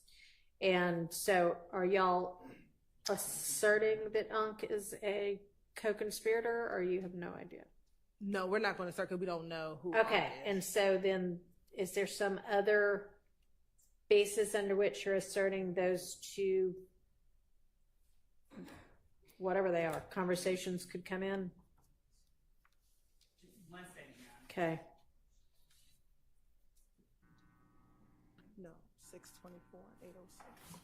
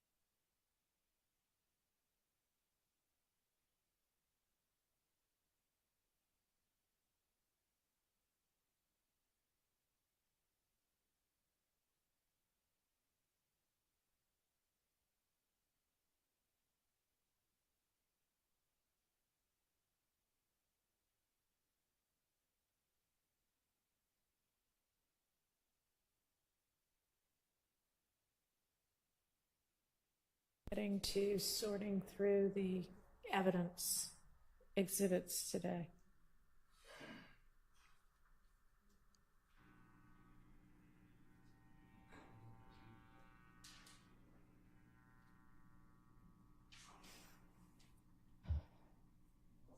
And also, Judge, while the state is discussing among Sure. themselves, I think that's almost as far as we got. It is, because we stopped with, I mean, we got much further, but we stopped with the one that is 2119, that Right, is that's- that nested hearsay. Yes, that's what I mean. Yeah. And then there's a page That's and as far as we there's a got. page and a half. I know. Okay. After that. Yes, that's, Yeah, no, there are many, many pages after that. 3 pages after that.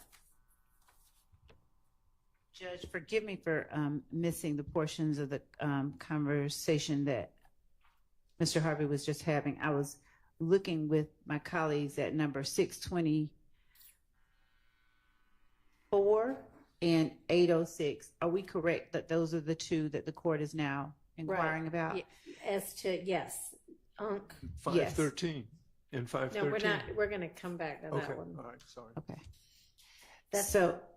Go ahead, sorry. So, Your Honor, in advising the person that he calls Unc about the search warrant at Waters Road and Ms. V being on him, one, and I'm not yet through in saying this, but one, the familiarity of the person to whom Mr. Garlington is speaking with Ms. V, and without further explanation as to what Ms. V being on him means, it becomes apparent that this is a person who is aware that at the time Investigator Vivarito is someone who has been, who's had Demekion Garlington on his radar. So Demekion Garlington obviously is talking to someone that he trusts. But the 806 call where Demekion Garlington is telling the call Unc that he said on the news they got 2 and 1 outstanding warrant. They just hadn't said my name. He just wanted to make sure he didn't know what was going on. You've made it back, okay. And the person advising him to keep it to your chest, and that Mr. Garlington is advising that person that he's trying to make as much as he can now. These words all lead us to conclude that this person, though we don't know his identity, he is a person on whom Demekion Garlington is relying, who he is getting support and advice from, as it relates specifically to the conspiracy, arguably in telling Mr. Garlington to keep these matters to his chest. This person that he's talking to knows all about Waters Road, knows what it's there for, knows that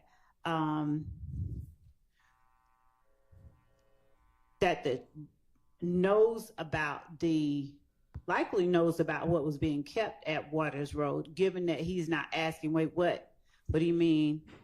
What about Waters Road? Who is Ms. V? So this could be, though we don't know, and we're not trying to assert that this is some person we know is, YSL. This seems like, reads like, he listens like an unindicted co-conspirator, someone that he is relying on and trusting for information and guidance as it relates to his actions in this conspiracy. Those type of actions fall under what courts have deemed statements in furtherance of the conspiracy may consist of. Because of that, because of the type of information he's sharing and the feedback he's getting and the role that this person seems to serve in Mr. Garlington's life, these 2 statements, we'd argue, would fall up under the co-conspirator statement exception. All right.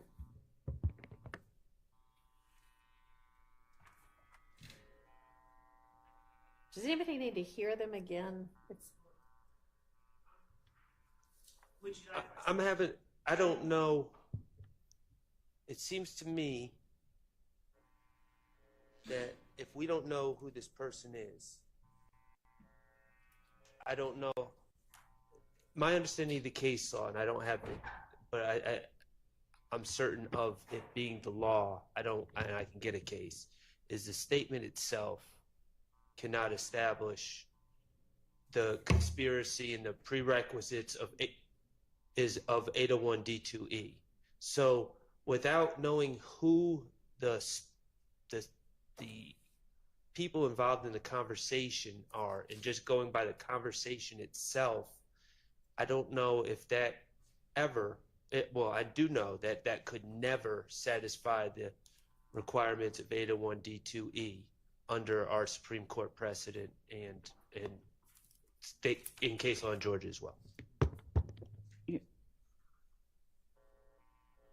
What do you say to that? I do not agree with that assessment at all.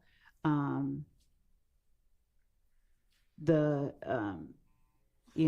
502, this is an 11th Circuit case, but United States versus Miles 290 F3D1341 is from 2002.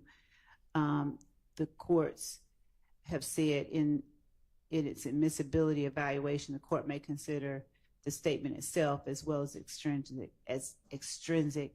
evidence to qualify the statement need not be necessary. This is not what Mr. Sharp was putting forth, but it's, I think, helpful. It's exactly what I just said. The statement need not be necessary to the conspiracy, but needs only to somehow further the interests of the conspiracy, Your Honor. And personal knowledge of the subject matter on the part of the declarant isn't required, but it talks about the statements of unindicted co-conspirators. Specifically, Your Honor, I think all right, we know statements of unindicted co-conspirators can come in if they otherwise qualify. What Mr. Shard is saying is the conspiracy and it being in furtherance can't be established by this statement alone. Is that what you're saying? Correct, Your Honor. I haven't seen it. That. It can't bootstrap itself, and I'll get you the case. So right. Your Honor, he'll get us a case. So and we'll take it up. I'm reading from. It's not in the statute. Yes, it is. The statement must be considered, but does not by itself establish the declarant's authority. Your Honor, under the existence or scope of the relationship or the existence of the conspiracy or participation in it. Your Honor, I'm reading from United States versus Rivera, R-I-V-E-R-A. Okay, and I'm reading from the statute. Hang on, don't talk at the same time. Let me pull up the statute.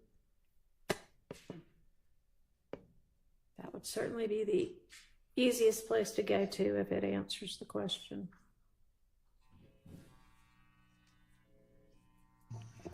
And I have cases, Your Honor, as well.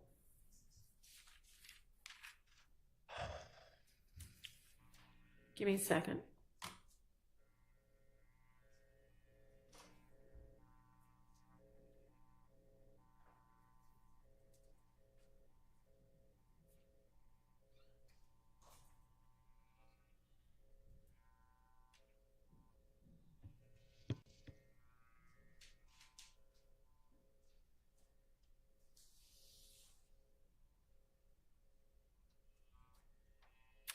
As the contents of the statement shall not alone be sufficient to establish the existence of the conspiracy and the participation therein of the declarant and the party against whom the statement is offered. And so, Your Honor, the state is not tendering the statement. We in no way suggest that the content of this statement alone establishes a conspiracy. The conspiracy, we'd argue, has been shown by evidence that we've already presented at trial and more evidence that we will be presenting later on. What the content of the statement does show is that the unknown party to whom Mr. Garlington is speaking about about things that the conspiracy inherently kind of involves, i.e. Waters Road, Miss V looking for him, the outstanding warrants, all of those things that sort of the conspiracy encapsulate. When he does that, he is receiving, he's giving the statements and he is receiving assurance, and the statements made between the two are serving to maintain trust and cohesiveness among them, or inform of the current status of the conspiracy, which furthers the ends of the conspiracy, so long as the other requirements of 801D2E are met. And that's coming from a First Circuit 2012 case, United States versus Rivera, RIVERA-DONATE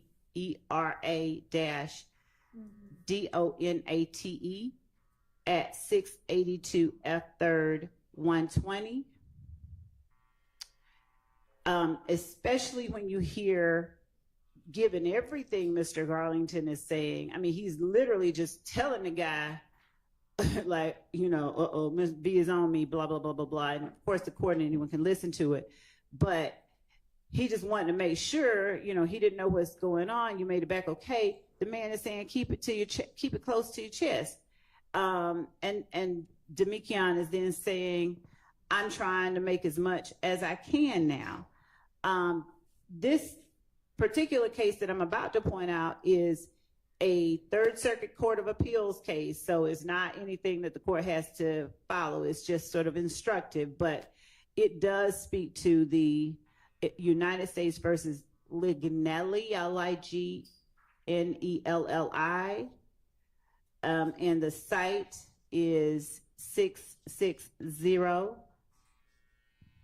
Fed APPX 118. It's a 2016 case.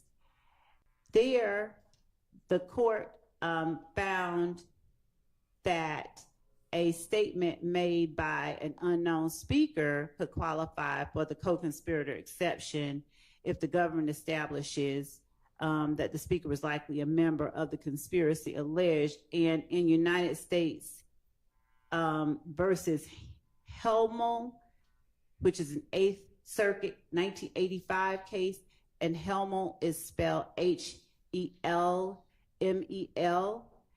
and that site is 769 F2D 1306 at 1313.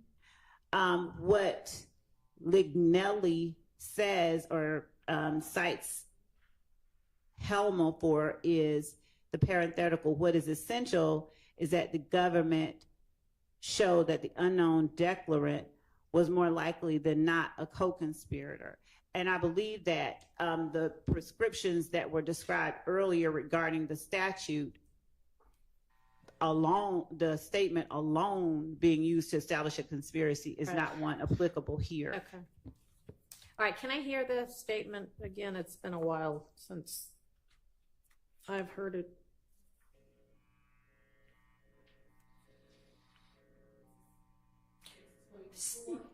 Yeah.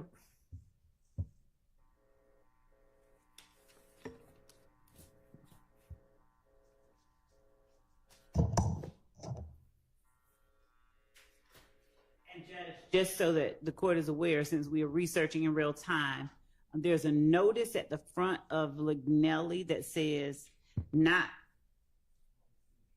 presidential opinion under Third Circuit Internal Operating Procedure Rule 5.7. Such opinions are not regarded as precedents which bind the court. I want to make the court aware of that notice. Hang on just a second. I'll pull this gave me that mobile storage caches thing.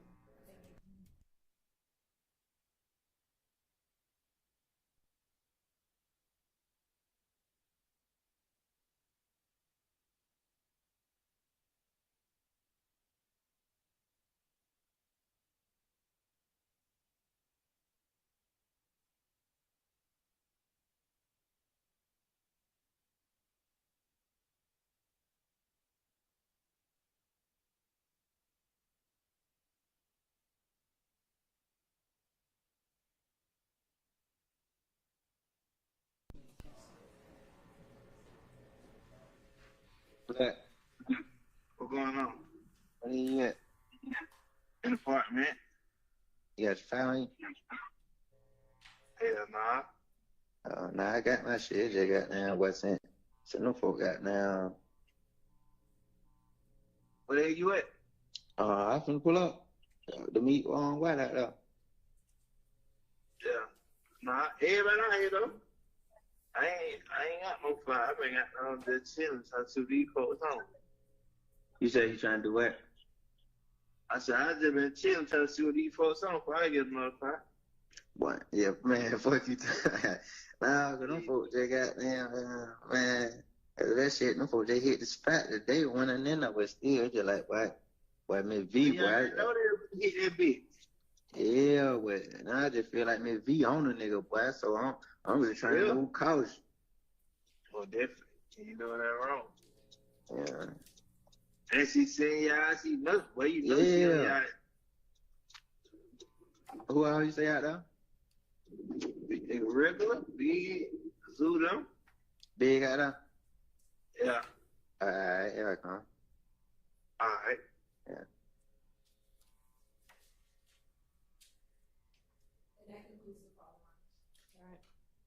Your Honor, I'd also point out a thing I left out. The UNC person to whom he's speaking is also advising Mr. Garlington, giving him more information about the circumstances out there that Mr. Garlington was describing at Waters Road, where he's talking about who all else is still out there. So that adds to our argument as well. All right. Let me hear the next one, if you don't mind.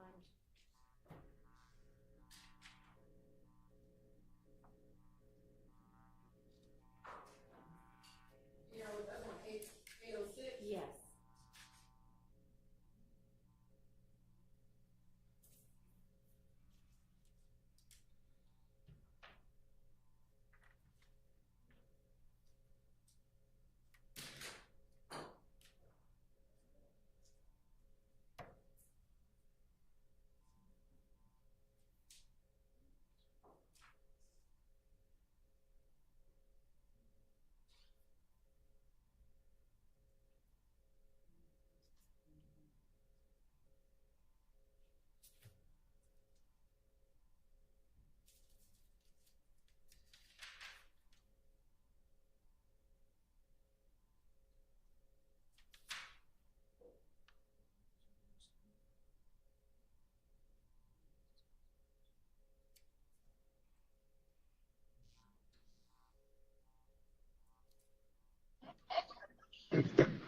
Hello?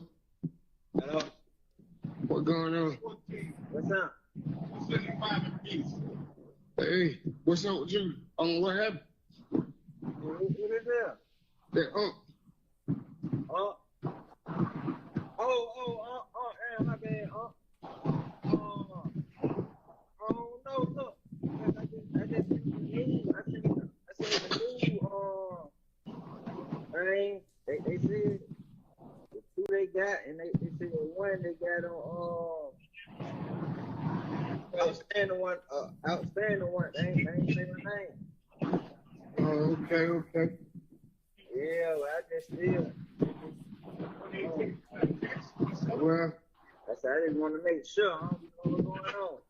Yeah, you know I'm back though. I just really let you know too. I was back. Yeah, you don't made it back. Yeah. Okay. Yeah. Well, shit. You just keep that shit to your chin, really, and hold on to that paper. Yeah, that's what I'm doing. I'm just trying to make as much as I can, Yeah. Exactly. Right down, I'm here though. I'm gonna let you pull up on me. Check out down, answer the phone. All right. And if the court notices, I think Mr. Garlington does not even start giving details until he's reassured that it's UNC, who of course then tells him, you just keep that close to your chest, and so forth. So I think that both of these calls make it apparent that this person is giving information that serves to reinforce the underlying purposes of the conspiracy itself. They're providing reassurance.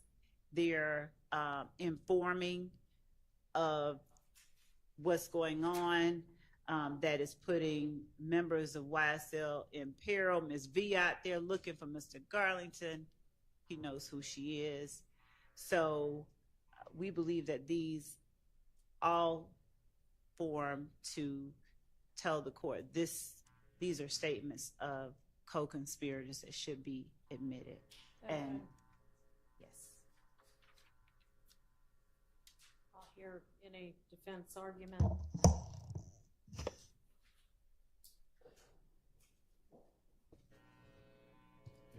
And Mr. Short, I think with regard to, and Mr. Harvey, the issue of the statement alone can't establish the participation of the declarant. I think with regard to Garlington, there's certainly more.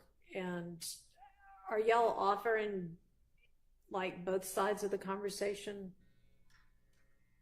In order that they understand what's going on, yes, both sides are being offered of the conversation. The most important part we feel is what Mr. Garlington is saying.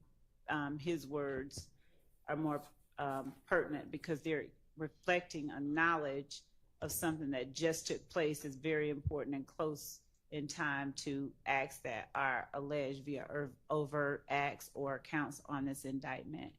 So Mr. Garlington's words are the most important ones, but the other ones are needed for context. Can I just respond very briefly to this? It's still just the statement itself.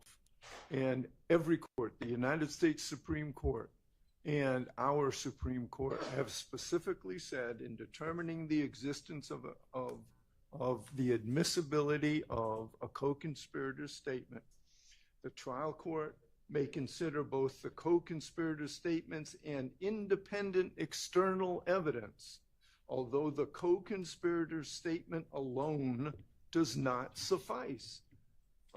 That's specific language from Dublin versus the state at 302 Georgia 60, pinpoint site 63.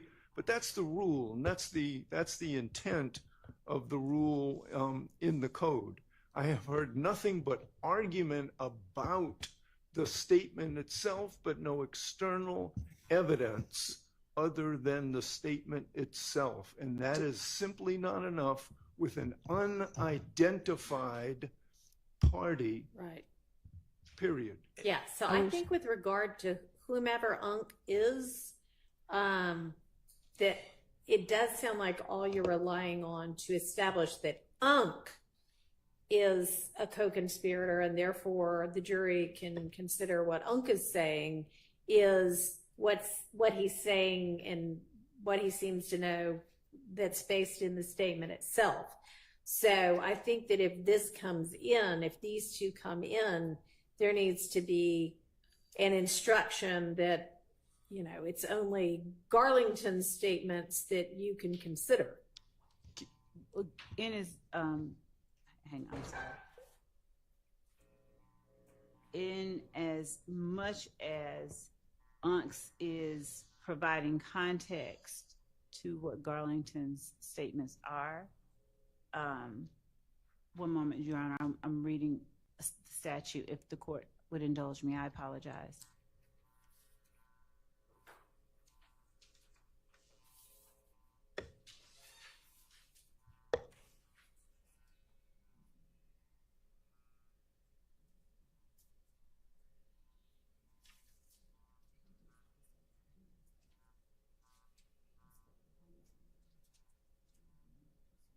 Your Honor, if I may jump in, I just have actually a couple cases which I think may be instructive. All right. Can you wait just a second? Because I think Ms. Love's trying to absorb the statute right now.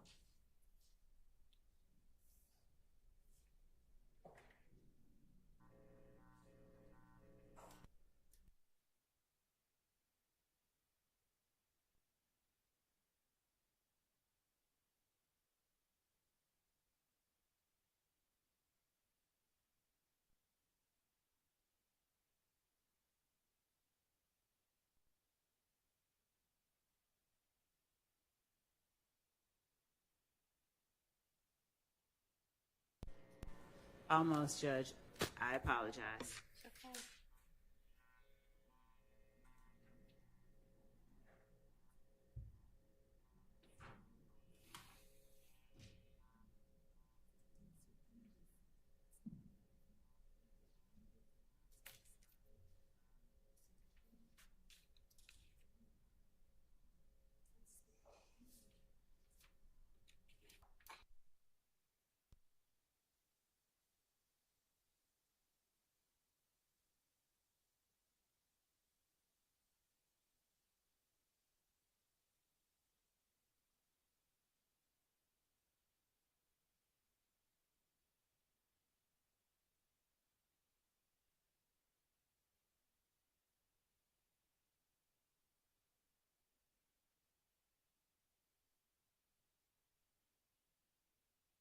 Making sure that I'm reading the right area. It's the portion of the statute that says the contents of the statement shall be considered, but not alone, sufficient to establish a declarant's authority under paragraph C, which is not applicable here because we're not talking about B that. is not applicable, and then yeah. Or the existence of the conspiracy and the participation therein of the declarant and the party against whom the statement is offered under subparagraph E. Right. So if I'm reading this last portion that Mr. Harvey references, we're not trying to establish both The existence of the conspiracy, right. Right. That part's not the issue. And the participation therein against the declarant. That declarant being Unc. The Garlington statements are one thing. I mean, y'all have other evidence that Garlington is a member of this conspiracy, but you don't appear to have others for Unc.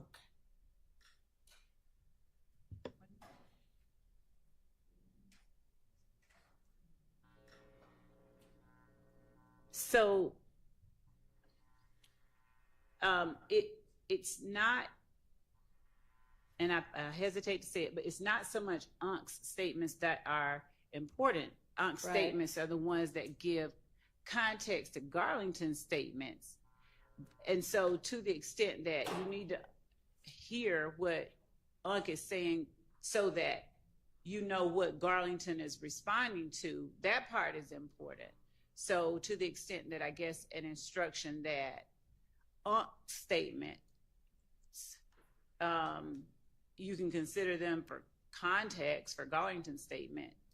I mean, I'd have to work through that, but my reading of it is that the declarant of concern is Garlington, and we're not really that concerned about Unc. Well, you might not be that concerned I know that. about Unc, I know that. but if the jury's going to hear it all, then why don't you look at both of those portions again and see if there's some way, if it's Garlington's that you need to have just Garlington statements come in, and if not, what limiting instruction would be appropriate. I appreciate the opportunity. We will. Thank you. All right. And Your Honor, I was never able to verbalize, maybe for the record, maybe to persuade the court, about why I didn't believe that Garlington's statements were admissible under 801 D2E. Okay. And my argument, I think the fact that we don't know who Unc is important, because certainly knowing who the receiver is, knowing who Garlington is speaking to, would better educate us as far as whether his statements are in fact in furtherance of a conspiracy or not. And at least the second call, he seems to be calling Unc and just saying, hey, I heard I have a warrant. You know, what should I do? And Unc seems to say, you know, just stay safe and get money ready for a lawyer. But it seems that Garlington is concerned about his own legal troubles or the possibility of being charged. I don't really find that as furthering any conspiracy. That seems to be concerns about himself and his legal future and concerns about being incarcerated. But I don't view that in any way, shape, or form as furthering any conspiracy. And especially since we don't even know who Unc is, but me calling, if I was involved in a conspiracy, me calling my literal uncle, who I reach out to for advice, and him saying, "Hey Max, if you think there's a warrant, start getting your money ready for a lawyer and stay in the house." I don't know how me asking my uncle for advice would be furthering any conspiracy. So I don't believe that Garlington's statements, at least with that second call, meet the requirements of 801D2E. Yeah, I think that Mr. Sharp's analysis leaves out, if I'm mistaken, forgive me, and he can correct me. I think it leaves out Aunt telling him what's going on at Waters Road, like who else is still out there in that second call. So he's informing him of circumstances that still exist that put members of YSL who incidentally were hiding in and then ran from and apparently took contraband from. And this is our assertion that we believe the evidence will show. So I'm not trying to put something in front of the court that, is just my word is bond. But Unc is advising Garlington about circumstances that continue to place YSL members in peril. And Unc obviously has knowledge of what this conspiracy is. He's not asking any kind of questions.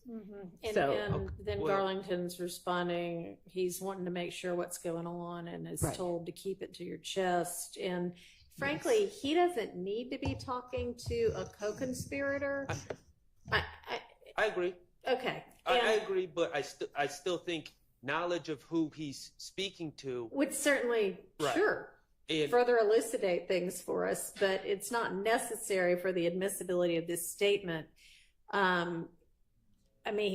This, I think, would come in under, I can't remember the name of the case right now, but the case that's, I think the state cited where, somebody's getting support from their girlfriend or something about, how to handle the fact that somebody might be on to them.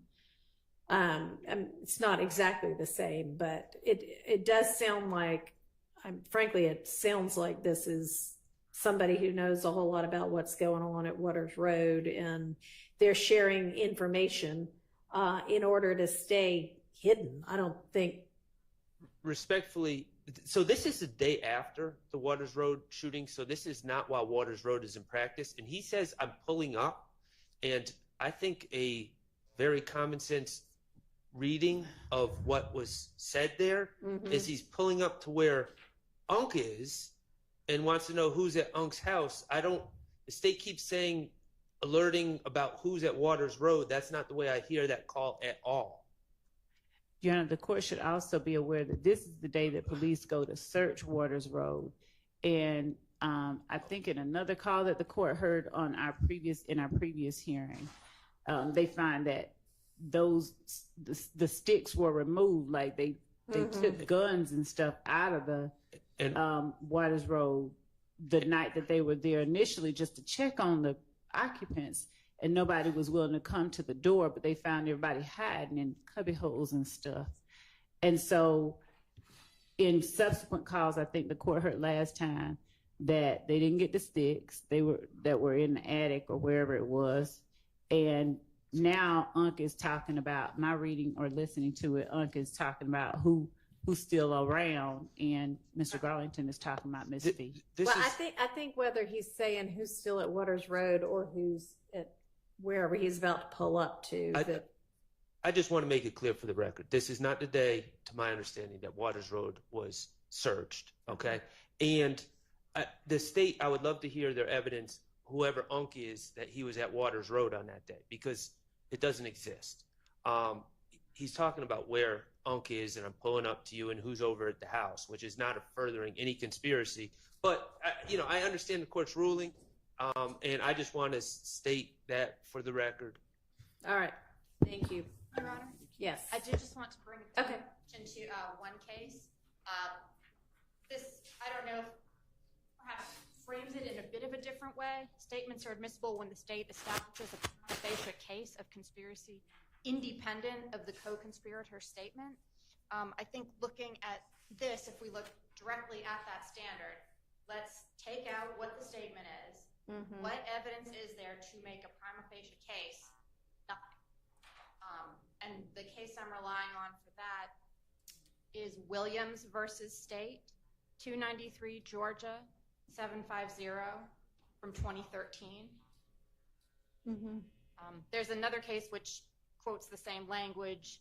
It's Newer Franklin versus State, 298 Georgia, 636, 2016. And in both of those, they go on to discuss some of the other independent, separate, apart from the statement evidence, which did justify using that co-conspirator exception. But here, where we have no information about Unk except his name is Unk, I don't think the state can make that prima facie showing. I don't either. I mean, I think that with regard to Unk, there's not enough. So that's why I've directed Miss Love to figure out whether she can either get in the Garlington statements without Unk statements, or if not, come up with some appropriate limiting instruction. And we can do that, Your Honor. And just as a matter of the prima facie showing of the conspiracy itself. Yeah, no, we're not dealing with that. I get that, and there's enough to show that Garlington is a co-conspirator and that there's a conspiracy. This Thank is you, just Judge. with regard to Unk, as far as I'm concerned. So let me write myself a note.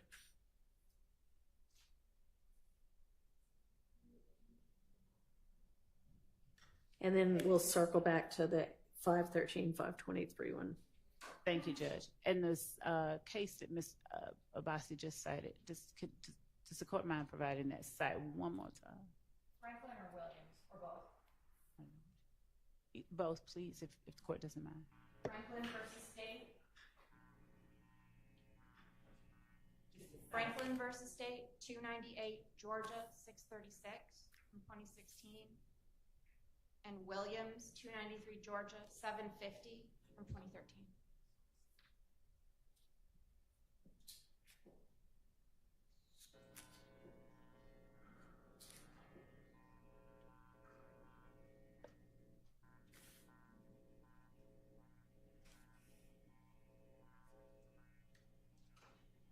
Thank you.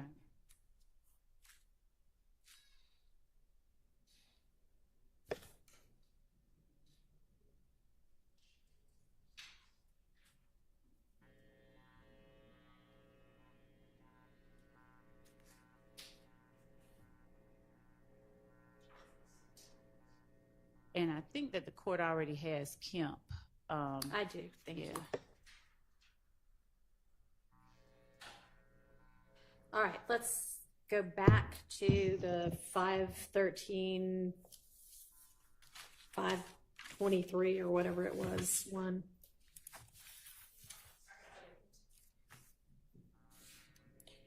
So the narrowed version,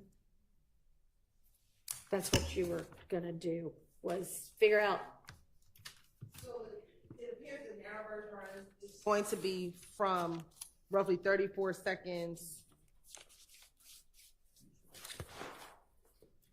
Yeah, there's about 3 sections around, so I'll play. The first will be from 34 to 354.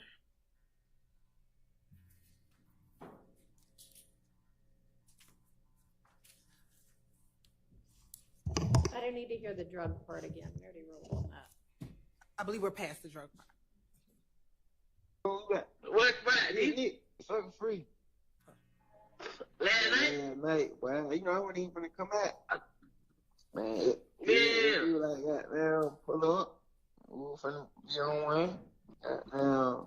But y'all was in there? And, boy, about 6, 7 deep.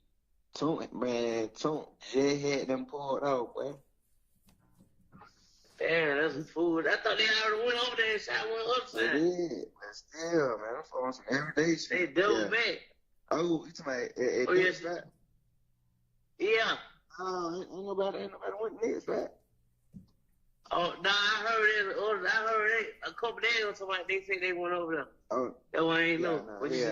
You said they Jim went over there last night. Yeah, well, we down, man. I'm like, yeah, man. Boy, I wasn't even finna come over here, man. Yeah, you talking about? Yeah, I ain't even know nothing about this. Yeah, shit. Look, we like to hear. We think we like, all right, they gonna come back through. Man, we think they gonna come back through so we can hit that motherfucker up, man. 12 pull up, man. Hey, what? In the house? Yeah, I'm like, the hell. We hear them folk like, cause we got our lights out. Them folk like, we gonna have to come in. We gonna have to come in and goddamn make sure ain't nobody dead. Man, I hit the back door like, hey, boy, I'm on parole, man. All this shit in here, man. Hey, somebody, hey. Y'all have to come in. Yeah, no, we just heard them talk to the other officer like, yeah, we can go in, make sure ain't nobody. Man, it be them up under the house. Goddamn, man, but 4 of us in the house, they keep saying, man, you don't go out. I'm like, man, I got me fucked up, man. you took out right? No, I hit the back door. Them folks it was on both sides. And I was just like, I seen them on one side, cause I was just gonna sit in the car, in the yard. Yeah. But I seen them looking at the cars over there, go to the other way. They know they was over there. I felt like, hey, come here. I'm like, hey, man, I just heard some gunshot. Yeah, you like, hey, I just heard a gunshot, man. Okay. Yeah, that's where you coming from, like the wood. I'm dry here. It pouring down rain. No folks like, man, you ain't wet at all, man. I'm like, man, I'm telling, man. I was in the woods. I don't know how I ain't wet. I was in the woods. But I ain't no savage. Man, what? Y'all check that out, man. I went in there, what? Yeah, man, I ain't got nothing to do with that. They still went in there, though. They checked that. That was good, well. They be safe. Oh, they ain't certain. They just make sure. They just looked around. Make sure nobody dead. Yeah, so when nobody know when they went in? Yeah. They found now. Goddamn, look Quay and another name. Okay. Yeah. I'm like, hell. What they at the house? Yeah, from the pop out for Cody. So they got a little video shoot. And we'll stop it here. We'll fast forward to the next relevant portion. And we'll say, Your Honor, Little Quay is not either Mr. Nichols or Mr. Huey. That is Quatez Arnold, who was at the house during the shooting. Are y'all going to stop and tell the jury that? That will come out through Investigator Viverito, who was all in the house prior to this call coming in, because Investigator Viverito will testify as to who was there when it occurred. But we've always established, even when we did the motions hearing, who was at the home, and it was never Mr. Huey or Mr. Arnold. And so that will come out. Well, couldn't you just stop it 3 seconds before that Little Quay part gets said? Right, and we can either remove it, or we can do a stipulation so that it can be, so the jury can hear it in real time, so that the jury doesn't develop. Okay. Yeah. Because I mean, Viverito may not be coming till sometime later. Well, this call is coming in through Viverito. Okay. So none of this. Regardless, I think it's stipulation. Yeah. This is not either of these people that are on trial would cover that. Safer than if you can either do that or you can take that part out. Yes, we can do the stipulation and ask her. And I mean, we all agree that it's not either of these individuals. So I have a solution. Don't play it. Don't play it at all. Yes, but because it's important. Little quick. It's two parties giggling and laughing about what happened at a prior event. There's no informing anyone for any purposes of further any conspiracy. It's just spilling the beans. Your Honor, and giggling. I would say, though, that Quatez Arnold is important because that individual is in a previous video that we have with Quamavius Nichols that's already in evidence with Quamavius Nichols. But just because something's important, just because something as to who all was at that house, right? Right? Hello? I'm sorry. I apologize. You are going to have the detective testify to that person being at the house anyway? Yes. I mean, I didn't hear anything in this portion of the conversation that does sound like anything other than, man, can you believe what happened? So this portion is out. Yes. So it'll be out, Judge. as I opposed- know, I hadn't listened to that other portion yet. No, I mean, she was on the cusp of addressing Mr. Sharp's concerns and was wanting to make sure the court knew who was in the house, but she had another argument she wanted to make. That explains. Thank you, Your Honor. Yes, Your Honor. So when you hear this portion of the call, Your Honor, they are boasting and bragging about what happened in that home, the fact that they were hiding from the police, or he was hiding from the police with the other members in the house. We believe that was stated to obtain confidence between co-conspirators. We do believe that this person is the Waskin Watt-Wright, who I mentioned earlier, All right, Your well, Honor. nonetheless, it's out. Let me listen to the next part.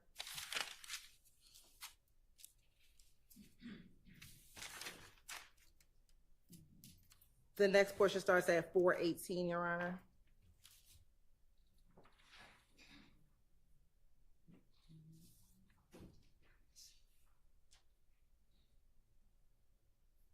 I'll start a little bit earlier. Too much going on though, yeah, nigga got to see what's going. They flipped nigga get up on the bridge in the Ville. Yeah, I heard. Yeah. Yeah, I heard. Where the hell you at? I'm right here. So, Your Honor, that's when they say they flipped under the bridge under burden. We believe that they are referencing and laughing about Shamel Drinks because he's just got killed under the bridge, which would be the I-20 bridge in Mechanicsville 2 days before this phone call. Okay, and you had said before that you had some non-hearsay purpose for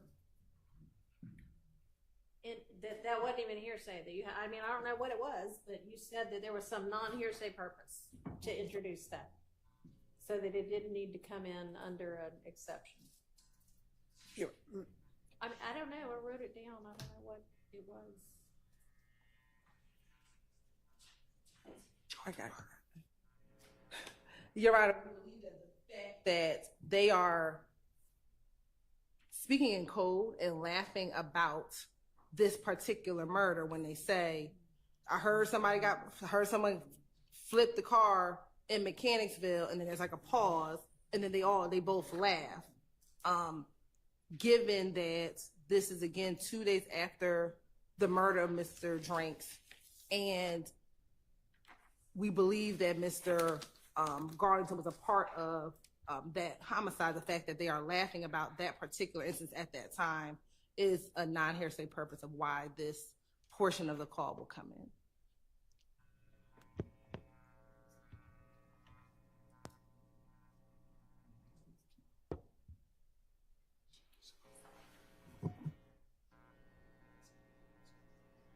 I'm going to exclude that. So that drug part that we talked about before is the only part of this conversation that is going to come in. And there's one more portion, Your Honor, I believe this is the portion that Mr. Steele referenced earlier today.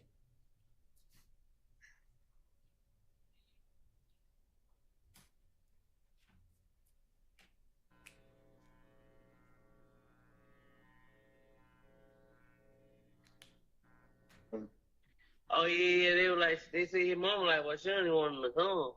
Yeah, they said she don't even want to come. Yeah, I already told them for but folks' family gonna be talking crazy anyway. Like they gonna be like, we don't want no money, nothing. Like they gonna be tripping. Yeah, you know how. That's just how that shit be, yeah. Yeah.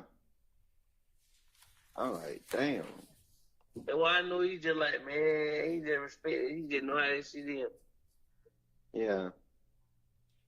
Yeah. I never said what the hell you had going on. That you know. I'm pull up on you like tonight or tomorrow or something.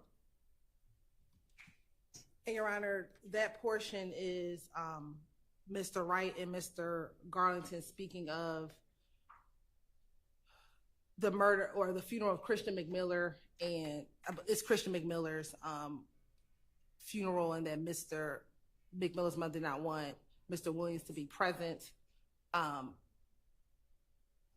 the funeral. We do think that that is relevant given that we believe that Mr. McMiller, Mr. Ford's murder was a direct result of Mr. Bennett being stabbed in the jail, and we do believe that the evidence, we believe, will show that the stabbing at the jail was done at the permission of Mr. Williams, so it was a trickle down effect. So we believe that Mr. Jaden Myrick, who actually stabbed Mr. Bennett, asked for permission through Demekion Garlington to Mr. Williams to get permission to do that stabbing. That stabbing occurred once that stabbing occurred at the jail, and that information was released to the public early in March, on March 2nd or March 3rd. Only about 7 days later was Mr. Ford and Mr. McMiller murdered by Wyeth and Associates, and then the other murder happens when Mr. Drinks after that, Your Honor. And so the fact that Mr. McMiller's mother does not want Mr. Williams at the funeral, I believe, is relevant to show that there is a belief that he is the cause of the murder of Mr. McMiller and Mr. Ford. And Your Honor, in addition to that, I see the question. You can say I'll be quick, but Judge, the fact that he is bragging about what we believe to be the murder, and that he is informing the person that he is talking to that they were going to come back and they were getting ready to light them up, we believe falls under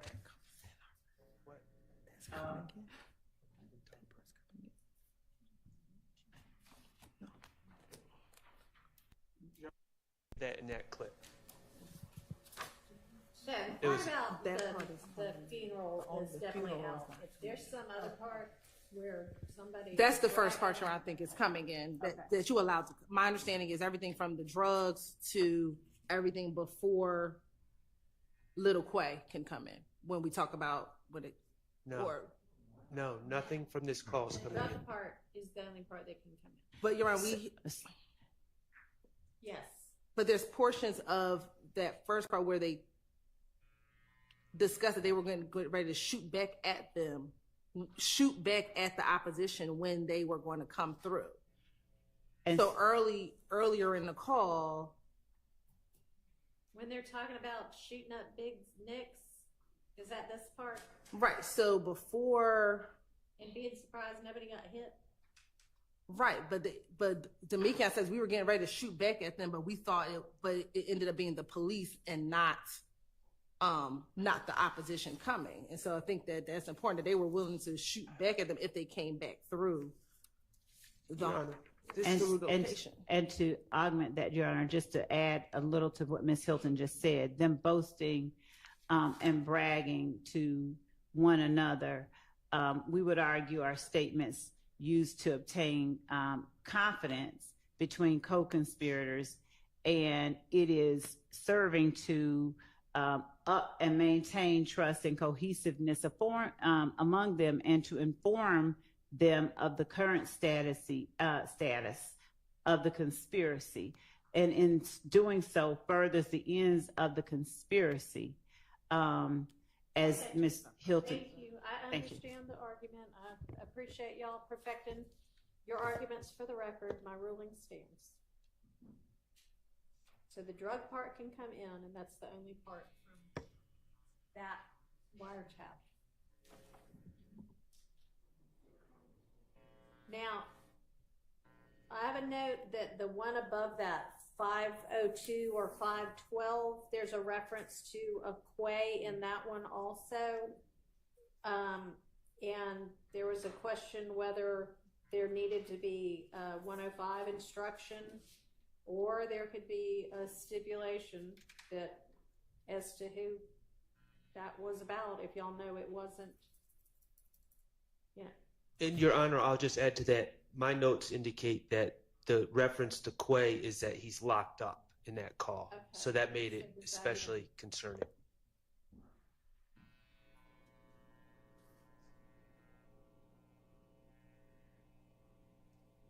Do y'all know who was being referenced there? Probably.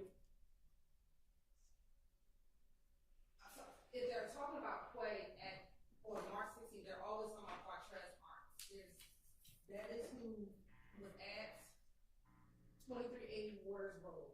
There were outside of Mr. Garlington, Mr. Stillwell, and Mr. Farley was Quatez Arnold. A young man who didn't begin with a K that's escaping me right now, and one other individual. Okay. So every time at Waters Road on March 16th, they're only talking about Quatez Arnold. All right, and so y'all are going to enter a stipulation that says it's not either of these defendants? We can't. Okay. I mean, if it's a stipulate, would you rather it be that? Well, I'd rather that it not. I can't hear you. I'd rather that it not come in because it's an assumption, Your Honor, that they're saying we think that it's Martez Arnold. No, it's going to be a stipulation that it's not either of these defendants. And again, Your Honor, we intend to introduce testimony through Investigator Viverito, who was at the house when she arrived, along with the responding officers. Okay. We'll talk about who was detained on that day. So is it going to be a stipulation that it is whomever Arnold, the Quay referenced in here? Yes, that is Quatez So- Arnold. Yes, we okay. will stipulate that the Quatez Arnold the Quay that they're talking about is Quatez Arnold. So that's another Quay that's being referenced. Fair enough. Thank you. Okay. So that takes care of that as well. Make sure y'all get that stipulation together before that gets played. All right.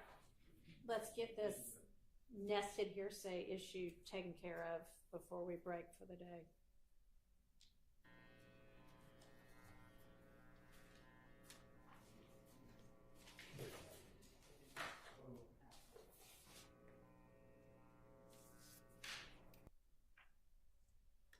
Judge, can I ask how inclined the court would be to entertain a request to do the nested hearsay not today, but on another day?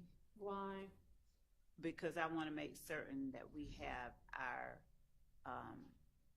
most cogent, succinct, and clear argument for the court, because we're going to get one go at it, and I want to make sure that we do it properly. Well, hadn't y'all already briefed it? Judge, we have briefed something similar. That's what we were looking for earlier. But I don't want to read a brief to the court. I just like to give about 4 lines to the court if I can, if the court would indulge us and allow us to just argue it on a different day. That particular one, because it has layers, and I want to make certain that we say it clearly and quickly. I couldn't hear. Are we just saying, hey, I need more time because I haven't briefed it yet? No, Judge, I'll be clear, and I'll say it loudly enough for everyone. We are asking to be allowed to make this argument on a day different than today. That is it. Please. And thank you. The reason is? And the reason is we would like the opportunity to make certain that our argument is as concise as possible. We don't want to be trying to read a brief and distill information. We have briefed a similar subject. We would like to respond more clearly than we believe at this point we would end up doing today. Well, the state has already sent what they thought was the issue to the court, which was 2 pages from a brief that was filed in November of 2023, maybe? No, 2022. And that was in response to Mr. Copeland's statement. So the state has had plenty of time to come up with this. And you know something? We've been asking since December of 2022 for the unindicted co-conspirators. They were supposed to have been given to us well over a year ago. And now we get in here and unidentified people are being identified now as unindicted co-conspirators. And no, I object to any additional time because we got some unknown person referenced in this phone call. And I don't want to hear anything about, oh, well, now we know who the hell this guy is. Now we know who we're referring to. And now we know that this dude is an unindicted co-conspirator as well. And I don't even know whether it's a dude. So let me undo that reference. And I apologize. And the unindicted, the whomever it is that's unknown that you're referencing is Rel? Yes. Or what Yes. sounds like Rel? Yes. So, Judge, I'm sorry. We got the 9:30 p.m. Monday 9/9 supplemental brief by Mr. Harvey, and we want to just address everything and be concise. That's all. Okay. And you all have had this for a couple of years now, and you indicted it. You've had this wiretap. All right. You don't need to be talking to her. So, I mean, I think your biggest sticking point is probably the fact that some of this is only coming through Rel, and we're probably going to have the same issue we just had with UNC, which is, unless you're going to be able to tell us more, it's only this statement that is going to be able to establish anything about, and obviously Rel is very knowledgeable about what's going on, or they wouldn't be talking to Rel about this kind of thing, but that's only the statement that establishes that. So if we could be allowed at the same time that we address, that we provide the court the additional information the court said it'll allow us to do on that one, the call, or if we have to do it before, I'm just asking for an additional time to address the last call, just this last one. Okay, so I haven't given you any additional time at this point to do anything about the UNC call, right? That's out. No, it was out. I thought that the court had said something about redacting, and if there... Right. Yeah, yes, figure out a way to, yes. Okay, I'm sorry, I misunderstood you. I mean, honestly, I'd like for us to do, what do you want, to just skip over it and move to another one? Yes, if we can, and then come back. Well, we certainly have 3 more pages to get through. Have y'all looked to see whether you really want, or you really feel like all of what's in this is necessary to establish different issues? I'm sorry, yeah. It is 3 pages. Have y'all done that yet? Could the court repeat the last portion? Yes. So we still have 3 more sheets worth of this printout that you gave us, which is probably 10 calls or so a sheet. So maybe 30 more pieces of a call. Have y'all taken a careful look at that to see whether you really need all of this to establish the issues in the indictment? Because, I mean, this is going to take a long, long time to get through. And so obviously, Your Honor, we are trying, as the court, as we go on, to pare down where we can, as much as we can, but at the same time, keep defense apprised of things that we may use, so that there's no argument that we didn't. But we can look at it some more. I'd like for y'all to start making some decisions about, oh, we're not going to use this. So have you done that evaluation yet? We on a lot of others, these are the ones we said we wanted to use. So yes, we can do that more. Okay. And as it relates to these that the court has in front of it, Your Honor,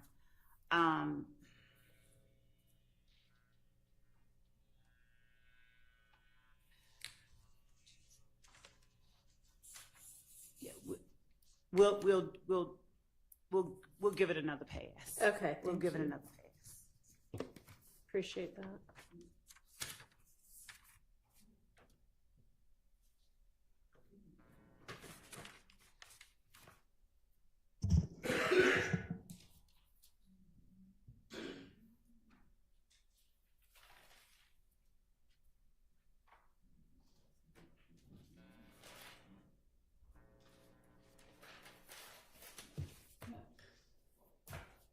does the court have another day because that we can just, or do you Have just want us another to send the non-jury one day? to us? Oh. Yes. I mean, can y'all get that done by Monday too? Or no? My team is saying we're gonna. I mean, I'm asking.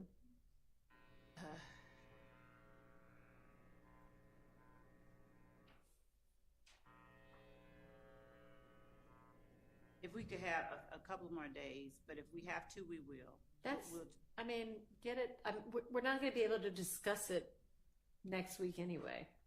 So, And then next. get it done So, by the 20th. Thank you. so we're not arguing today? Thank you. I don't know whether we're going to. I don't The know. 20th We're is not gonna argue the other ones, but, You know, there's other stuff we can do. No, I meant the The, call 2119. We're not gonna play 2119 prior to the 20th, so we appreciate that. so, Mr. Harvey, I guess that your brief that you filed is so impressive and intimidating that they want some time to be able to respond to it. Just agree to it because it's right.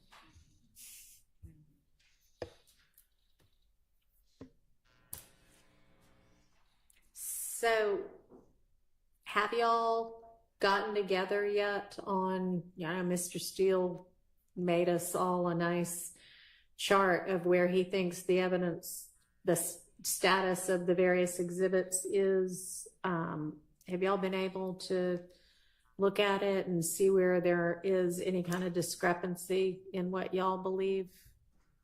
We have been looking at that. We've not done that joint effort, but we've been comparing Mr. Steele's chart with what our chart and what Ms. Weaver's is. And where are y'all on that? We're checking with our team member that's in the office now.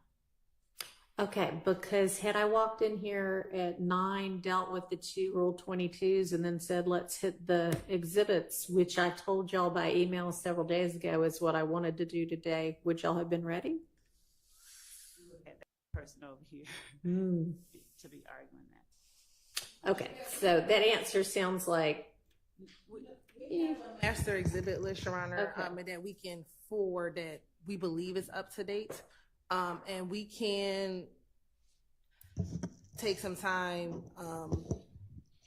with it over the next couple of days to go over that with any designated person from defense, but we can forward the master exhibit list that we have that we believe is. All right, y'all exchange that and copy Ms. Persfield as well. And then y'all get together to narrow down where there might be disagreement on the exhibit list. Yeah, because it's going to be a bear and we can't just put it off until the end. We need to be doing this a few times as we go along. Okay. So, y'all, Mr. Ryan's crowd is going to get together on whatever else that evidence might be and where there might be disagreement. The state's going to get us a list by Sunday, narrow down, we'll have conversations based on that. Okay. All right.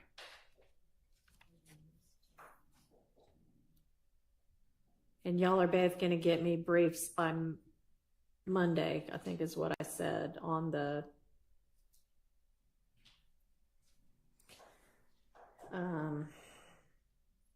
what was it? What did I tell y'all to brief me on?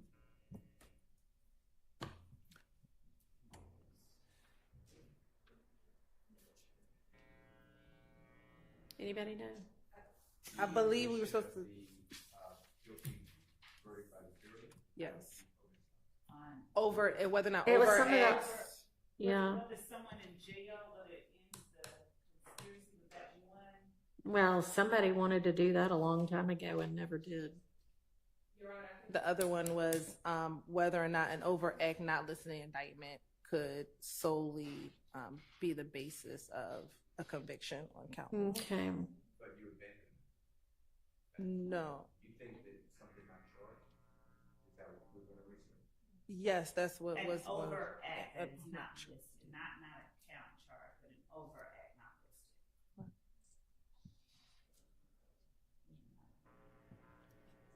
Did you provide any law?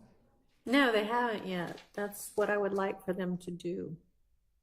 Okay, that was the Monday one? That was one. Okay. Judge, with respect to that, would we be able to wait for the state's brief and then respond in kind if they're able to find that, versus us just arguing what the Constitution says to begin with?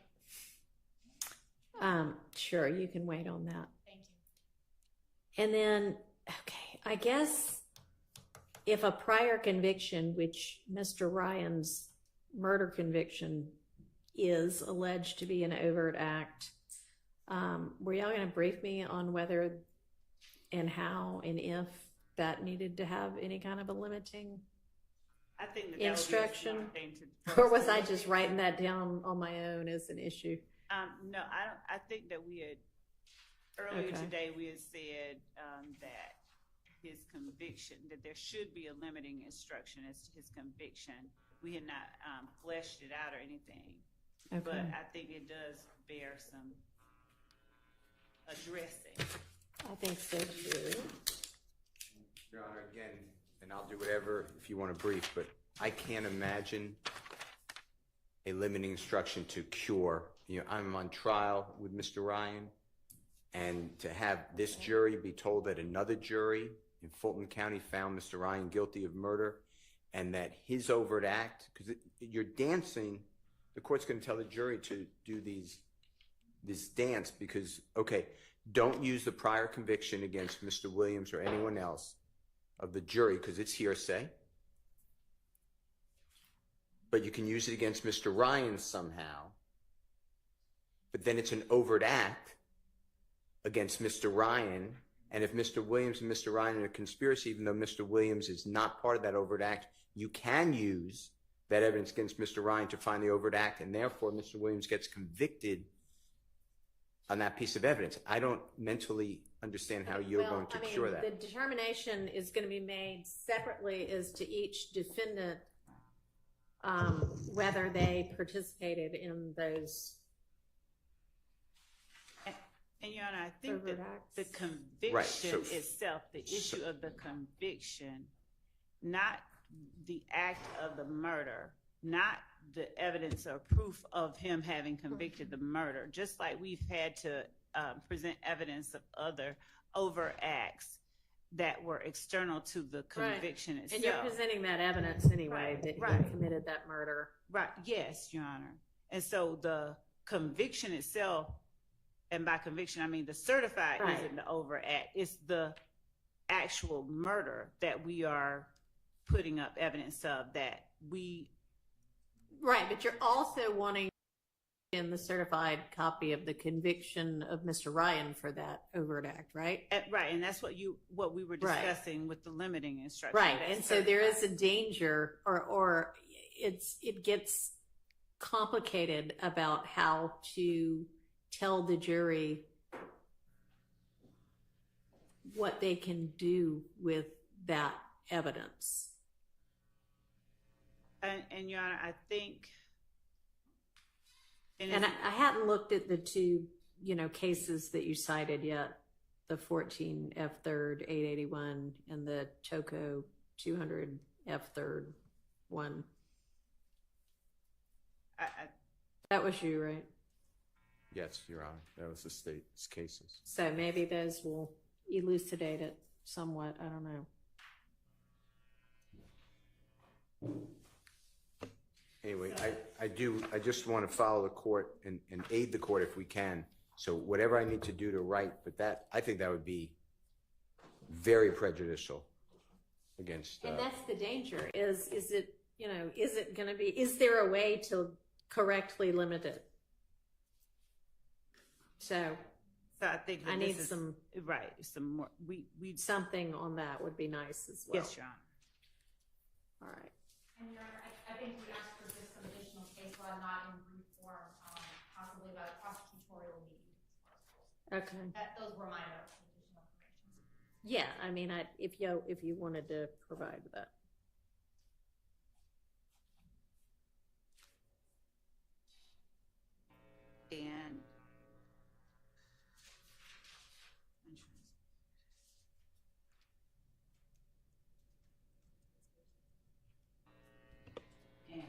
And then you'll get me the hard copy of the in-camera material by Monday also. My first thing the Monday. printouts, right. And when we're discussing the prosecutorial need for the intrinsic acts, we're looking at it through the lens of. I mean, I don't need further evidence on that. Oh. I mean, not evidence, further case law on prosecutorial need. If y'all want to come up with some, great. But yes, that is exactly what I did want further evidence on, was could y'all find something that more factually aligns with your situation?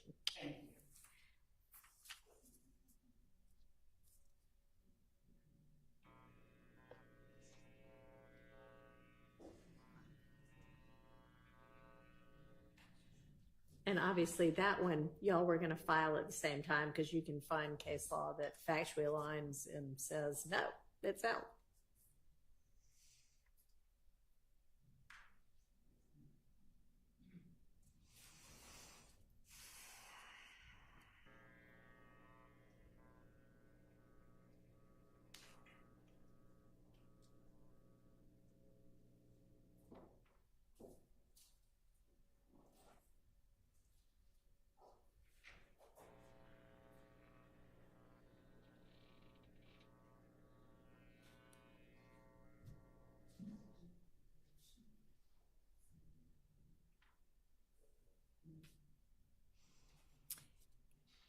And just to flesh that out some more, and it being either admissible or inadmissible, because it either does or doesn't complete the story of the crime of the gangs or the crime of the RICO violations, or, be the same kind of series of events as that. Because those are the only two that it might come in under. Right, it has to, right. Okay. So just making sure that the cases that we bring to the court's attention addresses that. Yes, ideally, that would be wonderful. All right. Anything else we can do in the next 15 to 30 minutes? Can I just get, I ask every day, just want to know what files to bring. So Tomorrow. In terms of witnesses? Yeah, if it didn't change, that's fine, but I know that the So state said. I think y'all said Pitts, Latner, Turner, Bell, Hill, Jinks, and Thorpe. I may have that one wrong. Jinks, was it Jinks or Jenkins? Jenkins. Is that still the plan? Yes, for the upcoming 2 days. Couple of days. Yeah. Okay. And then we'll talk again on Friday about what'll come up next week. Thank you, Your Honor. All right. Anything else? Your Honor, if it matters to you, other people spoke with the sheriff, and we are going to. Okay. Yeah, I didn't know where exactly y'all were going, but somewhere that gives y'all a little bit more room considering the number of people involved. Oh, right.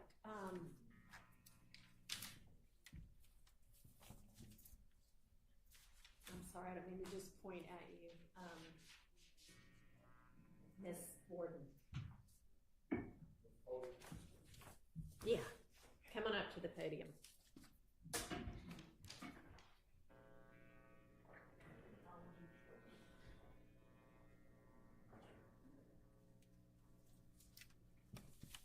I want to say thank you, Your Honor, for allowing me to come back up again. Sure. And I'll be real brief. I just want to share something to you and also on the record. Okay. I appreciate being granted the access to the camera pool, and I just want to respectfully express my concerns that that solution does not fully align with the principles of transparency and equal access. The decision to limit the media coverage to a single camera controlled by a pool, which restricts the diversity of perspectives and it raised concerns about control, suppressing, and also withholding crucial details that can be caught by several angles. And I know earlier, I think I might have shared, I am a civil rights leader. I'm also a noted and awarded community advocate for the state of Georgia since 2009. The Rule 22 provision was designed to ensure that the public and media has open access courtroom proceedings. And it is not to be limited to a singular source because that risks tampering with the spirit of that rule.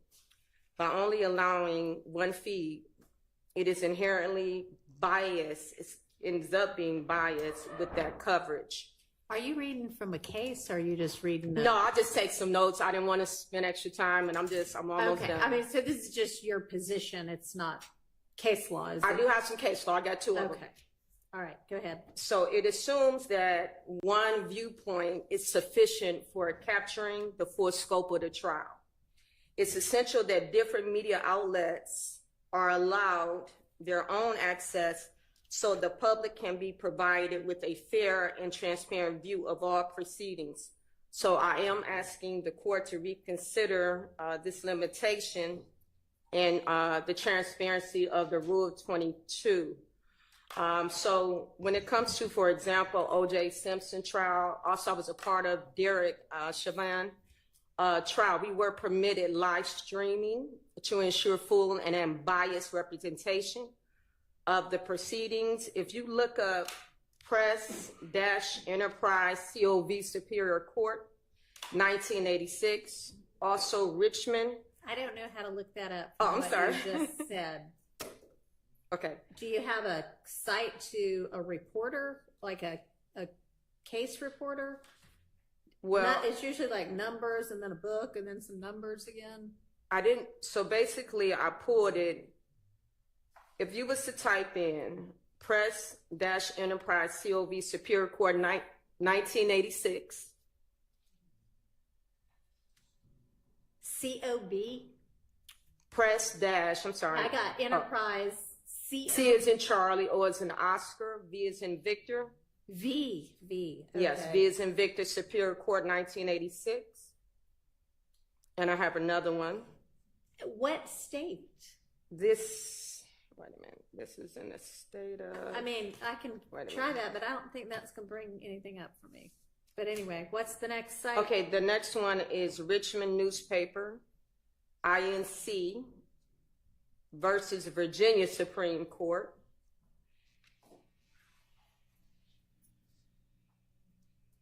And I also want to share that the restriction of the live streaming serves a compelling enough interest to warrant limited media access to a single perspective. Again, when it comes to civil rights leaders, right now I don't see any other civil rights leaders here.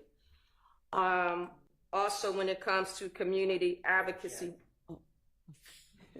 All right, well, I Mr. Steele apologize, feels Mr. Bryant. himself to be a civil rights leader. So I do want to go on the record say I have just as much vested interest as the defense team.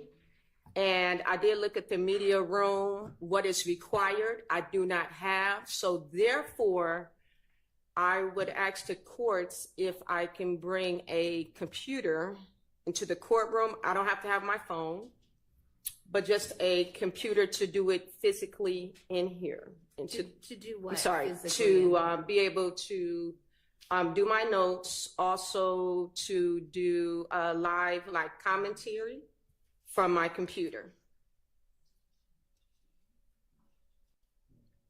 And I'm also asking the court to uphold the First Amendment protection of public access. All right, there is full public access.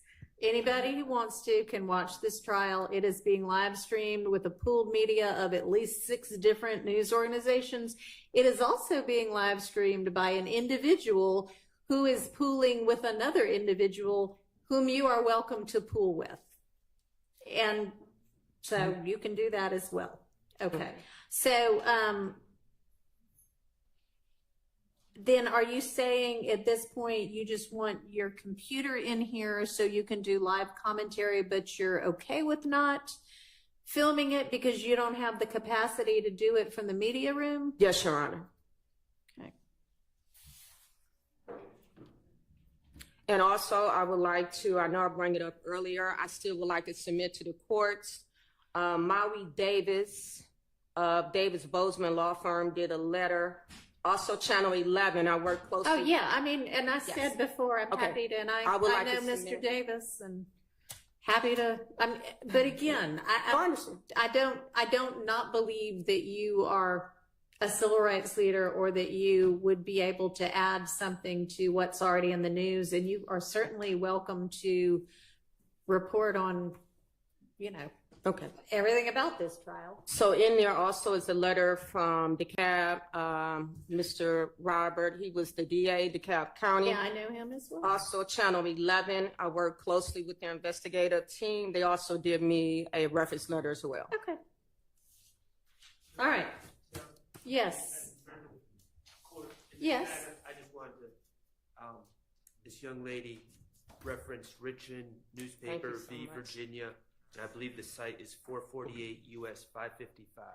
From I 1980. thought that was a pretty big case. so much. I was familiar with Press- that. And Press Enterprise is 464 US 501. Okay, thanks. So, yeah, those numbers and then letters and numbers, that's how we lawyers look up cases. So, I mean, the title's nice, but it's the numbers that we actually need. So, okay. And what would you need to do it from back in the media room? Is it Just be able to plug up my computer and that's it. Oh, so you're not worried anymore about being able to film? No, I could make everything work from my computer. Okay.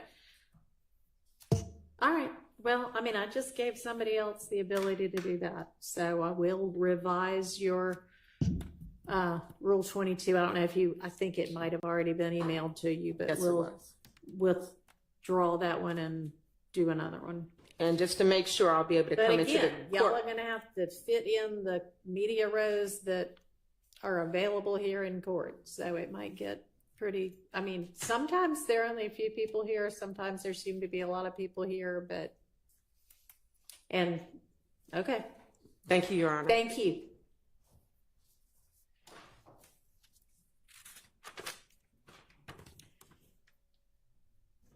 All right, anything else? Well, tomorrow is your next court date.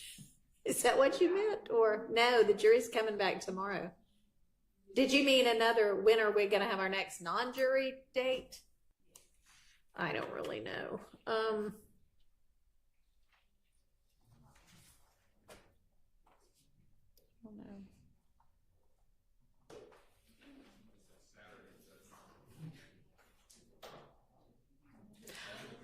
I'm thinking we could.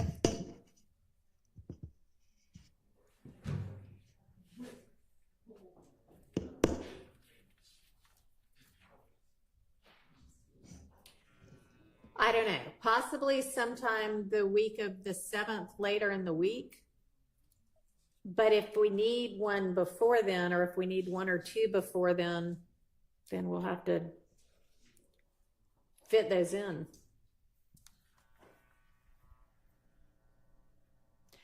I mean, I'm planning for us to have 2 full trial weeks for the, next 2 weeks of September, but do y'all think we're going to need 1 or 2 non-jury days? I don't foresee that, not with how far out the issues that we still have. Okay. All right. So then we'll plan to do full weeks for the next 2 weeks. And then maybe sometime the week of the 7th, we might have a non-jury day or 2. And if not, I mean, certainly sometime close thereafter. Okay. Thank you. And Judge, one Yes. last inquiry. The matter that the court brought to our attention, from the sound of things regarding the request that we dealt with at the bench, No further. I don't know okay. what you, no, I don't know what you mean. I'm sorry, my memory just may not be as good as yours. I'm not quite sure what you're referencing. May I approach with just any member of the defense so that I can Yes. deal with it appropriately?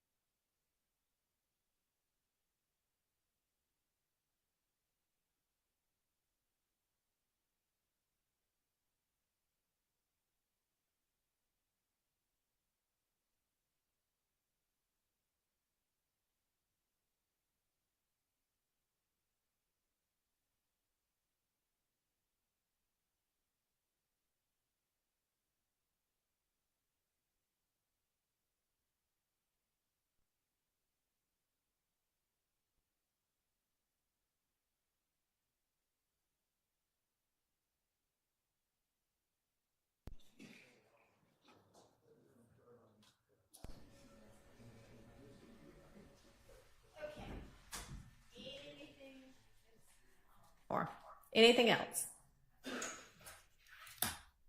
before we break for the day? Nope. Okay. Nobody else? All right. All right. Let's see. We have the jury back at 9.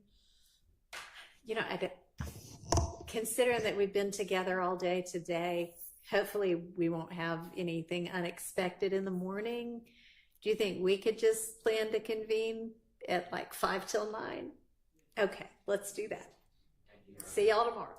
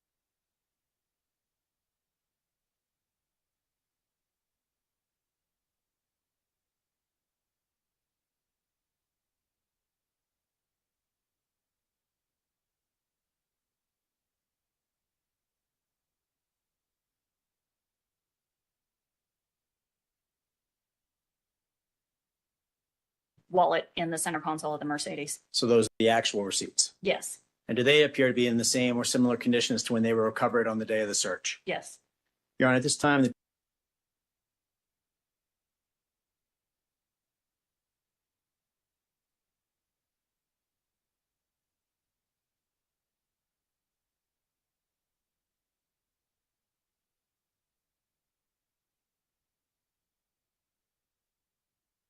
people move People's 95 into evidence, please. No objection. Admitted. What is listed on the receipts, Agent Cronin? The receipt on the right shows the itemized information. So new guns for $8.99, accessories for $79.99, MDSEST for $978.99, the tax, and then the total charge of $1,056.92. The receipt on the left shows the actual debit card receipt. And from looking at the debit card receipt, was the date of purchase March 16th, 2021? Yes, And the items purchased included, it says new guns, $899, yes. an accessory, $79.99. Objection asked and answered. Overruled. Agent Cronin, the accessory says $79.99. Correct, And then we have the total there on the screen. correct.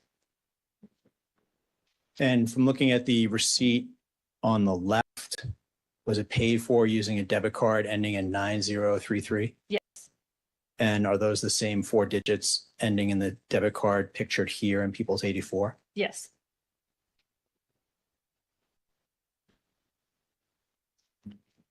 What was found in the glove compartment of the vehicle? The title for the vehicle.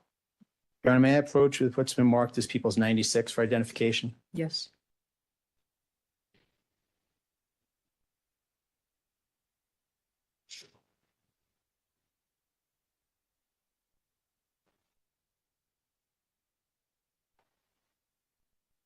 Do you recognize People's 96? The title glove compartment of the Mercedes.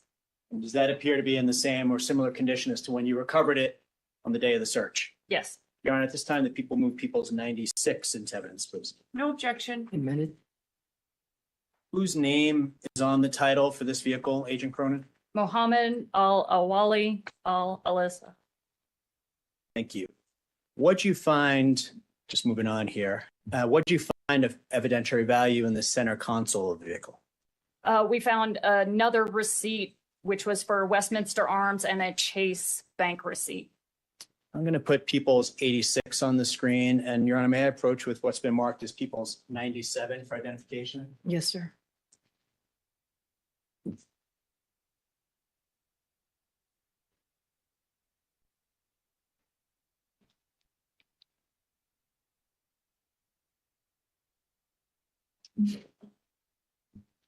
Do you recognize People's 97, Agent Cronin? Yes, it's the Westminster Arms receipts and Chase bank receipt that we recovered from the center console of the Mercedes.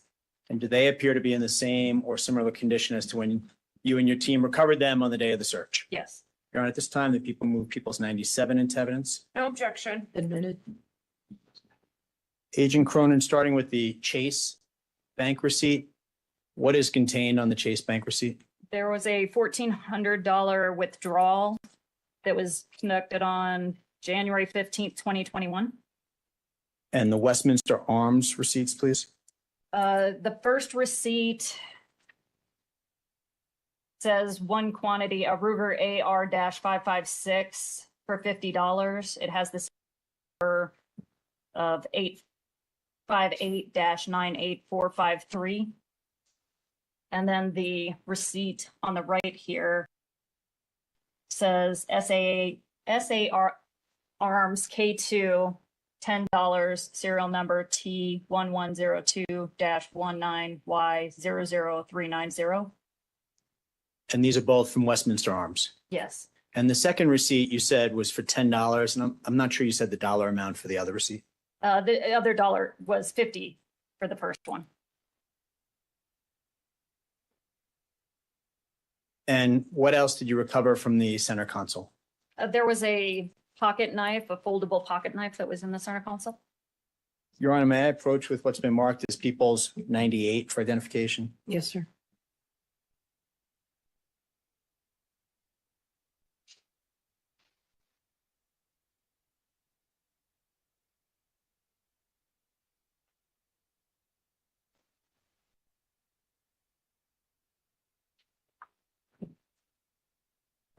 Recognize People's 98 for identification? I do. Will you recognize that to be? It's the knife that we found in the center console of the Mercedes. And does that appear to be in the same or similar condition as to when you recovered it on the day of the search of the suspect's car? Yes. Your Honor, at this time, the people move People's 98 into evidence, please. No objection. Admitted.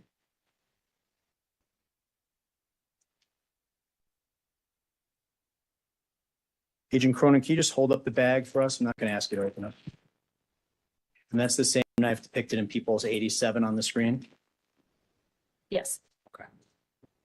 Your Honor, I have nothing further for Agent Cronin. Thank you very much. I have no questions for Agent Cronin.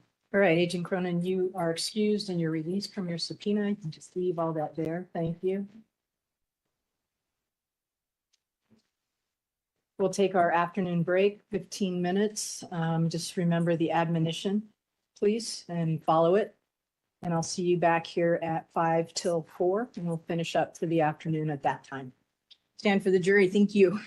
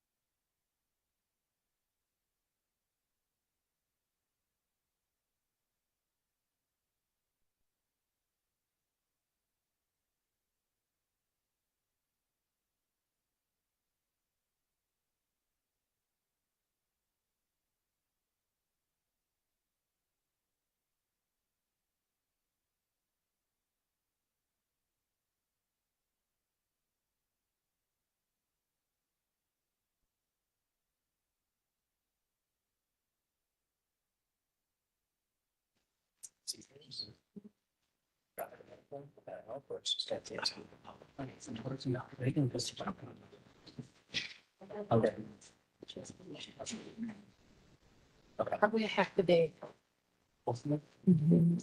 At least, yeah.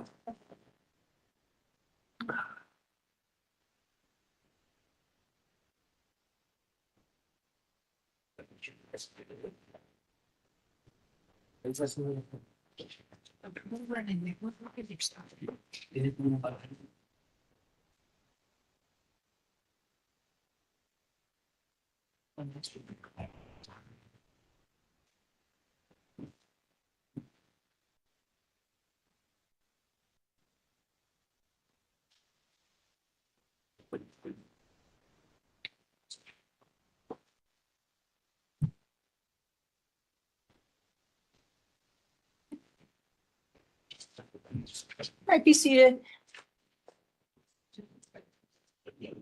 Mr. Kuffner, your next witness, please. Judge, the people would call FBI Special Agent Stephen DeFrance.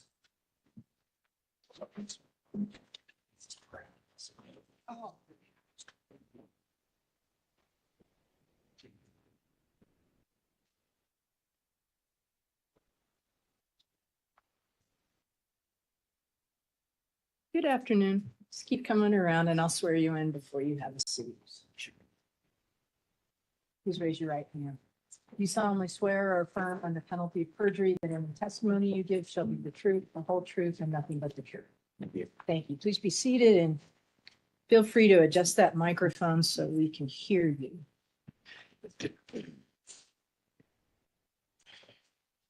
Tell us your name and spell your last name for the court reporter. My name is Charles S. DeFrance. Last name is spelled D-E, capital F-R-A-N-C-E. How are you currently employed? I'm employed as a special agent for the Federal Bureau of Investigation assigned to the Denver Division.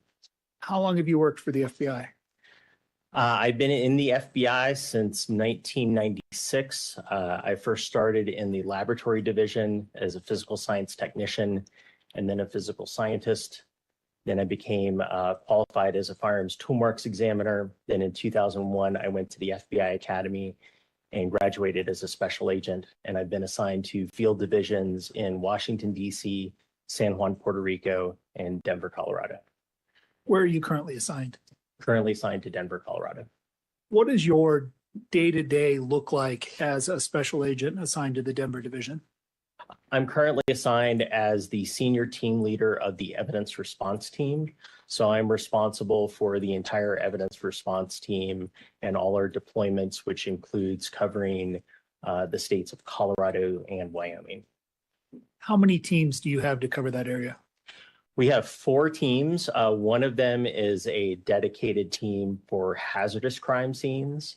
And then the other 3 are traditional crime scene ERTs. Describe basically what these evidence response teams do.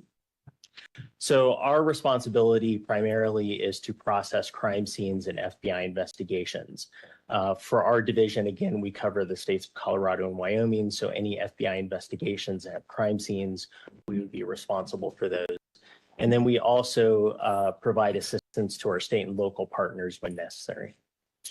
Prior to coming to the FBI, can you just give the jury an idea about your education? Sure. I have a Bachelor of Science degree from the Citadel, the Military College of South Carolina in Charleston, South Carolina. I have a Master's of Forensic Science from the George Washington University in Washington, D.C., and a Master's of Science in Material Science from the Colorado School of Mines in Golden, Colorado. And during your career, have you received awards?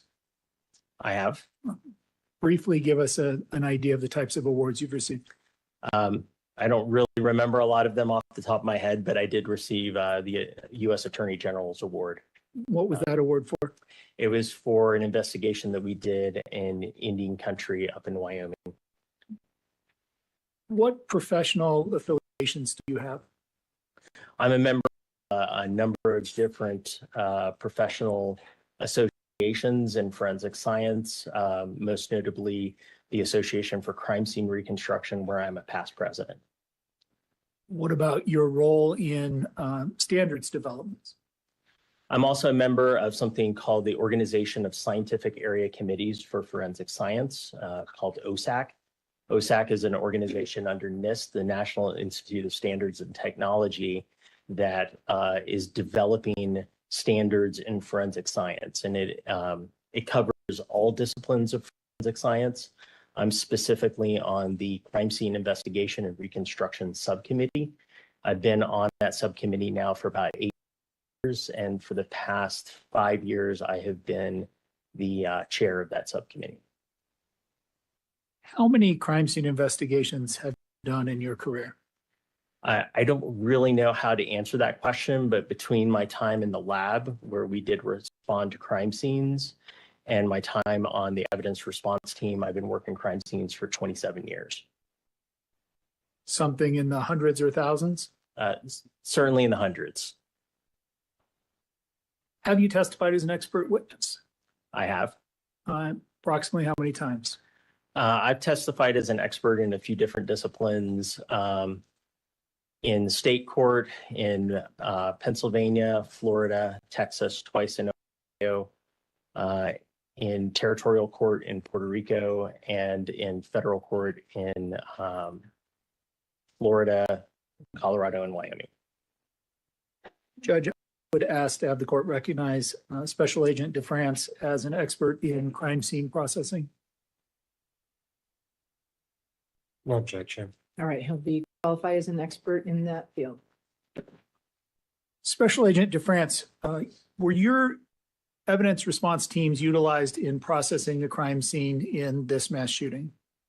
Yes, we used actually all 3 of our primary ERT teams, one to process the primary scene at the supermarket, and then another that did the defendant's home, and another that did the defendant's vehicle. And you are the person responsible for all of those teams? Correct. You arrived at the scene of the mass shooting on March 22nd of 2021, about 5 p.m.? Yes. What was the first thing that you did when you arrived on scene that day of the shooting? I arrived ahead of the rest of the team while the Alpha team, which was the on-call team, was preparing the trucks and getting the personnel assembled. I went ahead and drove up to the scene and engaged with the Boulder Police Department to start to evaluate what kind of scene we were looking at, what kind of resources Boulder was going to need, and to make sure that they were aware of what resources we had available. Is it a situation where the FBI and your evidence response teams just come in and take over a crime scene? Absolutely not. This was a Boulder scene. We were just there to provide our assistance on that scene, and it remained their case throughout. And did the Boulder Police Department ask the FBI for assistance in processing this entire scene? Yes, they did. About 5:48 p.m. on the 22nd, you did a preliminary walkthrough. Talk about that walkthrough and what the purpose of that was. The preliminary walkthrough is the first step of the crime scene processing, where we get eyes on the scene and start to evaluate what exactly we need to start preparing for. We try to go in with as few people as possible and start evaluating the scene, looking for what hazards we might be encountering in that scene, looking for what type of evidence, what's the scope of the scene, the basic layout, so that we can start coming up with a plan on how to process that. Who was present for that initial preliminary walkthrough? I was there as well as some members of the Boulder Police Department. In completing that preliminary walkthrough, what were some of your observations? Well, I'm going through and I'm looking at kind of what the scope of this scene is. How many shots did we have fired? Is kind of a big indicator, a big piece of data that I want to try to figure out. It was a little bit difficult in this scene because we did have the outer wall that had been knocked over that was obscuring a lot of things. One of the things that I kind of clued in on was an empty magazine. I knew it was a 30-round magazine, so that indicated to me that we had at least 30 shots fired by the subject. And then I also saw some pistol cartridge cases that I knew could be attributed to one of the police officers. So again, just trying to get some idea of how many shots were fired, how many shooters were involved. So I knew at least 2, and had an idea of some of the number of shots fired. And also looking at the nature of the scene. This building, and I think we've all been in a supermarket, but it's a very open building. And unlike kind of a typical building with a lot of walls and surfaces that bullets would impact, that we were dealing with